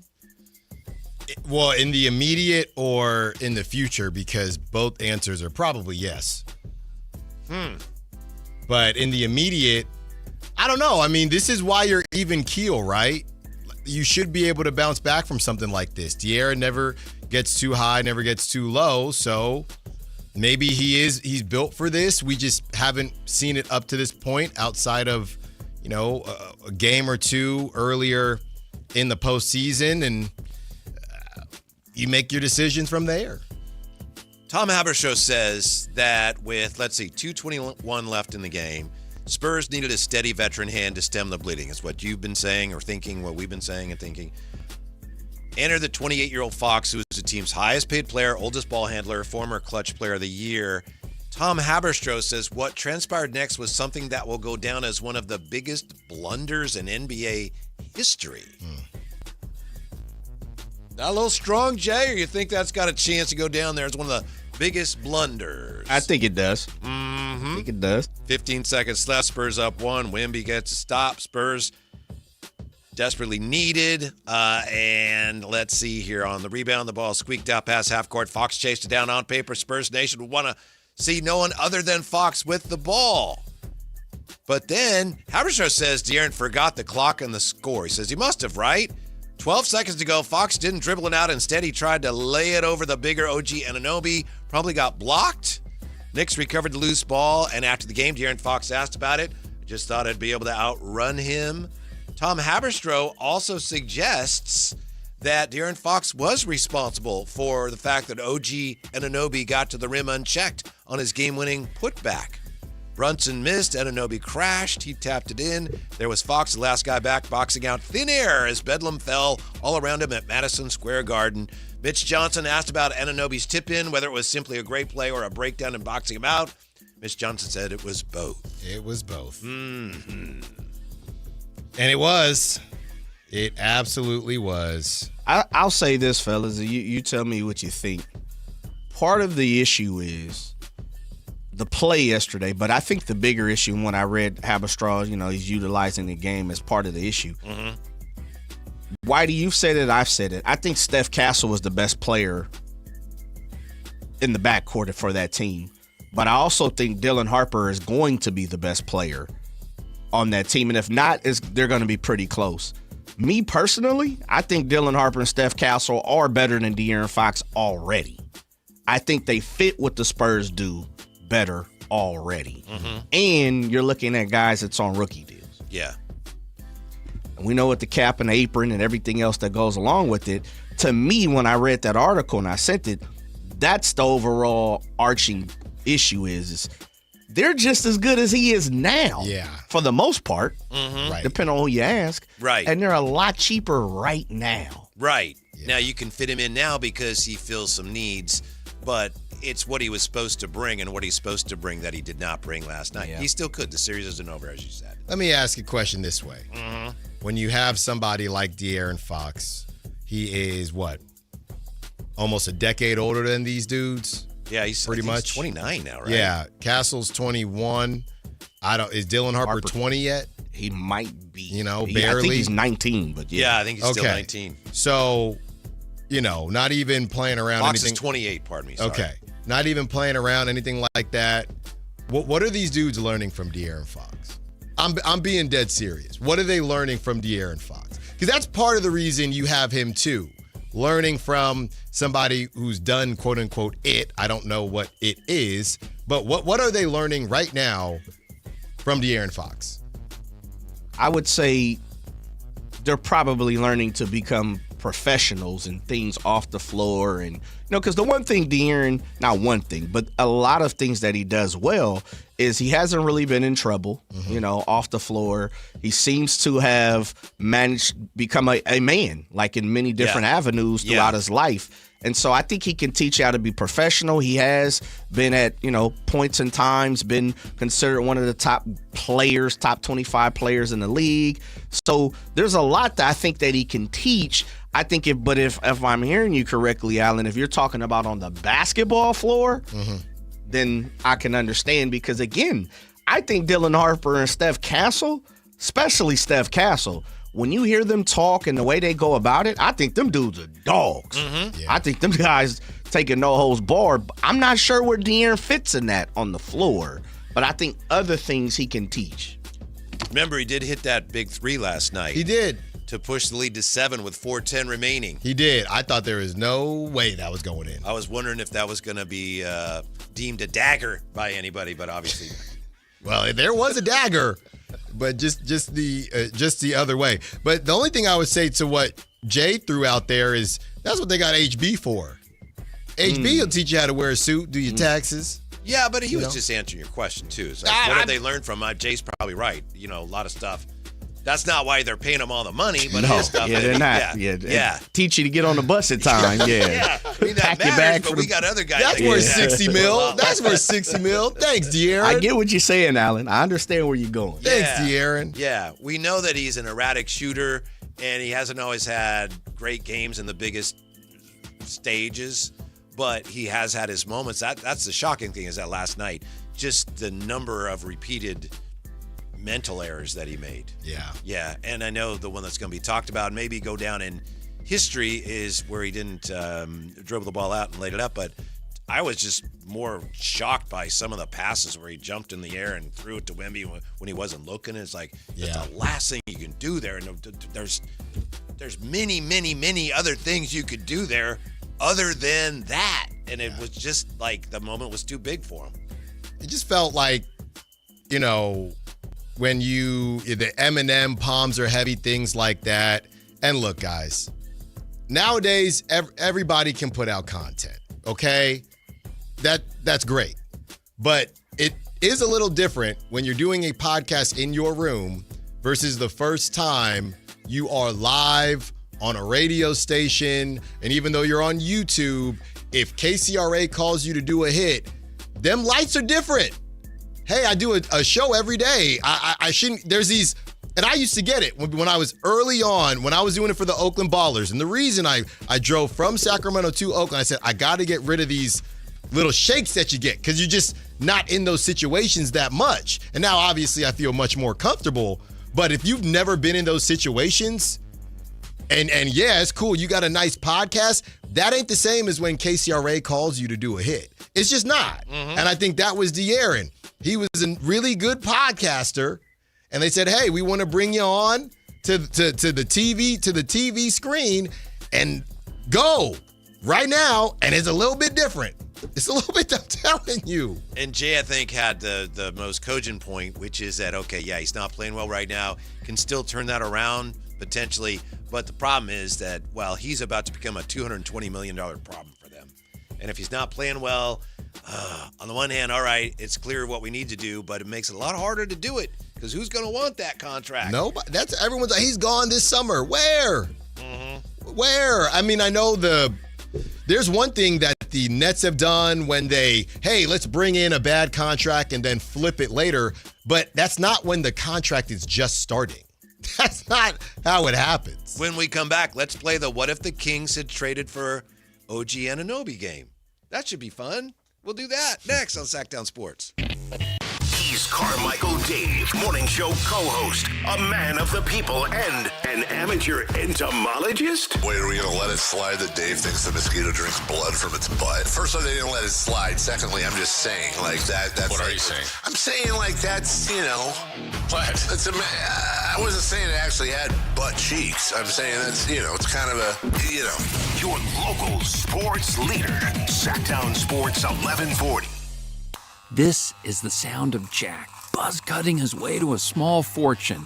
To Jack, every time he cuts his own hair, that's $50 right in his pocket. If Jack sees DIY buzz cuts as a saving strategy, Wells Fargo is right behind him. And with their mobile app, tracking his savings is easy. Oh, ouch. However you make money work, we can work with that. Mobile carriers' message and data rates may apply. Wells Fargo Bank, N.A., member FDIC. And we're live from the living room as Doug eyes up the matchday spread. He's reaching for the Buffalo wing. Perfect. Hang on, what's this? Oh, he's gone for a can of Pepsi too. Incredible. What a finish. Sensational combination. Look at the delight on his face. There's no doubt about it. It just tastes better. Match days deserve Pepsi. Food deserves Pepsi. Grab a pack of Pepsi Zero Sugar for today's match. It's poetry in motion. Joe Fallon did something smart. He saved hundreds on auto insurance switching to Progressive. With that money, he commissioned a portrait of himself. Does Joe already know what he looks like? Yes. Do guests know what he looks like? Also yes. But not as art. It's Joe's savings, and if he wants to spend it on a velvet painting of himself with a white tiger at his feet, we say, roar, Joe, roar. Switch and see if you could save with Progressive and treat yourself. Progressive Casualty Insurance Company and Affiliates. Hey, Green Gobbler here. So you've got a clogged drain in your bathroom. Water in the sink's overstaying its welcome. You're spitting today's toothpaste on top of yesterday's toothpaste. You hope that it'd go away. Yeah, clogs don't just go away. I make them go away. I'm Green Gobbler, the only clog dissolver you need. I'm bleach-free, safe for your pipes, and I work. Guaranteed or your money back. Because I never met a clog that was gonna unclog itself. Green Gobbler. Let the gobbler get it. Sacramento. Get ready because the Fasteners Inc. Super Sale is back on Friday, June 12th and Saturday, June 13th. Stop by Fasteners Inc. Tool Outlet on Power in Road for crazy deals on Milwaukee tools. We're talking 20% off all Milwaukee pack-out, hand tools, and tool accessories. Free goods and dollars off your order and certain spend amounts. And overall insane deals on Milwaukee batteries and Bear tools again. June 12th from 7 a.m. till 5:30 p.m. and June 13th from 9 a.m. till 3 p.m. at Fasteners Inc. Tool Outlet. Visit FastenersInc.net for more info. Welcome to the Bar None Auction. Bar None Auction is selling thousands of items this Saturday, June 13th in Sacramento. Large farming and construction equipment, cars, trucks, and industrial supplies. All sold to the highest bidder. Always open to the public. Visit barnoneauction.com. Get ready for the Expo sale at Cresco Restaurant Equipment, June 17th through 20th. For 4 days only, save big on everything you need for your food service operation. Shop huge discounts on refrigeration, ice machines, gas cooking equipment, indoor and outdoor furniture, commercial cooking tools, glassware, tableware, and much more. Plus, meet factory reps and enter for giveaways. It's all happening at Cresco Restaurant Equipment, 951 Richards Boulevard. Everything is on sale. Don't miss the best savings opportunity of the year. This is the story of the one who keeps multiple buildings running smoothly day after day. Plumbing that flows, HVAC that hums, cleaning supplies that keep surfaces sparkling. That's why she counts on Grainger. With easy reordering online and 24/7 support, Grainger helps her keep the products she needs on hand. So shelves stay stocked and buildings stay ready. Call 1-800-GRAINGER, click Grainger.com, or just stop by. Grainger, for the ones who get it done. Hey, Green Gobbler here. So you've got a clogged drain in your bathroom. Water in the sink's overstaying its welcome. You're spitting today's toothpaste on top of yesterday's toothpaste. You hope that it'd go away. Yeah, clogs don't just go away. I make them go away. I'm Green Gobbler, the only clog dissolver you need. I'm bleach-free, safe for your pipes, and I work. Guaranteed or your money back. Because I never met a clog that was gonna unclog itself. Green Gobbler. Let the gobbler get it.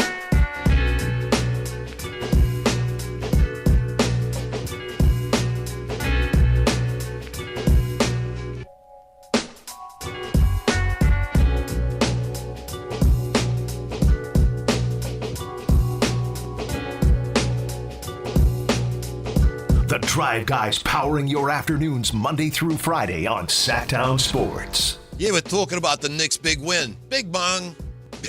Bing bong. Pardon me, I said it wrong. What bing a win. bong. Yeah, bing bong. I'm trying to figure out there. I'm looking at the last 2-minute report, and I'm really not seeing where OG got a piece of the ball. The last 2-minute report says, yeah, OG dislodged the ball before De'Aaron Fox laid it up, so there's no foul. I applaud them for making that call. I'm glad they didn't call a foul, but I'm not really seeing it, Al. I'm looking at it, and to be honest, I don't see him dislodge the ball. Yeah, depends on who you ask. It definitely wasn't clear. I think if it really did happen that way, it must have been as he was bringing the ball into position to lay it up, and OG got a mid in there, and then De'Aaron goes up, and he doesn't have a handle on it, and at that point, after he already has lost control of the ball, that's when he gets whacked on the wrist. I think that's what they're saying happened. I'm not really sure. It's hard when you're slowing this down. I don't have the most sophisticated equipment. I need to go to Secaucus, where they got all the equipment and take a closer look at it, break it down frame by frame. The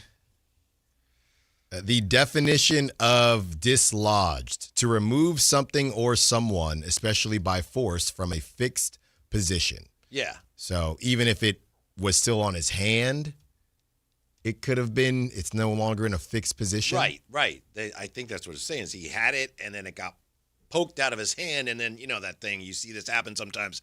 Sometimes somebody misses a dunk, and you see the replay, and you realize, oh, he lost it on his way up. Right. Yeah. 339-1140, 1-800-920-1140. It is time for Check It with TC on Sactown Sports. Bing bong. What's up, TC? Mic check. Hey, Whitey Allen, what's up? Jay, good looking, bro. What do you got for us? What do you got for us, TC?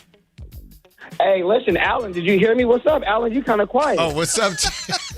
What's up, TC? Hey, Allen. Oh, man, Allen, come on, man. We better than that. What's Allen, boy? I ain't even talking about John. No. Man. What's up? Man. That's my bad, TC. That's my bad. Yeah. Listen, check it out, bro. So, I called my check. Listen, I'm doing that deal. Listen, for Domas, if that's what it is, it's noise and rumblings, right? Yeah, it's noise and rumblings. Mm-hmm. I need the picks. I need 14 and 18, but check me out. Listen to me, y'all. I'm doing the deal without the picks. If it came down to it, I'm trying to get either, obviously we know we're trying to get both the first round picks this year, if not one of them. And if not, then let's get us a future pick. But right now, I'm moving on from guys, right? So if that meant that we getting players that add to his contract that's expiring, or another player that can help us, and we not getting a pick, I'm moving on from that because I'm worried about our 7th pick because there's bigger moves. That's what when I called y'all, I said, there's bigger than that's the 7th pick. Everybody was all mad. We dropped from 5 to 7. I said, listen, y'all, we can't lose focus. What's the main point? It's 7 pick, but the main point is moving off from these contracts. And if that's what it calls to say, hey, we got Green, we got Grant Williams, and I know Miles Bridges is up against it, but hey, he's a good ball player. But if it took that to get off of Domas to move on with our next regime and our plan forward, I'm doing it, y'all. I might be crazy, but y'all know that's me, and I only know one way to be, and that's honest, y'all. When I call y'all, and that's an honest take, bro. If we can't get the first round picks, I'm trading Domas straight up for Grant Williams and Miles Bridges and keep it pushing. Jay, good looking. Thank you, TC. I'll tell you why I would not do that. I understand what you're saying. To me right now, I need first round picks. I don't think right now I'm getting anything that I want for Domas. I don't think Toronto's going to give me their pick. I don't think Charlotte's going to give me any of their picks.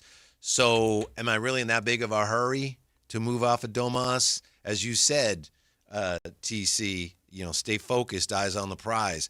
I think you're better served, Alan, keeping Domas, and then maybe he plays his way into being more valuable in the first half of the season, and then before the deadline, maybe I do get some draft capital for him that I really like. I would rather take that chance than just dump him now for, an expiring in Bridges. I want draft capital, and Domas still could help me get that, even if I can't get any of that this summer. Yeah, I mean, when we talked to Michael Scotto, Hoops Hype, you can check that out on YouTube. He had even said that, some of those first rounders from a couple years back, to Jean Salon and Liam McNeely, he said that ain't moving the needle for the Kings, but to just not even take that just because. And they're I get, like G Leaguers. Right, and I get TC's point. It's just, hey. Yeah, I do too. I'm more concerned with moving Domas than getting anything back. I tend to agree with you just because there's not really a rush. Maxime Reynaud was great this past season, but there's no reason to keep. There's no rush to keep Domas. That's it. Let him build up his value a little bit. Maybe the Kings look good the first couple months of the season, then you can get something back. I would just ask to flip it back, and I know TC said we're ready to get started, but get started with what, really? I guess he'd be talking about TC's plan would be you free up some cap space and you could pursue some free agents this year. I mean, sure. Yeah, I guess. You can, and I guess it's accelerating things a little bit, but I'd rather see... And it frees up cash sooner. Right. Yeah. I'd rather see if Domas can build his value up a little bit. I think it's worth it to wait a couple months instead of, I guess, rushing into something when really you're probably going to lose a decent amount of games either way. Thank you, TC. We always enjoy hearing from you. Let's play it. What if the Kings had traded for OG Anunoby? December 30th, 2023, the Knicks received OG Anunoby. I don't know if you're familiar with this guy, Precious Achiuwa, and Malachi Flynn. And the Raptors received R.J. Barrett, Emmanuel Quickley, and a 2024 second-round pick. I remember when that happened. I remember being out at the arena with Drapes and looking at that going, man, the Kings probably could have matched that, couldn't they? Here was the big sticking point, I believe, from the Kings standpoint.